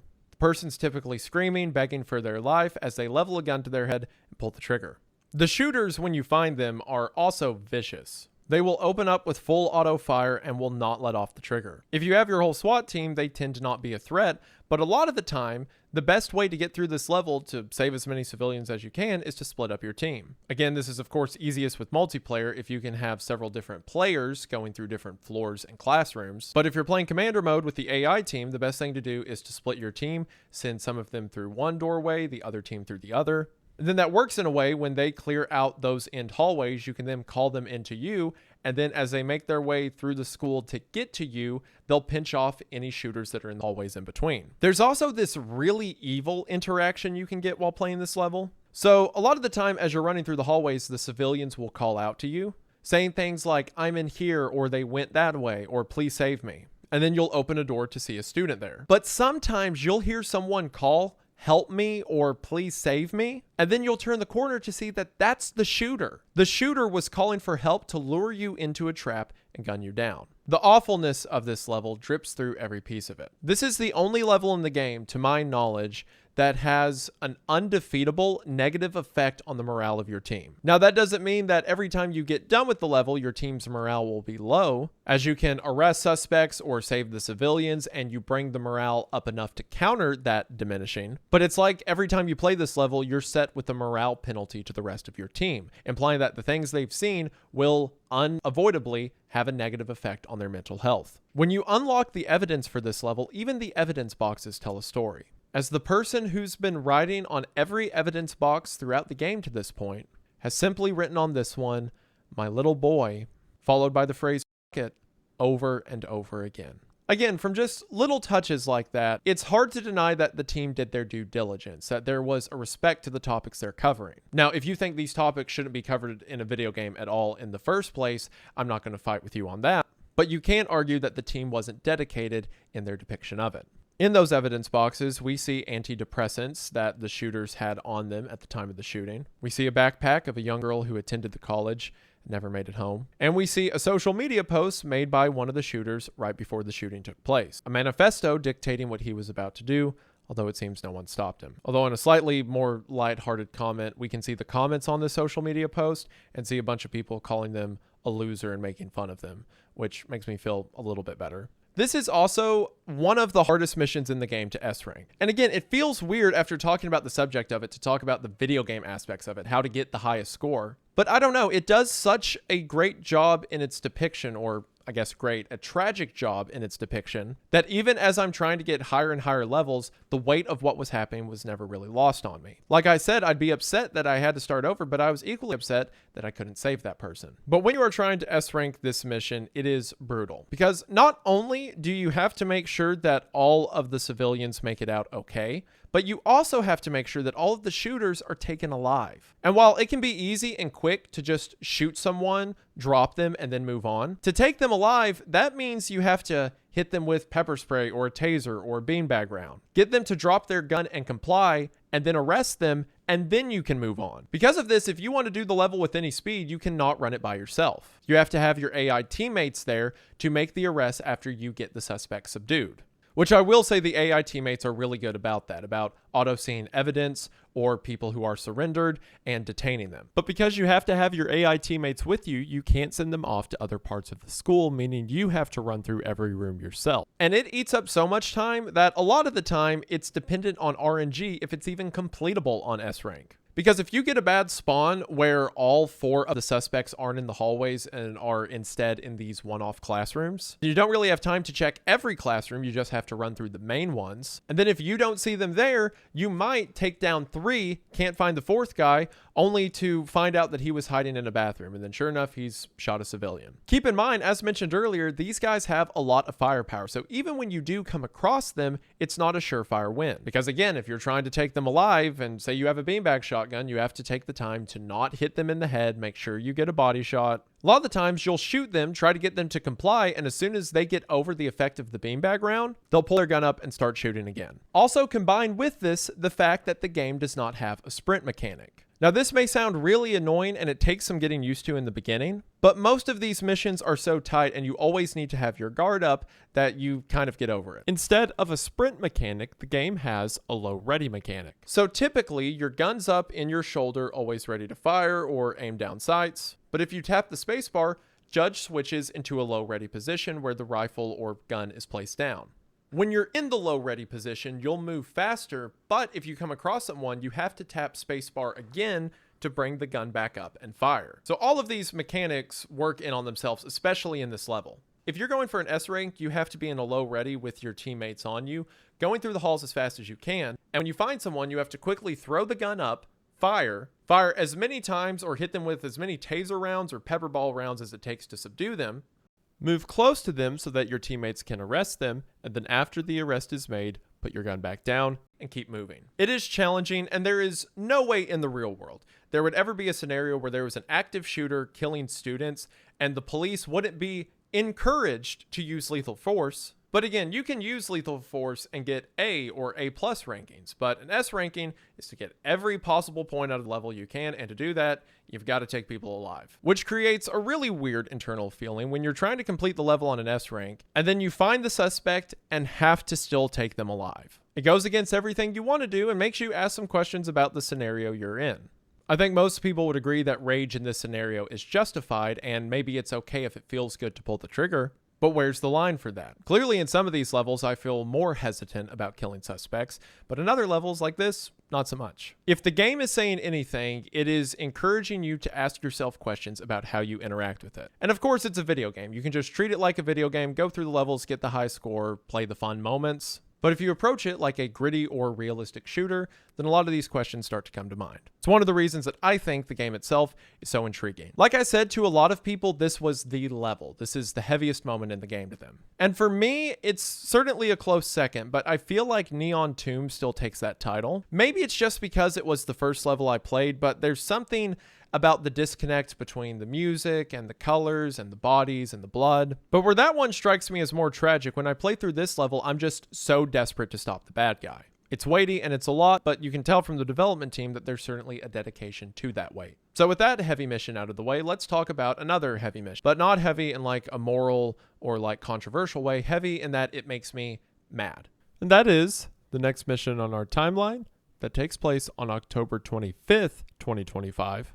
Greased Palms. In the briefing for Greased Palms, we hear that a customs inspector named Jack Adams was under investigation due to suspicious activity at a local postal station. Jack Adams is a FISA agent, or this game's equivalent of the FBI. The postal facility, as well as Jack Adams, were under investigation for suspected weapon trafficking happening at this facility. So when the police showed up to investigate, they arrived to find a ton of Los Locos, or cartel members, at the facility as well. And in the confusion, a gunfight broke out. So D Platoon is sent in to sort this whole thing out, and as it's emphasized to us several times, take Jack Adams alive. We don't know yet that he's guilty, and we really don't need to kill a federal agent before we know for sure. This mission absolutely sucks. Every single time I do a playthrough of this game, this is always the one I dread the most. It occurs like halfway through a normal playthrough, but if it was up to me, this would be at the very end. Not actually, only because it would be incredibly anticlimactic. And it's because this mission is so visually noisy. See, when you first load into the map, it's deceiving. We start by making our way into the storefront of the postal facility. We're supposed to also arrest a woman named Maria who is suspected to be in on whatever weapons trade is happening here. And a lot of the times you'll find her in this front storefront as well. And this little area is fine. We can move through a hallway into a back room. As you can see, the 308 still absolutely slaps. Sometimes it can get a bit finicky because there's a lot of windows to the storefront. So there's been times I loaded into the level and immediately started taking fire from someone who could see me from the back room. But as soon as we leave this room, everything becomes bad. Because unless you want to mop up on the outside in the shipping area first, which on its own is difficult to clear because you're opening up to a loading bay and there's, a big truck in the way. So if there's someone who's kind of shielded by the truck, they're hard to notice. But when you make your way into the packing area, it is a nightmare to clear. It is a huge, massive space with boxes and crates and shelves everywhere. And there will always be people on the other side of the warehouse shooting at you through all the clutter, and it is so hard to ID them. Now, I understand that a lot of real-world gunfights are tricky and it's not always easy to see where you're being shot from, but that does not make it any less annoying. The best strategy you can do is try to cut off this initial area by working your way up a staircase to the left and clearing out the office space upstairs. But then as you move to a catwalk, a bunch of people will shoot up at you through the railing, and then you have to walk down an open staircase where they will see your legs before you can see them.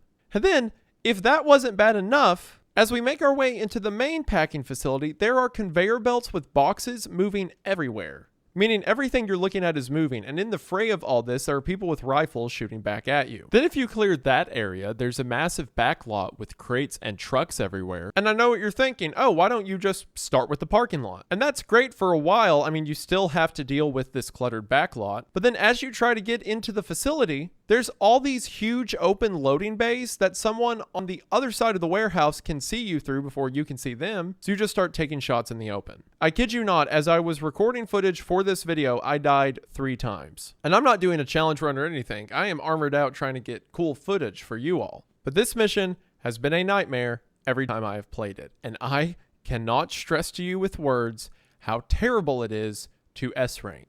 It is worse than Elephant. It is worse than Neon Tomb. Everyone acts like Valley of the Dolls is the worst level in the game to S rank. You'll see people discussing like, oh, this level is impossible to S rank. No, it's not. It's like mid-tier difficulty. The only reason you're saying that is because it's the first one you try to S rank so that you can unlock the Hawaiian shirt. Get on my level. I tried to S rank this mission alone for at least 3 or 4 hours. And the reason it's so difficult is, once again, in order to S rank a level, you have to take everyone alive. But because so many of these gunfights are across cluttered areas that you cannot get to the other side to without clearing out all the edges up first, what normally happens is you'll take fire, and then you have to find cover, and then somehow you can land a shot with a beanbag shotgun across a warehouse. That person may stumble for a minute, and sometimes they'll even throw down their gun and surrender.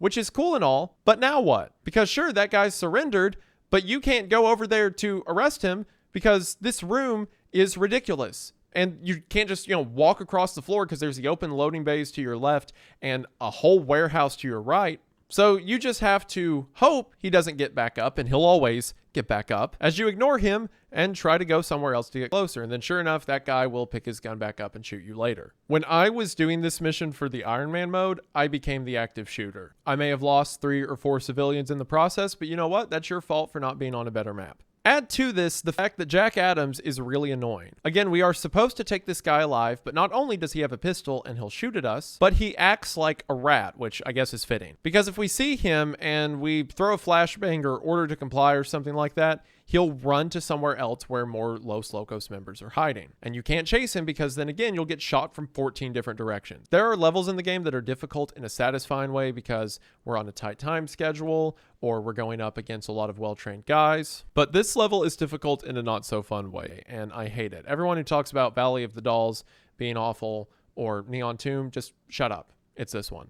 But through this level, we do get some interesting lore for the game. If we go up to the manager's office in the room above the factory I mentioned earlier, we can see on his computer there's an email pulled up indicating that there's suspicion around Jack Adams. Again, as we now know from the events of this level, he was helping the Los Locos or the cartel move guns through the postal system, signing off on their shipments. Sure enough, if we go out to the back lot, we can see a shipment of these weapons in transit. And in the evidence we can find from beating the level with an S rank, we see more shipments of the guns that were being moved for Los Locos, as well as Jack's FISA ID. The most interesting lore point we get in this game is in a back wall of one of the shipping rooms. In it, along with a lot of weapons that are being trafficked, we see notes regarding the trafficking and Jack Adams writing that their biggest competition is someone known as the Trans. And that plotline will come up in our next mission, but for now, that's all for Greased Palms. If you're going in loud or playing it with friends, it can be fun, but I have such terrible memories from trying to complete this level with less lethal tactics that I don't want to talk about it. So we're now moving on to one of the most depressing missions in the game,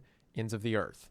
In the briefing for this mission, we're told that we're going after the Tran brothers, the same people mentioned as being competition on Jack's board in the last level. It seems that the Tran brothers are manufacturing weapons and selling them to a local car dealership who they believe to also be trafficking guns. Keep that thread in mind for later. However, it seems that the reason the three Tran brothers are manufacturing and selling guns is because their mom has stage 4 cancer, and the family is currently in crippling medical debt. And some of the evidence we find at the end of this level as high as $250,000 owed to hospitals. And with no other way to take care of their mom, the brothers started manufacturing guns as a way to make money. And to make it even more heartbreaking, in one of the audio logs we can find in this level, it turns out that their mother was the one that called them in, saying that she knows her sons are trying to help her, but she doesn't want anyone to get hurt. This mission, more than any other mission in the game, makes me feel sympathetic for the suspects. Like, yeah, in Carriers of the Vine, I get it, but they're still murdering people, and there's not really,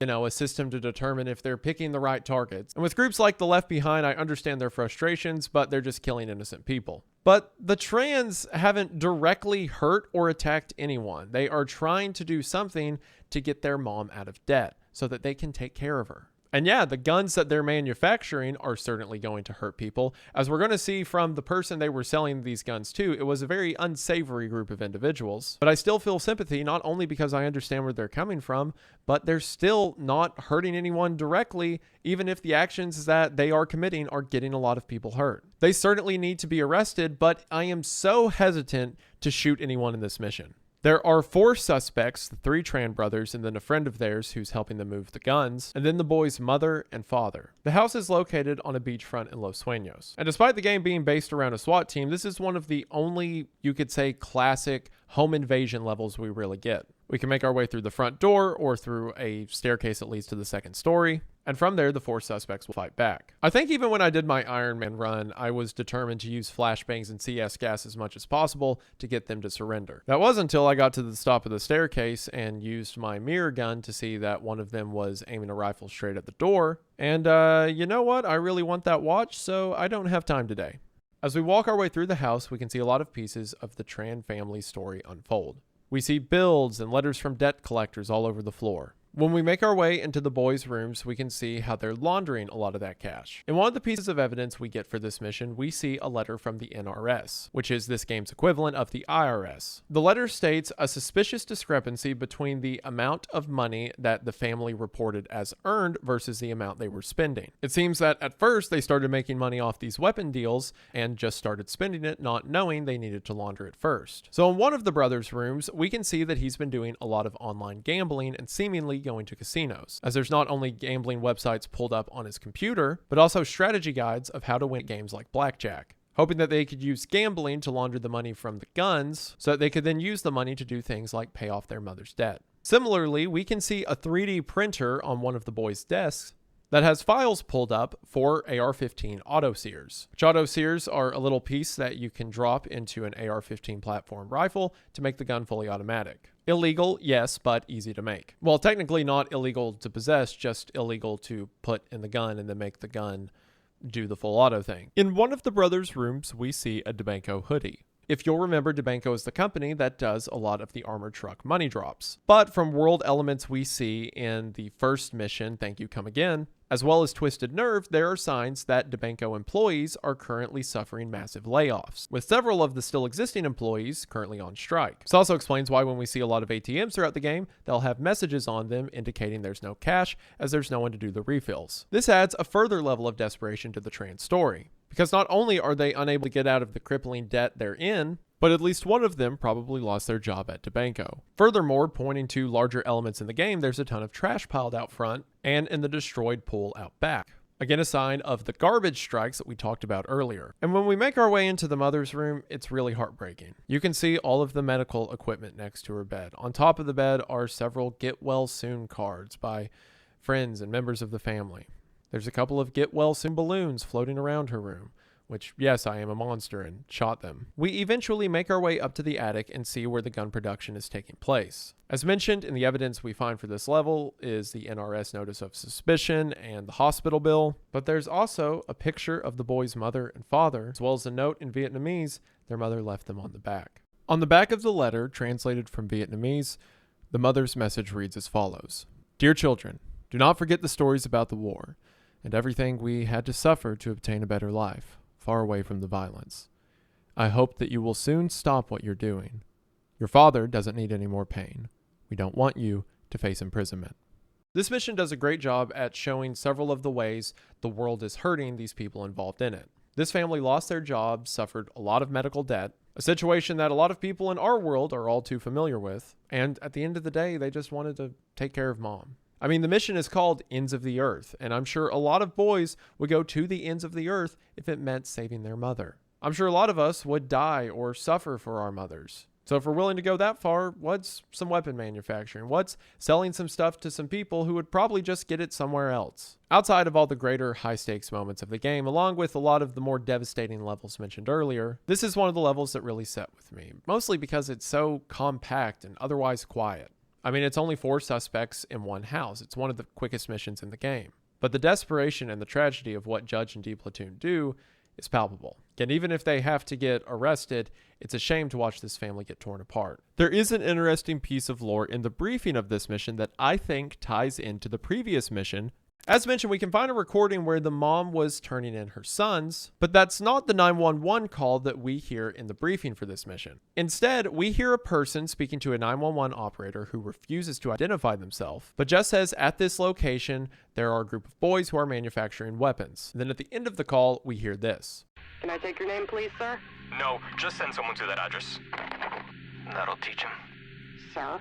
Oh, I think that this is Jack Adams, the FISA agent. Now, I know that this takes place after Greased Palms, and at the end of Greased Palms, Jack Adams was arrested. But Jack Adams had written on the wall that his only competition was the trans. And in all the dialogue and characterization we see of Jack Adams in that level, he's very sassy and belligerent. And it seems like here he called in the trans in order to take out someone who annoyed him. Now, sure, he should still be in custody at this time. Again, it's only a month and a half after he got arrested. But either A, he was able to make the phone call somehow from prison or something, or B, considering how corrupt the world of Ready or Not is, he managed to get off. As soon as he got out of jail, he wanted to call in the guys who he saw as being in the way, or annoyed that they were able to go free while he wasn't. I think that's why he doesn't give his name, and also why he has this snark during the phone call. But that brings us to a string of 4 missions that to many people are the most remembered segments of the game. The first mission in this string occurring on December 8th, 2025,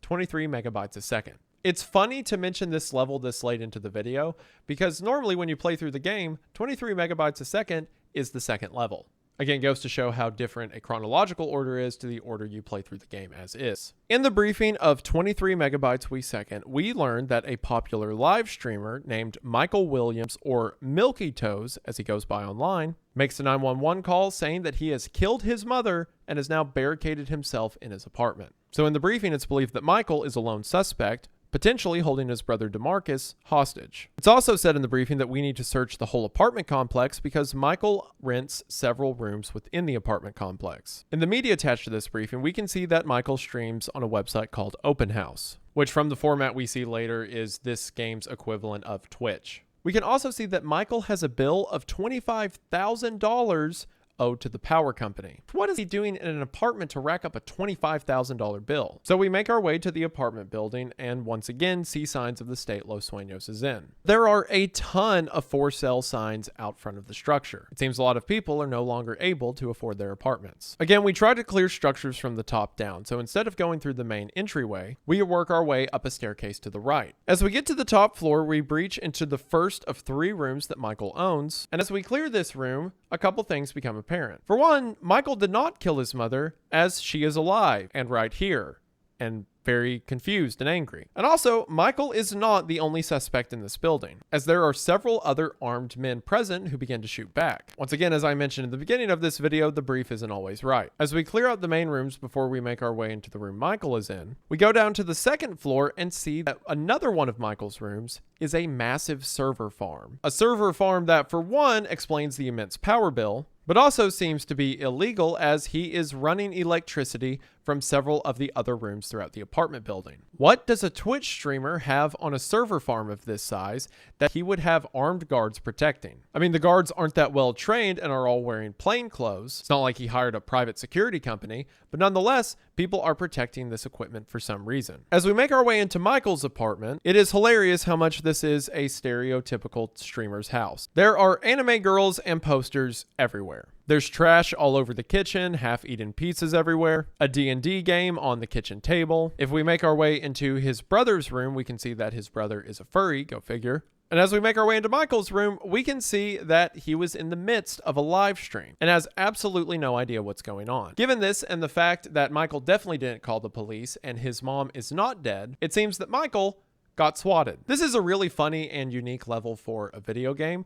I like how in touch the devs feel sometimes with the greater gaming community. For example, on their Void Interactive YouTube channel, they started a series recently called Down the Rabbit Hole, without, the Frederick Knudsen trademark. They only have 2 episodes of it so far, but what they've done is they've got 2 Ready or Not YouTubers, or at least it's been 2 for, the first 2 episodes of the series, to come on and have a sort of podcast discussion around each of the missions of the game and its lore. Those 2 YouTubers being Isaac Morgan and Shane No One Cares. Which, by the way, huge shout out to Isaac Morgan. He was very helpful in the production of this video, as he has an entire series on his channel breaking down a lot of the lore and hidden elements of missions throughout this game. And a lot of the stuff I've talked about today, I learned from him. So I'll link his channel in the description. Be sure to check it out. Show him some love. Furthermore, when I was setting down to research this game, I asked operator Drewski, again, shout out Drew, my boy, if he knew anyone on the team I could talk to, so I emailed them to ask some questions. And the guy replied and was like, "Oh, cool, Wendigoon. A lot of us here at Void are fans of your stuff." And they were super helpful in answering questions about the game and is even sending me a care package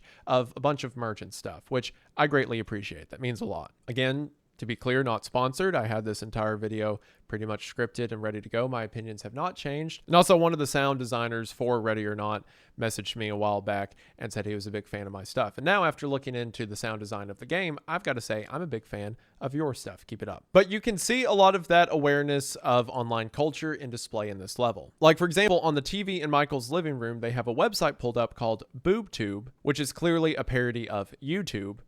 And throughout this level, several of the devs have made themselves into these Funko Pop style bobbleheads. Also, if you go up to the computer screen that Michael or Milky Toes was streaming from, you can move around and see yourself on the live stream, with the chat reacting to you being there and making jokes about shooting Michael. Furthermore, if you shoot the camera, the stream will freeze, but the chat will keep going. And make remarks like, "Oh, I wonder if they're going to shoot his dog," which haha joke about SWAT team /ATF/FBI shooting dogs. I feel like I always come around to that in these videos. But in the ultimate act of YouTuber /Twitch streamer self-awareness, it turns out that Michael is a pedophile. Because in a Discord chat he has pulled up in a monitor next to his stream, he's trading images of minors with someone he's talking to. Furthermore, if we go to the nightstand next to his bed, we can see a lot of these same images printed out, as well as several images of children's faces in front of a green screen. Keep that in mind for our next mission. And that explains what the server farms were for, as it seems Michael was bringing in and distributing images of children. Which, side note, after I arrested Michael in this playthrough, I tried to throw him off the 3rd-story balcony,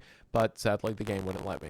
We also see recurring mention of this company called MindJot. MindJot we saw ads for outside of the LSPD, and we also saw evidence tracing back to them in Gerard's cabin. And it seems here they have some connection to the server farms and illegal child rings that Michael has been hosting. In the evidence for this mission, we get some cool tidbits of lore. Like, for example, Michael was previously charged with sexual assault at a party. Haha, insert joke about Twitch streamer /YouTuber /internet personality preying on women. We also see that another reason for the server farms is that Michael was running a MindJot crypto mine. And it mentions in the details that he built up a lot of the supply, and after his fans bought into it, he sold off his reserves for profit. Without the pedo part, I feel like I've seen this kind of guy like 5 times on YouTube. maybe with the pedo part. Also, the third piece of evidence is a statue of something called Pikumiku-chan, which is definitely a parody of Hatsune Miku. I can't believe I just said that in a video. And it says that this statue was collected due to the various DNA samples on it, and that it's best to be handled with gloves. So this guy was a streamer, a sex pest, a crypto scammer, a gooner, and a child predator. Someone really needs to sign this guy. He meets all of the qualifications. 23 megabytes a second is a fun level because of the zany kind of satire nature of the suspect we're going up against. But at the same time, it manages to build a lot of the lore around it. Again, we see things like the apartments for sale. We see the trash piled out front. And it gives us connections to future things like Mindjot and this predator ring that we're going to continue to track down in our next level. That level taking place on December 15th of 2025 in a mission called Sinuous Trail. Now, this mission is in the same plot line as the mission The Spider, and the Spider occurs before this when you're playing through the missions in the commander order. So most people would probably think the Spider leads into Sinuous Trail, but if you pay attention to the wording in each of the briefings, we see that Sinuous Trail actually happens first. In the briefing for Sinuous Trail, we're told that we have a warrant to search the Mindjot data center. The metadata from several of the illegal images that Michael had on his computer led back to their servers. So we have a warrant to search and seize everything on site. There's also a mention in the briefing that in months prior, an employee at Mindjot, someone who will learn through the evidence we unlock in this mission, was named Keith Arnold, had been kidnapped and murdered. The Mindjot employees believe this is due to his connection at Mindjot, so recently they've amped up security, hiring a private security company for around-the-clock protection. Now, most people believe that this kidnapping, due to context clues we get in the evidence at the end, was actually because Keith was a victim of the carriers of the Vine cult. In the briefing, we also hear that the company is currently in a downswing, and from a lot of the evidence we'll see in the mission, that's true. As we first load into the level, the size of the structure can be daunting. It's a lot of office buildings with a lot of server rooms that are easy to get confused in and take fire from directions you weren't expecting. And the first several times I played this mission, I would struggle, especially because this private security company fights well and are very resistant to surrendering. Again, it's on missions like this that having teammates that have buffs that do things like make people surrender easier or make your teammate force compliance more efficiently goes a really long way. But the strategy I found that made this level a lot easier is instead of going through one of the doorways, is instead work your way up a staircase on the back of the building, subdue suspects on the roof so that they can't support their allies as you're arresting or shooting them in the office floors, and then once again work your way from the top down. This allows you to have the upper hand and see a lot of these complex structures before they see you in them. Regardless, in my playthrough for this mission, I didn't act on a suspect firing back fast enough, and my front man with the riot shield, who I lovingly refer to as Truck, died. Rest in peace, Truck. Because we're going up against a private security company and the unique structure of this building, I normally get into a lot of unique gunfights in this mission, and it always turns out to be one of the more fun, if challenging, levels. But a lot of world building takes place in this level as well. For example, we see a lot of evidence that the company is going under. There's several emails pulled up on computers worried about employment at the company and mentioning layoffs. In the boardroom, we can see that their stock price is continuing to tank. And relevant to the last level, we see pulled up on various screens articles talking about Milky Toes being arrested. Other emails pulled up on screen show that internally they are aware of Milky Toe's arrest and concerned, because of course, as our very being here proves, his arrest led back to them. There's also mention on the computers that the company is in such dire straits that they are flat out selling off their servers and buying cheaper ones. However, the most telling email that will matter for later missions in the game comes from the manager's office. For one, on his desk, we can see that he has multiple bottles of liquor at the ready, always a good sign for a tech company. But in the email that's pulled up on screen, we can see that there's concern about a server that's labeled AV. The concern is that a very large amount of space is dedicated to this server, but there's no actual records of what the server contains. AV is someone we'll get very familiar with through the next couple levels. There's also just little world building segments in this mission. Like, for example, there's a mention in one of the emails in an internal company memo of someone named Zero being investigated for their graffiti in the bathroom. Sure enough, if we go to the bathroom, we can see Zero's graffiti. Also, if you shoot someone and their blood begins to pool out on the floor, if you step through it, not only will you hear a squishy sound effect, but for the next several steps afterwards, you will leave blood tracks across the ground. This applies to every level in the game, but not only you will track blood, AI that walk through it will track blood as well. Again, little features you may be aware of, but don't really think about the detail that goes into it, but nevertheless plays into gameplay dynamics. And the evidence for this mission, for one, we see the AV server that was seized from MindJot. It is 250 terabytes and is just said to contain sensitive information. Given what Michael was being investigated for and what the search warrant for MindJot was for, we can imagine what sensitive means. Overall, Sinuous Trail is fun and points towards a lot of other grander elements we see at play. And it leads directly into our next mission that occurs only 6 days later on December 21st, 2025, The Spider. Also, I kid you not, when I sat down to record today, I opened Twitter on my phone, and Void Interactive has announced that they are releasing Ready or Not body pillows with Judge as the subject of said body pillow. Maybe I need to rethink this video. So in the briefing for the mission The Spider, we find out about the location we're going to hit through metadata from the MindJot drives. It really is how insane how much of a conspiracy one streamer getting swatted opened up. I think whoever called in the swatting was probably doing it because they knew something about the streamer. Like, we know that the streamer previously had a history of sexual assault, and whenever you arrest him and look in the Twitch chat, or sorry, open house chat, there's a bunch of people calling him a perv and saying he deserves it.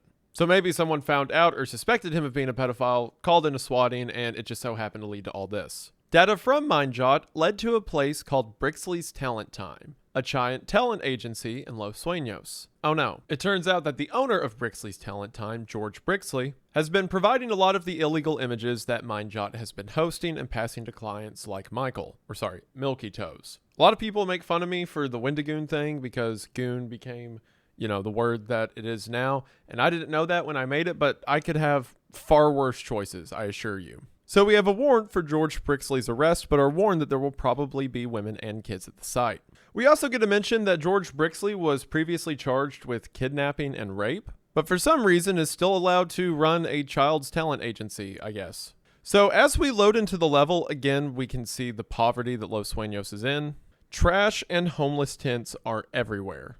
As we make our way through a small gas station next to Brixley's Talent Time, a homeless camp has been set up in the lot between the two, with several of the homeless appearing to be veterans, or at least similar to the veterans that we saw in the Ides of March and Sins of the Father missions. So to clarify, we are raiding a pedophile ring at a child's talent agency as homeless and trash are piled up outside as they have nowhere else to go.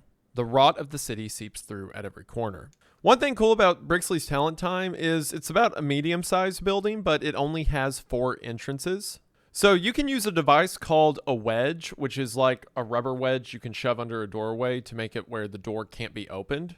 So the funniest way to play this level is to wedge all of the doors on the ground and then go up the staircase to the rooftop access and then bring a bunch of CS gas and just hotbox the whole building. Typically, if you throw gas and the suspect has a way to get out of the building, they'll run outside. But since we wedged all the doors, they're stuck in here with us. As you can see in the gameplay, I forgot to bring a gas mask for this mission, but I was already committed, so I just had to cry and cough my way through the level. I had already wedged the doors and I had brought the tear gas, so I was going to use it, even if it hurt me in the process. Most of the suspects we find seem to be Brixley's personal guards, but 2 of them seem to be from a group called Bolton Security. These 2 Bolton guys will mention upon being arrested that they're just here to pick up a debt. And in the evidence for this level, we can see that they were here on behalf of AV, the same person mentioned in the MindJot servers. Furthermore, if we look at Brixley's computer, we can see that he's in communication with this AV. So whoever this AV is, he has a large hand in this pedophilic ring that's throughout the city. Also, since Brixley's is a child talent agency, we see a photo op area with a lot of kids' devices, toys and things to keep them entertained. But most notably, the picture itself is taken in front of a green screen, and we can find a pile of these pictures elsewhere in the level. These are the same pictures that Michael had on his nightstand back in 23 megabytes a second, implying that Brixley gets photos of these kids and then lets his clients pick their favorite. All over the walls, there's writing saying, "This is for your kids, think of their future," and most notably, think of the money. There's also this really creepy room with like a mirror set up, talking about how the kid can be a star if they just do what Brixley wants. We also, unsurprisingly, hear in an audio recording on Brixley's desk that he absolutely hates kids. along with a bunch of money and black and white photos of children also on his desk. Also, a unique quality about Brixley is one of the only suspects in the game that will kill themselves. Brixley has a pistol that'll shoot at you with, but if you let that guy run away to another room and then you corner him, or you're ordering for compliance and he pulls the gun back out, sometimes Brixley will just shoot himself in the head. And I mean, it makes sense. The dude is operating a massive child exploitation ring, and now he's been busted for it. There are some other suspects in the game that I believe have a chance of doing this as well, but Brixley's the only one that I've ever seen do it myself on a playthrough, which was incredibly surprising the first time it happened. It was like my third or fourth run through of the game, and then he did that, and I'm like, well, I guess that's one way out. There's also more world building for the game at large mixed in, along with the already mentioned things like the homeless population and the trash outside. There's also a newspaper talking about a memorial for the manager of the 4U station, the gas station all the way back in the first mission of the game. Now, this makes more sense when you're playing through the game normally because I think the spider is the 4th mission, so when you play through commander mode, it was only 3 missions ago. But it's been so long for us, and on a timeline, it's 11 months separated. But I guess, even if someone dies 11 months ago, you might still have a memorial for them. It's not the 1-year anniversary because, according to the newspaper, the memorial has already happened. But the 10.5-month anniversary of someone's passing. Who could forget it? We also see that the site of Brixley's talent time is a former injection clinic. We can tell from a lot of the signs on the wall, as well as a bunch of old signs and posters that are now in a closet. So at one point, this was a station made for drug addicts to come in and have safe injections. Now, that has shut down. Who cares if they get safe injections? And it's now a child talent agency that is just a front for a pedophilia ring. In the evidence for the game, we can see this. One of the pieces of evidence is a pamphlet for the old injection clinic, as well as the note about the Bolton guys working for AV that I mentioned earlier.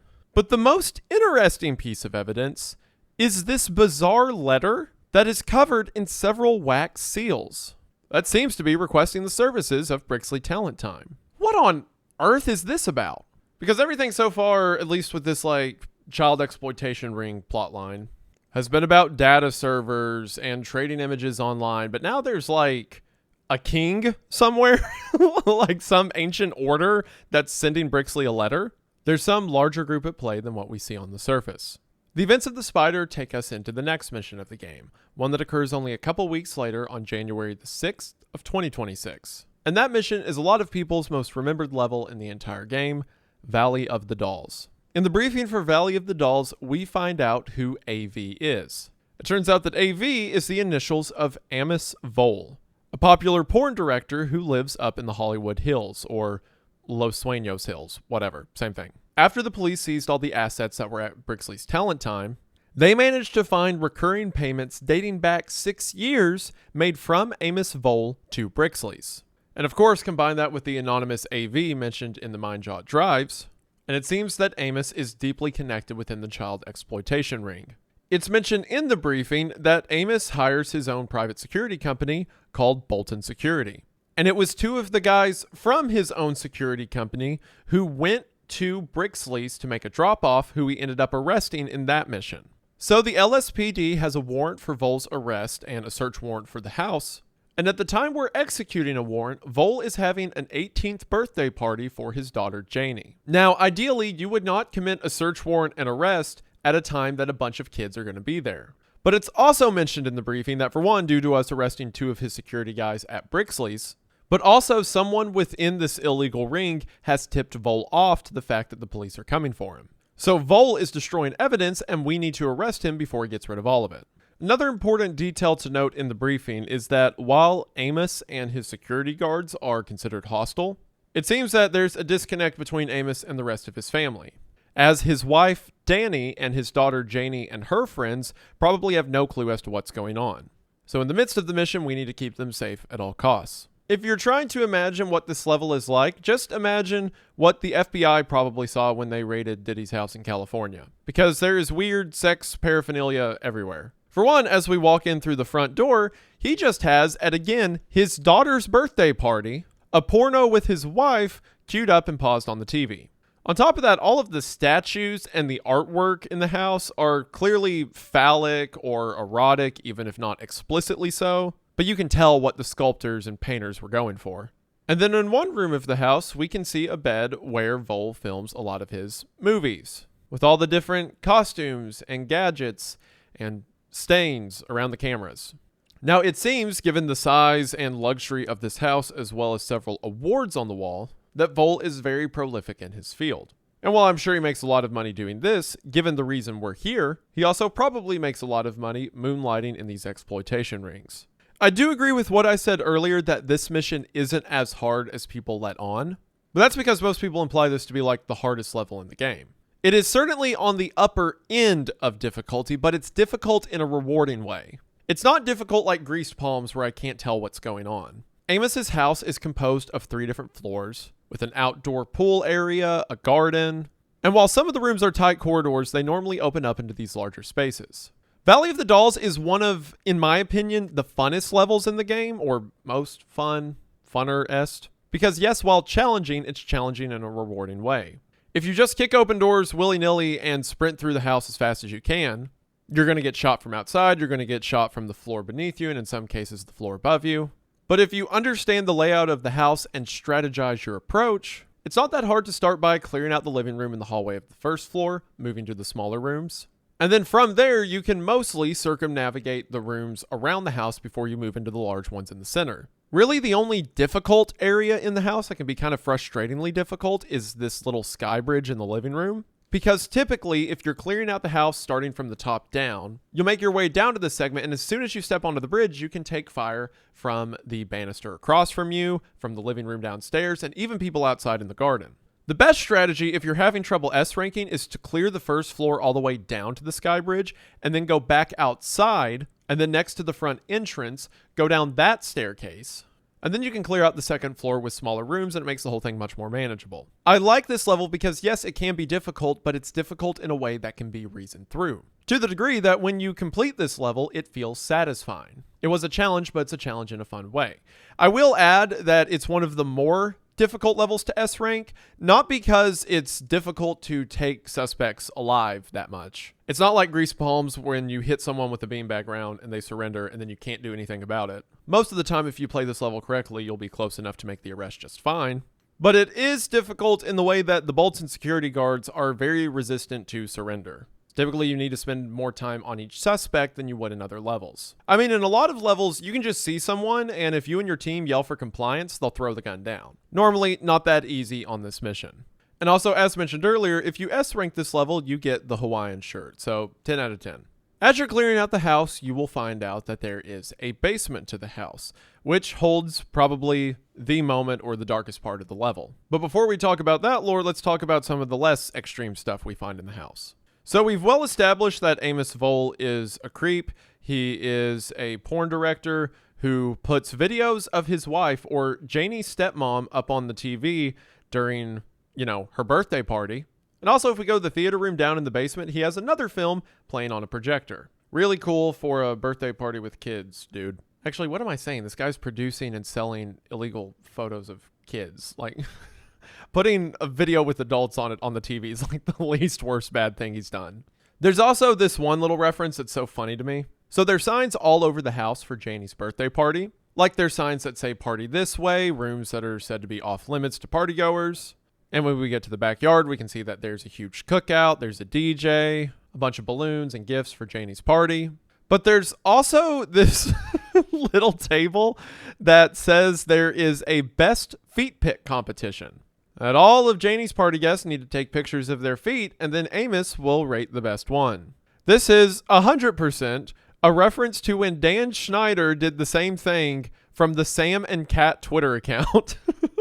Like, I remember this tweet as being so creepy and strange, so when I saw this in the game, I immediately knew what it was talking about and thought it was hilarious. We also see that there is a huge disconnect between Janie and her father. We actually saw this in the briefing of the game. If we went to the media tab before we started the mission, we can see that Janie posted on what I believe to be her Instagram story, or game's equivalent of Instagram, that despite her being vegan, her dad is having a massive meat cookout for her birthday. Add to this the fact that Janie's room is the only room in the house that is not covered in festivities that have anything to do with her dad's job. As a matter of fact, all the stuff on Janie's walls is about climate protests she's attending. She seems to be very eco-friendly and attends a bunch of rallies and demonstrations against companies that she feels are hurting the planet. We also see from her desk that she is very studious and working to get into college. When we load in the mission, we can see what Amos got her for her birthday. A brand new G-Wagon with a huge bow on the hood out front of the house. But when we go down to Janie's room, we can see that she's already listed the car on eBay, saying that all of the profits will go to climate relief efforts. She wants nothing to do with her father or his money and seems ashamed of him. And if we look closely at Janie's stuff, we can see one of the reasons as to why. On a desk in her room are several pictures of Janie's mother. Not Danny, Amos's current wife and Janie's stepmom, but her original mother. From the pictures, it seems that Janie's mom got sick and died due to an illness. And then seemingly after this, her father remarried this new woman, Danny, and then potentially only then started an adult film career. In one of the pieces of evidence for this mission, we can see a letter that Janie wrote to her now deceased mother. On top of that, in Janie's room, we find one of the only humanizing things about Amos that he's done in the whole game, when he got Janie a picture of her mother before she died, and how he always enjoyed photographing Janie's mother, as she was always the best model. There's certainly a sensuality to the picture, but it's far from straight up sexual. So perhaps previously Amos was a photographer and maybe did like boudoir photos or something. But then after his wife died and he remarried, he became prolific in the industry he is now. He also mentions in this note that he really wishes Janie would warm up to Danny, her stepmom. And if that interaction gives you a tiny little crumb of empathy or sympathy for Amos Vole, get rid of that immediately. You haven't seen what's in the basement yet. Also, Janie is objectively the best character in the game for one reason. While you're looking through a room, you can see a poster of a band she likes on the wall. It's called like My Romantic Chemical or something like that. But this is definitely a parody of the My Chemical Romance Black Parade album, which is my favorite album of all time. And this one, the one that sets up over there normally. This is one of the special edition covers and stuff. But it's the same album. She recognizes Peak. I recognize Peak. Best character in the game. I would put her on my SWAT team if the game would let me. So now that we've got all of the fun stuff out of the way, let's talk about the basement. When we go down into the basement, you will immediately start to notice some troubling things. For one, there's a ton of signage around ordering people to not go down there. When we do go down there, the first distressing thing we'll see is a photo shoot room. A photo shoot that involves things like a crib and child's clothes. As we make our way into the hallway of this room, there is a hopscotch pattern on the ground. I don't know about you, but it seems that Janie doesn't come down here, and she's also too old for hopscotch. And then off of this room, we find a red room. A room where several photographs are being developed, all of which depicting children and teenagers. Now, in the game as you play it, there's of course no explicitly pornographic images, but the implication is certainly there. And then finally, as we walk into the deepest room of the house, a room where it's not uncommon to find Amos Vole himself hiding, we find this. This room speaks for itself. A giant collage of pictures, an altar almost, made to his own daughter. A daughter who it seems he took pictures of when she was much younger, because according to him, she is untouched and pure. Any amount of love, quote unquote, or fascination he's had with his daughter is wrought out of lust and evil. And today is her 18th birthday. He's been waiting for this day for quite some time. And while thankfully we seem to have stopped him in that regard, sadly his daughter wasn't his only victim. As not only indicated by the pictures we see on the walls and the pictures we know he trafficked to groups like Brixley's or Michael, not to mention the absurd amount of videotapes he has in his collection down here. But if we make our way over to a room that connects with this one, we can find a hole busted in the concrete, and in the dirt is various sealed barrels. And those barrels are covered in flies and children's clothes. I meant what I said earlier. The game never lets us see a dead child, but there's no mistaking what's in the dirt here. Next to the hole in the ground is a cement mixer and cement mix. Back in the house, we see that Amos, in anticipation for this raid, burned several files and hard drives to cover up the evidence. And it seems here his plan was to take the bodies he had, bury them in the dirt, and then cover up his sins for no one to find. But again, similar to stopping him from hurting his own daughter, he thankfully seemed to have got here just in time. Everything in this basement is insanely rough. In a game comprised of school shooters or terrorist attacks, for most people, Amos Vole is their most hated character.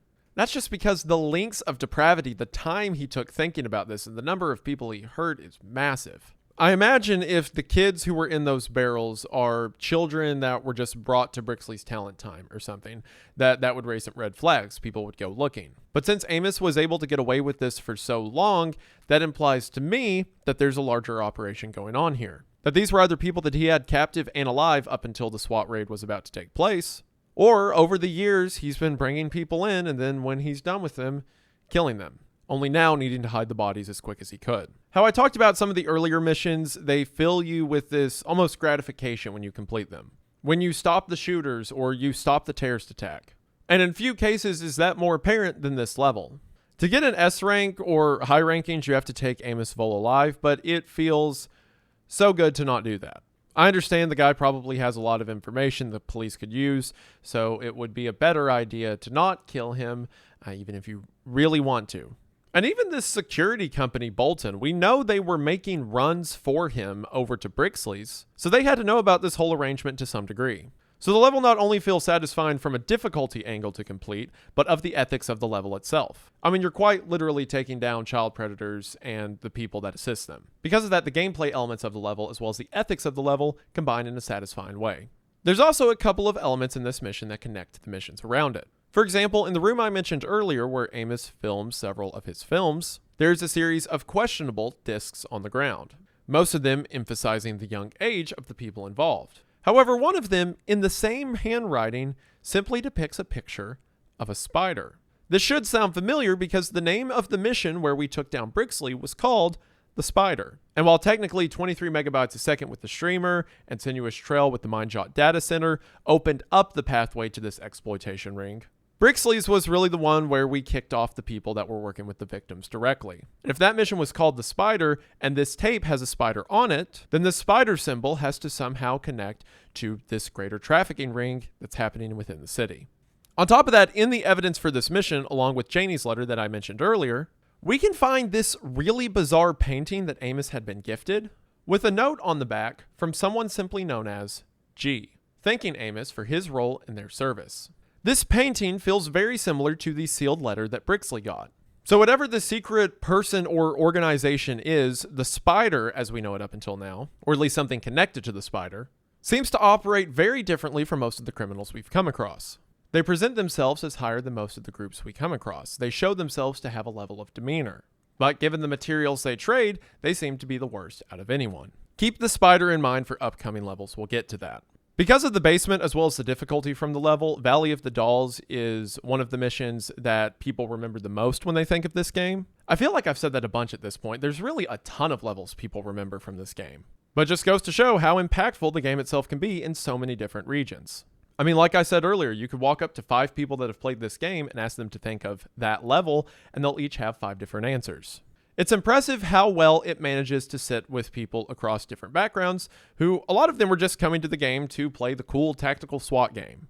And yeah, all of those elements work like I've talked about. It is really fun and dynamic from a gameplay perspective, but the weight of these missions sits with you, even if you weren't looking for that coming in. With that, we move into our last 2 levels of the base game. The first of which occurring on February the 10th of 2026, Buy Cheap, Buy Twice. In the briefing for Buy Cheap, Buy Twice, we hear that we are investigating a car dealership that is being used as a weapons front. This is Caesar's Cars, the same car lot that was mentioned all the way back in Ends of the Earth as the front that the Tran brothers were trafficking weapons through.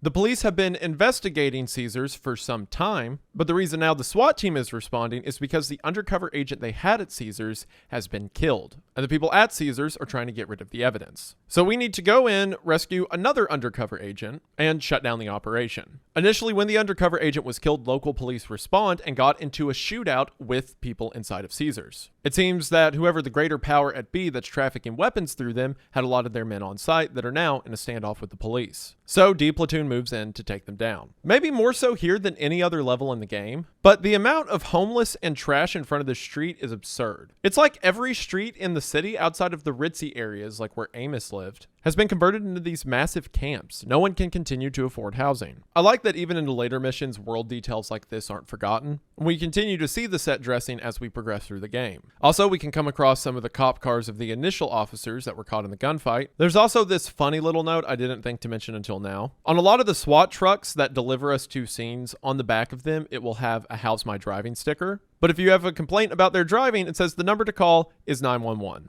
I'm glad that someone can keep a sense of humor in these times. Now, this car lot can be a nightmare if you don't know how to clear it. There's a couple of massive showroom floors we can walk into, and if you do off the bat, you'll definitely be shot from the outside. So the best strategy, in my finding, is to start with the garages out back. You can see in this playthrough, a lot of the game elements work to my advantage. I get a couple people to surrender, but I don't want to cross in front of the large window that I don't know what's on the other side. So I get the people to surrender, then order them to get closer to me so that I can arrest them in a safe space. Also, that thing I mentioned earlier about the game being really good at mix sliding when it comes to night vision, it's on full display here, as despite the dark corners and number of streetlights, the use of night vision feels good and authentic. The layout of this map also contributes to some large gunfights and cool segments. Like for example, in this room where I had my team do a split breach, we filled in through the room, and then when I opened the next door, it seems the noise from the breach tipped off a lot of people on the other side. So this led into a massive gunfight across the back parking lot of the dealership. Areas that on previous playthroughs were completely empty. Again, it seems every time you play through these missions, you get a new experience. Also, this kind of engagement leads to fun scenarios, like in this scene where I'm shooting people through all the cars in the lot, but I'm taking fire from somewhere and I can't see where at first. And then I realize it's because the person shooting at me is taking cover behind a vehicle that is facing directly at me, and their silhouette is obscured by the headrest of the car. So I put around through the car, and sure enough, when I get over there later, the shot took him down. Again, the tools of the world create interesting dynamics like this that are unique to each playthrough. Eventually, as we make our way through the dealership, we come across the informant that's been killed. It seems he was being interrogated and executed. Whoever was running this operation did not want it found out. Also, next to the agent inside of this meeting room, we can see a list of shipments. The shipments detail a bunch of supplies that the car dealership is trafficking through a local port. On the list, we can see that they have generated about $20 million in revenue through these trafficking operations. One of the things they're trafficking are weapons. We knew about that one going into this mission, and we also found a bunch of guns while we were moving through the garages out back. But they're also trafficking a lot of money in cocaine, but most notably is one item labeled bitches. It says they've moved 60 of them and generated quite a bit of revenue off of that. There's also listings on a board that at first sound like they're talking about car shipments. Again, this is a car lot and all. But then we can find another piece of evidence that points to these different quote-unquote models of cars just being code words for different kinds of women, perhaps referring to their hair color or their build. One of the major moneymakers for this car dealership and this trafficking ring at large is humans. It seems that several of the suspects we find on this level are contributors to the trafficking operation. This level and the next level are a couple of the final missions you play in the game. I think the only one in between them is Relapse, the hospital level I mentioned back at the beginning of the video. But having these missions at the end of the game feels fitting. I mean, throughout the rest of the game, it's been a lot of mixed targets, right? We're in a house that's making meth, and it's hard to determine who's just here to buy, who's the dealers, who has a weapon, who doesn't. And then some of the missions, like the carriers or the trans, make you feel bad or at least hesitant about what you're doing. But here, this is the closest the game gets to an all-out war. There's a trafficking operation that's moving a lot of guns, drugs, and women. And these suspects are dressed to the nines in order to defend it. So a lot of these engagements go from pacifying suspects, getting them to comply, to just gunfights out in the open. There's still civilians mixed in. There's a lot of people who work at this car dealership, some of which seem to be like secretaries or desk attendants and are probably innocent. But we also come across the owners and managers of the lot, who certainly were willing participants in this whole thing, even if they're not shooting at us. So there's still civilians mixed in, and they're not all, necessarily good, but when the shooting starts, we know who to aim at. Fittingly, the suspects become much more intense into these later missions. Like, they take more shots to go down, they're more accurate, they're more coordinated in their fire. But because we're not so worried about collateral anymore, we can meet back with equal force. Again, if you're playing through the game and you're getting into the role-playing aspect of it, it's satisfying to get to this stage and know who your targets are. Except for this scenario I had while recording gameplay for this video, where I think the game glitched and one of the suspects just stood there and didn't do anything. And my team also didn't do anything, and he was back in the direction of where I left my team, and then saw my guys on the stairs and counted them and realized there's 4 on the stairs, So the dude I just passed had to be extra.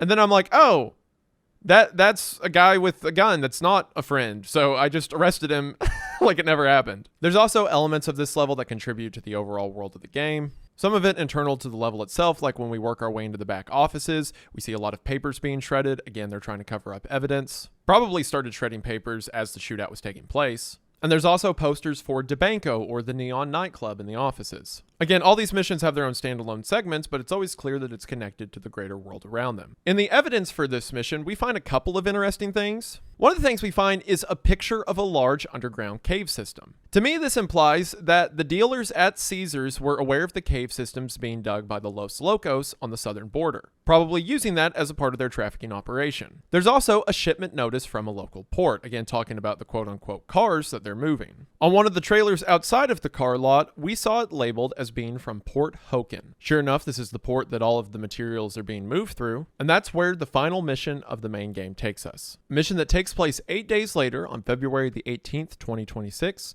a mission called Hide and Seek. Now, for one, I love that this mission is called Hide and Seek. The title of the game, Ready or Not, comes from Hide and Seek itself. Obviously, the term for the game's title, implying, SWAT teams do breaches, ready or not, here I come. But the title of this mission being called Hide and Seek implies this has been a lot of what our game's been building up to. I mean, if this whole operation connects to the child predator rings and the cartel and the drug trafficking, then really every mission except for like the school shooting or the hand contributed up to what we're doing now. And that's finding out what's at the secret of this trafficking ring once and for all. In the prelude to Hide and Seek, our briefing is given to us by a FISA agent. I've seen some people theorize that this agent is Jack Adams, but that doesn't make any sense. Like, sure, maybe Jack Adams got arrested and was able to make a phone call to tip the police off to what the trans were doing, but that is a far cry from him running an operation in a department that isn't even customs and shipment like he was doing prior. He would not go to the same platoon that arrested him and then be given a briefing about this trafficking operation. Unless it turned out that Jack Adams was undercover or something, but that's never said. But similarly, this operation is big enough that the feds are involved directly. The FISA agent tells us that after we busted Caesar's car lot, they managed as mission to find out about Port Hoken and how there's a series of deals passing through the port that is worth millions and millions of dollars. And that tonight there's a big exchange happening at the port where a lot of unique players will be involved.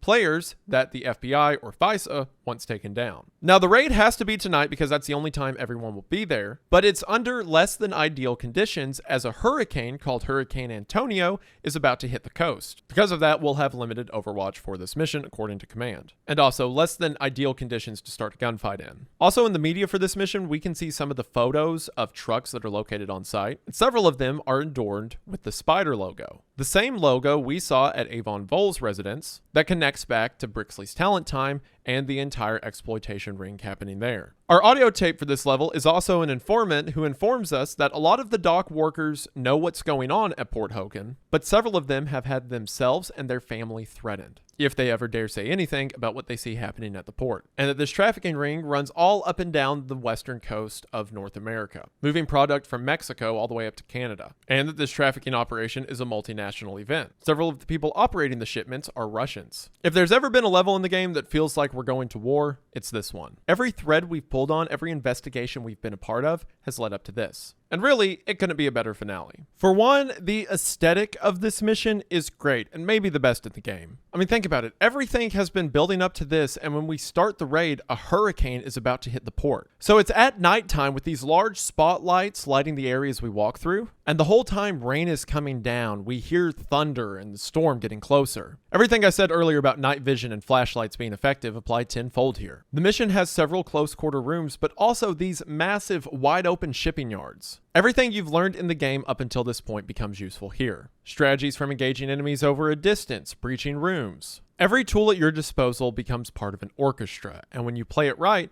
you get a symphony. There are some civilians on this mission, like there are the dock workers who are only operating these crates under threat. So there are still civilians you have to look out for, but like I said, it's not hard to pick targets anymore. These guys are a part of a worldwide human trafficking operation. There's no qualms about pulling the trigger. I will add, while not as difficult as Grease Palms, as mentioned earlier, this level is quite challenging to get an S rank on. Like as mentioned earlier, it's really hard to take down and arrest suspects over a distance. But if you clear out all of the initial area you pass through, and then before you enter into the long shipping yard segments, you move from the right side where the trailer is back over to the left side where you began and work your way around the cars that are wedged against the wall. Aside from one or two people that you're really just going to have to lug flashbangs at to try to get to stop, you can close the distance pretty well on most of your targets outside. And then once you move inside of the main warehouse, there's still a lot of distance, but there's also a lot of cover to move up during. Again, bring a ton of flashbangs. That's my best piece of advice. And also, for the love of God, if you're going for an S rank, use the beanbag shotgun. The pepperball gun is okay sometimes when the suspects are more willing to give up,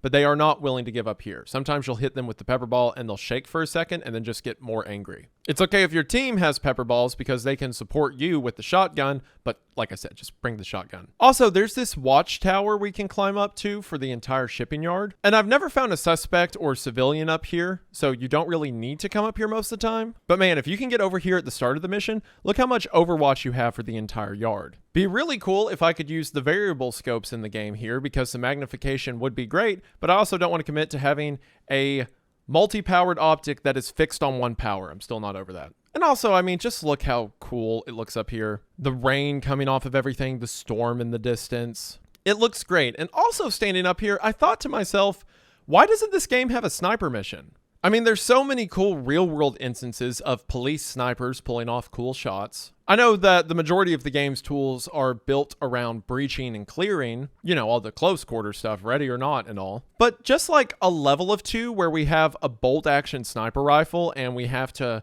defuse, I don't know, a bank robbery or something. How cool would it be if we could command parts of our team from a distance and have them move through structures that we're providing cover fire through the windows of? Imagine shooting a suspect that's holding a hostage there. That would be great. Would this game not kill if it had a sniper mission? Like there's a bank robbery or a hostage situation, you had a bolt gun on a rooftop across the street. Yup. Or you had to watch a crowd and for like a terrorist attack or something. Yeah, oh, bro. That would be cool. Oh my gosh, imagine there's a crowd and you're trying to do non-lethal, so you have to coordinate your guys on the ground to find people in the crowd. That would be cool. Whoa. But someone add that to my wish list, along with fixing the scopes, making levels available to play at day or night, making dark levels darker.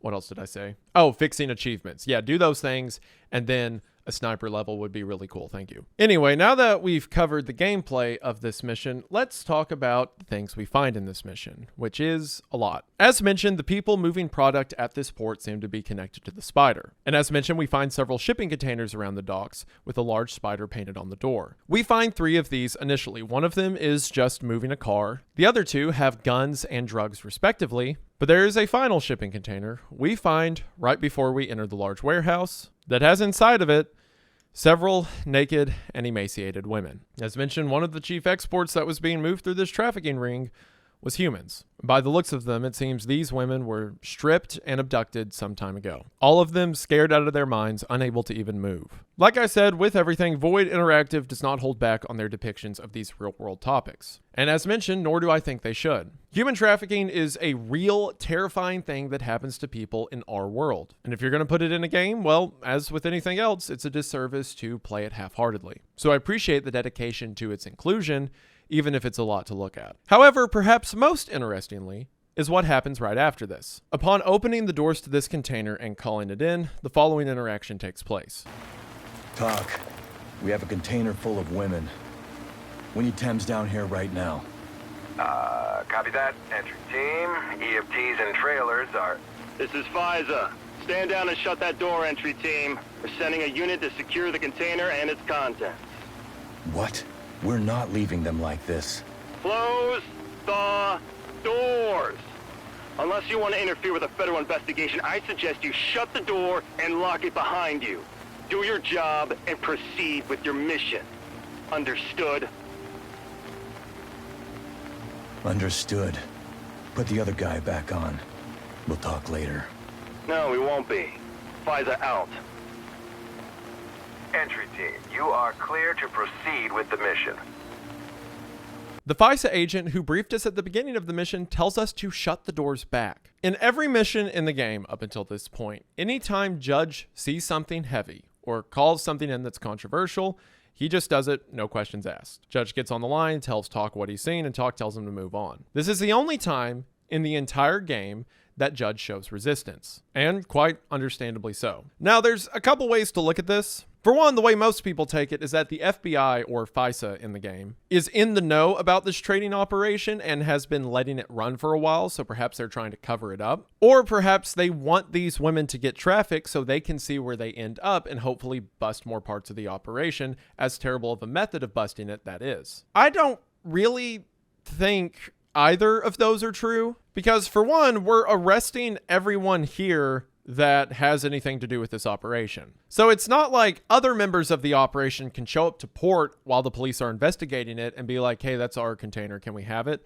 And the police will just be like, oh yeah, sorry, here you go. Anything found at this port is dead in the water. And also, if the implication is that FISA is covering up this trafficking ring, or is a part of the trafficking ring and wants it to continue, then at the point Judge opens it, there's absolutely no way to do that. Because not only does Judge and the rest of D Platoon see this, but also all of D Platoon has helmet cams that are constantly giving a live feed back to command. You know, the command we talked to throughout the entirety of the game. So not only D Platoon, but the entire police department sees that there's women in this container. There's no way one FISA agent's like, actually, you guys didn't see that and don't talk about it. Thank you. I think what is more likely is FISA knew that there was a human trafficking operation for some time, and they want to bust the major players of it. So they're afraid if Judge leaves the door open, a lot of these women will, you know, as you would, run away. But FISA can't have that because they want to interview them to find out what they know, which is an understandable goal,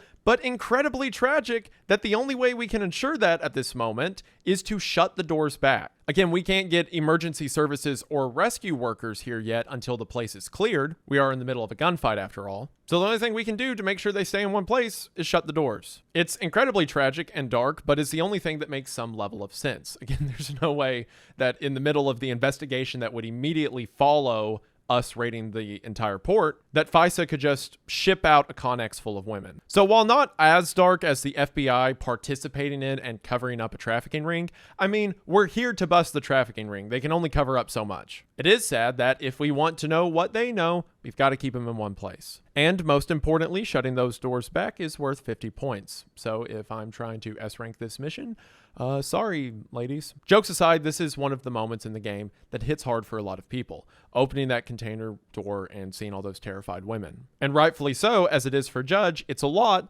to ask us to shut those doors back. But surprisingly enough, I wouldn't consider this the most disturbing moment in the mission. That will come a few moments later. We continue to fight our way through the outer buildings of the warehouse. Also, side note, but I didn't really notice it until just now, but listen how cool the shell casing sound hitting the floor.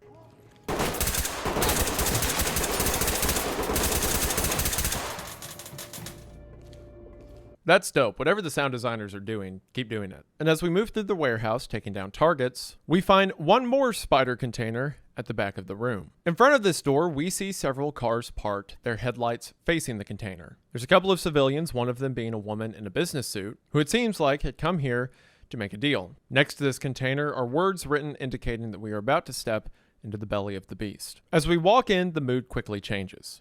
Instead of being a normal container, this is actually a hidden doorway that opens up to a secret room. The room itself being lit by red lights with several mannequins adorning the hallways. The music in here also shifts dramatically. It's clear that we're now stepping into a new part of the game.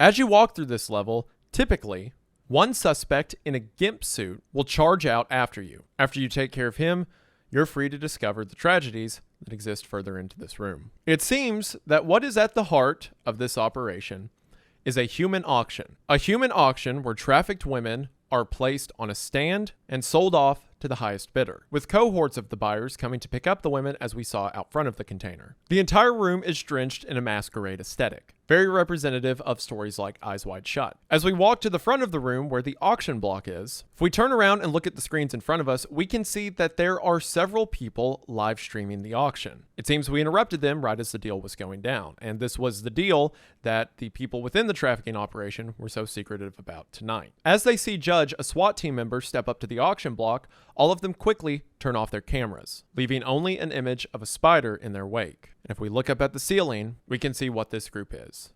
The spider. A spider made up of the pieces of several helpless victims. Symbolically, at least. The one we see on the ceiling is made up of mannequins, but you get the point. This explains what all of this was leading up to. The Spider is an organization that traffics people, at least primarily women from what we see, and then distributes them to people like Amos Vole, or gets photos or new material from people like Brixley. And then companies like MindJot let them hide the information and work off of their servers, and then they get buyers, people like Michael or Milky Toes. Which the amount of good that single swatting on Milky Toes did is ridiculous. Because if you trace the thread, this bust started all the way back then. It also started from the trans getting arrested because they moved guns through the car dealership, which is what led directly to the port. But either way, whoever swatted Milky Toes was doing the Lord's work. Obviously, that doesn't condone swatting, that's bad. But in this one specific fictional case, I'll allow it. As we walk behind the stage, we can see the condition that a lot of these women were kept in. There's a couple of them back there, emaciated and scared, sleeping in roll-out mats atop metal floors. There's writing on the wall that says if the women misbehave, they'll get the hose. And then back on the auction block, we can see that the hose is their cheeky name for a whip. The evil of this place strips at every corner. The large spotlight that points at the stage is adorned with mannequins looking down at us, representative of the higher members of society who take part in these events. The red light and wicked aesthetic permeate every inch of this. As we walk out of the back of the auction house, we open up to a room at the back of the warehouse that has a hole in the roof, which allows the rains from Hurricane Antonio to pour in. Whoever made the aesthetic choice to do this is a genius, by the way. You just went through what is considered by many to be the grossest and most malicious part of the game. And then you step back out into a warehouse you just cleared, and the rains quite literally wash over you. Every aspect of the game, even down to its level design, recognizes the weight of what it just put you through. And as with everything else I've mentioned up until this point, I appreciate if they're going to show it, that they show it outright. Ready or Not is a game about a lot of things. But more than it's a tactical shooter, more than it's a police simulator, I think it's a game about a world where a lot of wrong has happened. A lot of wrong that certainly takes influences from our world, if a bit further down the line. And I'm glad that when it depicts those things, it depicts them with a seriousness, a weight. And after it all, regardless of everything we've gotten up against, we get to make that world a bit better.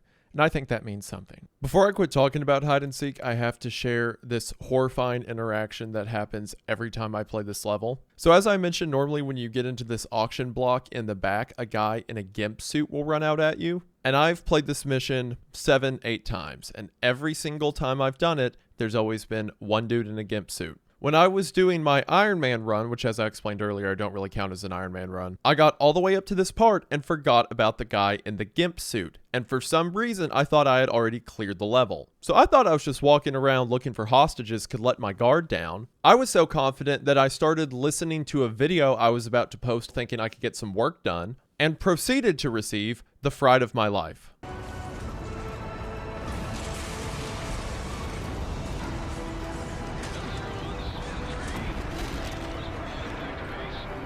The Eiffel Tower goes down, and as it does, we load up on a helicopter and fly away as we see Paris in utter destruction. The Eiffel Tower itself lying in the river. This board is trapped in. And then if that wasn't enough, when I was getting footage for this video, as you saw, I dealt with the GIMP suit guy immediately. As soon as I entered the containers, I shot him, then I thought I was clear. Then as I'm recording the cameras, for the only time it has ever happened to me, a second guy in a GIMP suit ran out.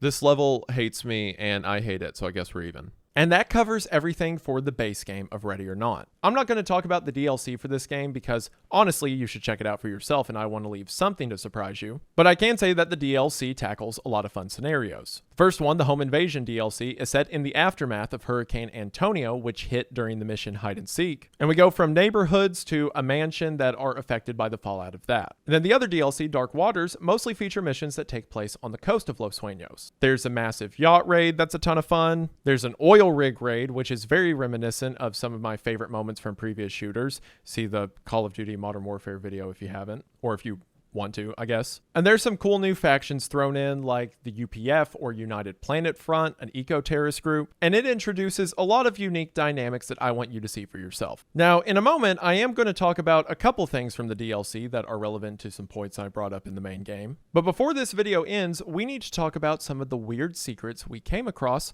while playing. Pieces to a puzzle we didn't have before, but we do now. Beginning with some of the evidence we find in the aftermath of hide and seek. In the evidence after we complete hide and seek, we see things like a message where they were threatening the families of anyone who would go to the police and report what they were doing at the port. There's a painting, and on the back of it, we can see several letters that the captive women wrote during their time in captivity. But then one of the most interesting details we get is at the end of this mission, in the news reports that follow, we hear that the USIA was involved in the investigation. And this seems kind of weird, right? The FISA or FBI were the ones who we knew to be running this operation, so why did the USIA need to step in? Furthermore, what's the USIA's whole deal? We haven't really heard about them a bunch since the Carriers cult or the Gerard Scott raid. And also, in hindsight, the Carriers cult was right about a lot of stuff before the police were. I mean, go back and look at their conspiracy board. They have a ton of stuff about Amos Vole and Mindjot. They were privy to all of this years before the police stopped these guys. And what's up with their leader, Elaine Raskin? I mean, we know she was a former USIA agent, but how did she go from that to leading this cult? Well, in one of the recordings we can find in Carriers of the Vine,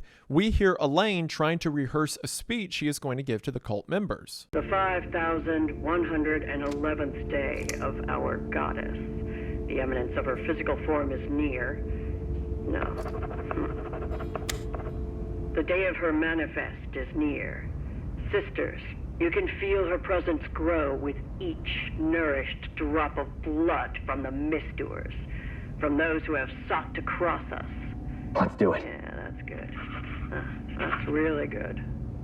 It's almost as if she's not really about all this Medusa sacrifice stuff as she lets on. She may be far more sane than we think. And perhaps the reason she was able to know about all of these hidden conspiracies, this hidden human trafficking ring, is because she still maintained her connections within the agency and was enacting a sort of frontier justice on the figures she knew was involved. As a matter of fact, remember how all the way back in the Mindjot raid, there was a mention that one of the employees was kidnapped? Well, we can actually find their ransom letter if we S-rank the level. And considering that the Carriers were looking for Mindjot employees, to me it's safe to reason that the Carriers kidnapped Keith Arnold, and as we know they did with people they kidnapped, killed him. As a matter of fact, I know that Elaine Raskin was still a part of the USIA when the raid took place. And all we have to look at to confirm this is that hidden piece of evidence that I left out earlier. In this piece of evidence we get from Carriers of the Vine, we find a document labeled Top Secret with the United States seal. Although it's been attempted to be redacted, we can also see that this communication took place on March the 7th of 2023,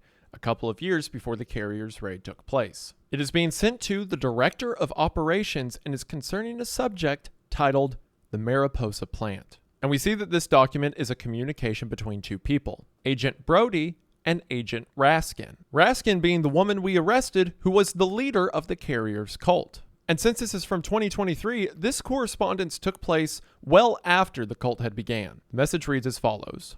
Brody says, Raskin, I will remind you of the importance of this operation and our slim time frame. Many of our agents are stretched thin and are unable to keep tabs on target Gamma 1. You remain one of our only eyes on the subjects and ears, and time is running out. Raskin replies, understood. Been keeping tabs on quite a few agencies. Seems I'll need to dial in on the department fully now. I'm all ears. Brody replies, Gamma 1 remains utmost priority with our plan to implement him within the department. He has completed his training phase organized by our advisory team. Once inserted, he will be assigned a leadership position amongst others not in the program. His performance will be monitored thoroughly via a number of factors. His survival is not ensured due to the high-risk nature of work. Raskin replies, give me some details, dates, any links, and whoever else is watching him. And Brody says, we already have an agent you are familiar with within the station monitoring Gamma 1 within a secluded area. Although we are needing extra eyes, enter the station and head through the department. You will slip through with identification we have provided. Once you are with him, you will be given extra information on Gamma 1 and our end goal. Do not communicate or interact with any persons other than our agent. Raskin says, "So when do we begin?" And Brody says, "You will meet in 2 weeks' time. Our agent's location will be provided in separate map documentation." Not only was she still in contact, but she was still an agent operating within the USIA, operating for something called the Mariposa Lily. But there's all this talk of cohorts and test subjects, things we seemingly haven't heard of before. But we actually have heard of them if you pay attention to Gerard's cabin. During A Lethal Obsession, in the midst of Gerard's writings, we can see a ton of talk about a first cohort and a second cohort. How this connects back to experiments that began back in the 70s involving LSD, all of which are being helmed by the USIA. According to some of Gerard's research, it seems part of this program was part of a study to build incorruptible enforcers, soldiers or politicians that could not be swayed. And according to Gerard's writings, this is all a part of something he calls the MLO. I mentioned the MLO once earlier in this video because it comes all the way back from a radio broadcast or podcast episode that we can hear in the same level with Gerard, A Lethal Obsession, when the speaker talks about how the MLO is an offshoot of the USIA. No, I would consider no other perpetrator than the MLO, child of the USIA. The MLO, or the Mariposa Lily Organization.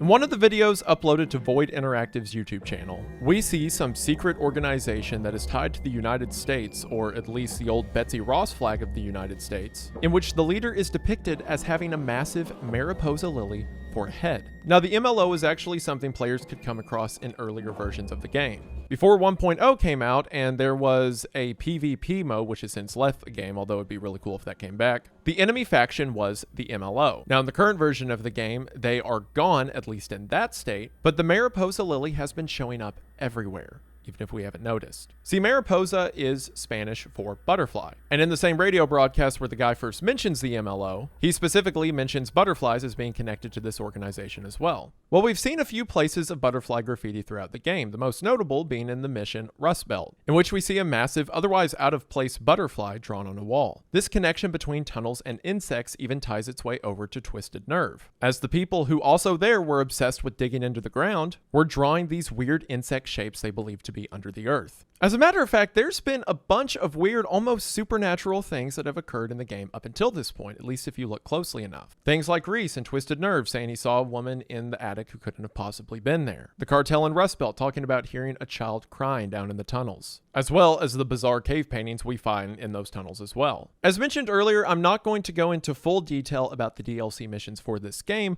but I do need to talk about a couple things. For one, in the mission dorms, it's established that this rundown dorm is being occupied by several people who are homeless or drug addicts. One person we know to be there in the briefing is someone named Michael Perez. He's known as a sort of local preacher, as he's a member of the homeless community who always goes around speaking scripture. Well, in dorms, we can find the place that Michael stays. In the top room of the building, he has built a makeshift altar. And around this altar, we see bizarre paintings we don't find anywhere else in the game. There's Bible verses everywhere speaking of spirits and water. There's drawings of aliens and pyramids. And most strikingly, a third eye. On Perez's altar, we can see that there's a lot of drug paraphernalia. But in this drug-induced state, Perez believes to have reached some level of enlightenment, that he can see beyond the veil that other people are hidden to. And again, this connects with things we saw out of Twisted Nerve. People began to take drugs and begin to see things they couldn't explain. Or if the mentions in the Rust Belt tunnels are true, even just being around the drugs seemed to have some kind of strange effect. And this all ties back into the things we saw in Gerard's cabin. So it seems to me that the USIA was conducting their world's version of MKUltra, using LSD and psychedelics to see if it could open some new passageway to the mind. However, what I think happened is that in the world of Ready or Not, MKUltra never ended. Instead of what we understand to have happened in our world, where the CIA recognized that the goal was a bust and it wasn't going anywhere and ending the program, in Ready or Not, they tried to see if these new form of drugs could open up a new kind of enlightenment or a new kind of person, and it worked. So they continued to test this line and see how far they could take it. And from the world we see in Ready or Not, it seems that this had orders of magnitude they never could have expected. On Gerard's board, he says that the USIA is responsible for the current state of Los Sueños. And while that may sound like conspiracy talk, it may not be that far from the truth. I mean, even in the mission Ides of March, the veterans who shot Fremont, one of the suspects had photos of them with the USIA, implying even if they weren't aware of what they are doing, several of the more violent individuals we see in the game could have been the long-term effects of these experiments. Maybe if the USIA was trying to create some super drug that opened up the mine, they did it and then let that drug leak out. This explains why everyone who comes into contact with street drugs throughout the game starts to see these visions. I don't necessarily know if the game is implying there is some supernatural unseen realm that they're tapping into, but across the board, there is a world they certainly think they're tapping into. As a matter of fact, when thinking about this video, I found something kind of odd. Isn't the Mariposa Lily a weird symbol for a group like this to have? I mean, sure, the USIA and the CIA uses codenames for everything. It could just be a word, right? But what's unique about the Mariposa Lily is that it grows in 3 distinct petals in a triangle formation from each other. A triangle, or perhaps a third eye. Maybe the Mariposa Lily organization is this world's equivalent of MKUltra, who experimented to see how far they could get with mind-altering drugs, and it worked. And maybe a lot of the violence this world's been subjected to, the additional 5 presidential assassinations somewhere, have been because it worked too well. Now, it also doesn't seem like it was the USIA's goal to just let people see weird visions and then turn them loose. It seems that, again tying into what we know about the real-world MKUltra, they were doing this to see what kind of person they could build. And we hear mention in Elaine Raskin's letter of them now keeping tabs on someone they call Gamma 1. So who is this Gamma 1? Who is this uncorruptible soldier? Well, we find out if we read what's on the back of the letter. And then finally from Brody, on the back of the paper, we see the first cohort was failure. We built monsters and turned them loose in the dark. It's only a matter of time before the Mariposas grow and you're hung out to dry. I'll do it right this time. Signed, E. And in red writing beneath this, we see the name Beaumont. You, David Judge Beaumont, are Gamma 1. You are the fruits of the labor of the Mariposa Lily organization. I mean, think about it. It makes sense. Every mission we go on, we have to constantly be aware of our teammates' mental health, of the state of morale they're in. But as they lose morale and are forced to take time off or are killed in combat, Judge is completely unfazed by this. He just swaps them out for new teammates and goes on the mission again. Not only that, but think of the absurd level of scenarios that Judge walks out of. Any one of these scenarios, if they happen to a real law enforcement officer, would be the staple of their career, something that they could talk about forever. And most SWAT agents will have 1 or 2 intense calls in their lifetime, but it seems Judge has them every other week. But regardless, if you play the game well enough to get S rank and unlock all of the evidence, he always does it perfectly. And as mentioned earlier, he's always the perfect soldier. And it seems that Gerard knew this. When you listen to his audio logs from his mission, he says that they were always going to send him, talking about Judge because it had to be him. Judge will come here. You'll have to. It has to be here. You good?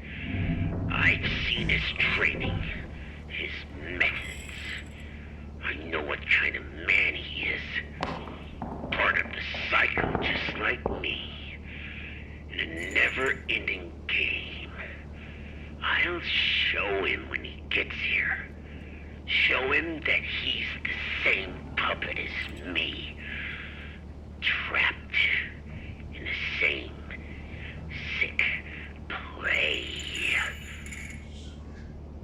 This explains the picture of Judge you get as evidence for this mission. A picture that Gerard has drawn a third eye onto the photo, and also written that Judge has to break the cycle. Well, we know that Judge is the second cohort, so perhaps the first was Gerard himself. Maybe Gerard was a part of the same experiment, but it didn't work right. He wasn't the best candidate. So he began to lose his mind, and his delusions began to mix in with what he really knew from his time at the USIA. But he knew that Judge was the next step of the puzzle, and he knew that Judge was the one capable of making this end. I mean, in that letter on the back of Elaine's note, the agent says that this cohort, the Mariposa Lily, which we now know to be Judge, is a monster they've let loose and will inevitably come back to get them. And sure enough, in Carriers of the Vine, we do just that. Judge is the one who arrests or kills Raskin. But the question is Judge aware of this? Does he know that he is a sort of super soldier who has been bred by the USIA? I believe yes. And to prove that, I need to talk about one level from the DLC. Three-letter triad. In the briefing for three-letter triad, we are told that the USIA has tipped us off to a deal that is supposed to go down at the abandoned Elysian Hotel. This deal is happening because a former USIA agent is trying to sell product that seems to be stolen from the USIA to a private military group called Black Sentinel. The leader of Black Sentinel, Aiden Hunter, is himself a former USIA agent and seems to be the one that set up this deal. For one, this mission is probably the most intense gunfight you'll come across in the current state of the game. There's near 30 suspects, and while they're mixed in with some pirates that are facilitating the deal, the Black Sentinel members are hard to fight. They're loaded out on weapons and body armor, and the first few times you play this, you're probably going to die a lot. It doesn't help that the structure is so dark. But one of the most striking things you'll notice in the upper floors of the abandoned hotel is the graffiti of a giant Mariposa lily painted on the wall. Furthermore, there is a secret achievement you can get in this level as well. If you go down to the basement of the hotel and place a C2 charge on this red wall, a charge that you have only used for breaching doors in the game up until this point, it blows a hole in the wall. And then if you take a mirror gun and peer down through the hole you've made, we can see several mannequins posed with Mariposa lily heads. And the achievement description for doing this confirms that this is in fact a former MLO meeting location, confirming that the MLO and the Mariposa lily are one and the same if the initials weren't enough for you. Also, the first letters from each of the words in the name of the achievement, Justice Uncovers Depths, Ghosts, and Elysium, spells out Judge, further tying Judge into the MLO, or at least the USIA, which as we know, led to the MLO. And considering an ex-USIA member set up this deal, we can assume that the USIA and therefore the MLO previously used this location for their operations. When we find the agent who is selling the product, we see that the product is kept in this large cooled cylinder. And whenever we open the cylinder and expose it to the outside air, it says that the product is now unstable. Of course, this sounded to me like a nuclear weapon or something, so I immediately shot it but didn't blow up, so I guess that was wrong. But if we complete this mission with an S rank and then go to the evidence locker, we can find what this product was. It's labeled by the evidence as a fake serum. As far as the LSPD knows, this ex-USIA member was going to pull the rug on Black Sentinel, as he was selling them a false product that he touted as a super serum. But I think it was a super serum, but as we saw, if we open the container, it becomes unstable. So this version setting in the evidence locker wouldn't do anything. It's ruined chemicals. But I think when stabilized, when kept the way it's supposed to be kept, this is the super drug that the USIA was working on. A drug that builds the perfect kind of soldier. One that, mind you, if we read the briefing for this mission, the leader is also a former USIA agent. That explains why they would want it, especially if their leader knew it was real, because it could allow them to craft the perfect soldier. The kind of soldier that Judge already is. But how do I know that Judge is aware of this whole thing? Because of more information we get in the briefing. See, earlier I just said that the USIA gave us this information, and that's true. But we see the direct conversation where the USI gave us this information, and the person they gave the info to was Judge. We see a text conversation between Judge and someone whose name is redacted, but we know from the briefing that they are also USIA. After Judge is told to be at the hotel, he remarks that he doesn't want to bring his men into a situation that could get them killed. And the person he's talking to says, if they are your men and you're still the man you were, they won't be at risk. Implying that both parties are aware of Judge's state as a sort of super soldier. The other person also mentions that Black Sentinel is bad news and that they were looking for Gerard Scott. But Judge got to him first. It seems that they're aware that Gerard Scott knew something important, but of course we either killed or arrested him in that mission, and now seemingly Black Sentinel is just looking for the product himself. Remember all that talk in Gerard's cabin about removing satanic orbital fluid? Well, maybe this drug is administered through the eye. That would connect to a lot of the third eye opening and symbolism we see by people that are exposed to the drug throughout the game. Maybe Gerard was exposed to it. Maybe he was the first cohort, but the experiment didn't take, and now he's trying to get it out. And because he knew something about it, that's why Black Sentinel was interested in him. This also explains why Gerard Scott got himself killed or captured just for Judge to come to his house. so that Judge would see the writing on the wall, would see the signs that he can stop the cycle, that he's the next one in line. We also hear a phone call between Judge and this unnamed party at the USIA. While Judge may be a perfect soldier, he's not super high ranking at the USIA, even if he has connections, as the other person remarks that Black Sentinel operates above Judge's intel level. As a matter of fact, Judge isn't even allowed to know what product they're trading. Judge may be aware of his time at the USIA and that he was molded into the perfect soldier, but he may not know about the drugs he was administered. Maybe Gerard found out, and that's the reason he was so desperate to get Judge to his cabin. The caller says the only reason he's telling Judge in the first place is because the USIA doesn't want whatever this is leaking out to the public. Again, lesser forms of the drug probably made their way out on the street, as we see symptoms of throughout the game, but this refined form can't fall into the wrong hands, or the hands that the USIA doesn't want them to fall into. The person on the other end of the line even says that the LSPD at some times has helped them unknowingly or hindered them unknowingly. We also see a mention between Judge and the caller about some event that happened in Nevada. Maybe we'll get more of that in future updates to the game. But Judge tells this caller that he can contact him through the usual channels. So Judge was a former USIA member, or at least operative, and was crafted into the person he's become now and joined the LSPD. I don't know if that move was orchestrated by the USIA, or if Judge was simply tired of working with him and decided to do some good, to clean up a city that needed it, deciding to apply his skills somewhere where they could be of use. But regardless if it was Judge's decision or not, we know from the conversation with Elaine and another USIA agent that Judge was being monitored, or Gamma 1 was being monitored, while he was at the department, or the LSPD. But where would this monitoring have occurred? If you complete every mission in the game and then go to the interrogation rooms of the LSPD, you can see that a hole has been knocked in a wall, opening up a viewpoint to a secret room. A secret room that is full of old tape recorders and maps. It seems that a USIA agent, the same one Elaine was supposed to meet with in 2023 and potentially did, have been monitoring Judge for as long as he's been at the department, under the noses of the rest of the department at large. Whatever they're turning Judge into, whatever is in his system,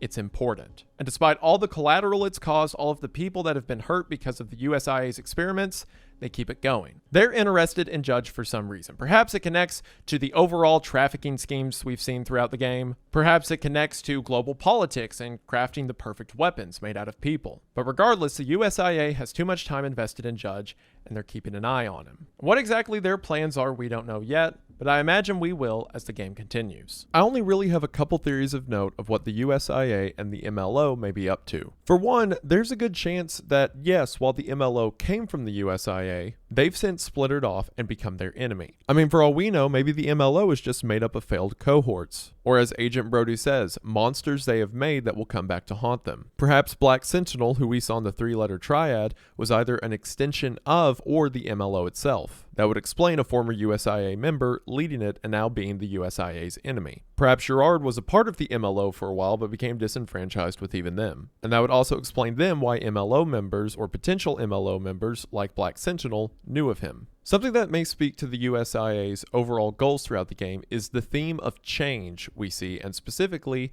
change through troubles. This kind of ties back into the cave paintings we saw in the tunnels underneath the Rust Belt map. If we go back to Janie's desk on the Valley of the Dolls mission, we can see that she was learning about these cave paintings, and that the paintings themselves depicted some kind of storm within Mesoamerican culture, specifically tying into themes of rebirth, but only through suffering and death, the cycle of life. That bad things must happen, but good will come from it. And we see a literal carrying out of that theme with the final mission of the main game, Hide and Seek, taking place during a massive hurricane, one we see the ramifications of in the DLC. So maybe this theme connects all the way to the USIA and the MLO. As mentioned, Mariposa itself means butterfly. And what is a butterfly if not a symbol of growth through change? Maybe the USIA saw Los Sueños as a city that was too far gone, one that if it was to be saved, it must first be cleansed. So perhaps that's why they allowed their drugs and their experiments to leak their way into the public. Perhaps accelerating the state the city or the world at large was in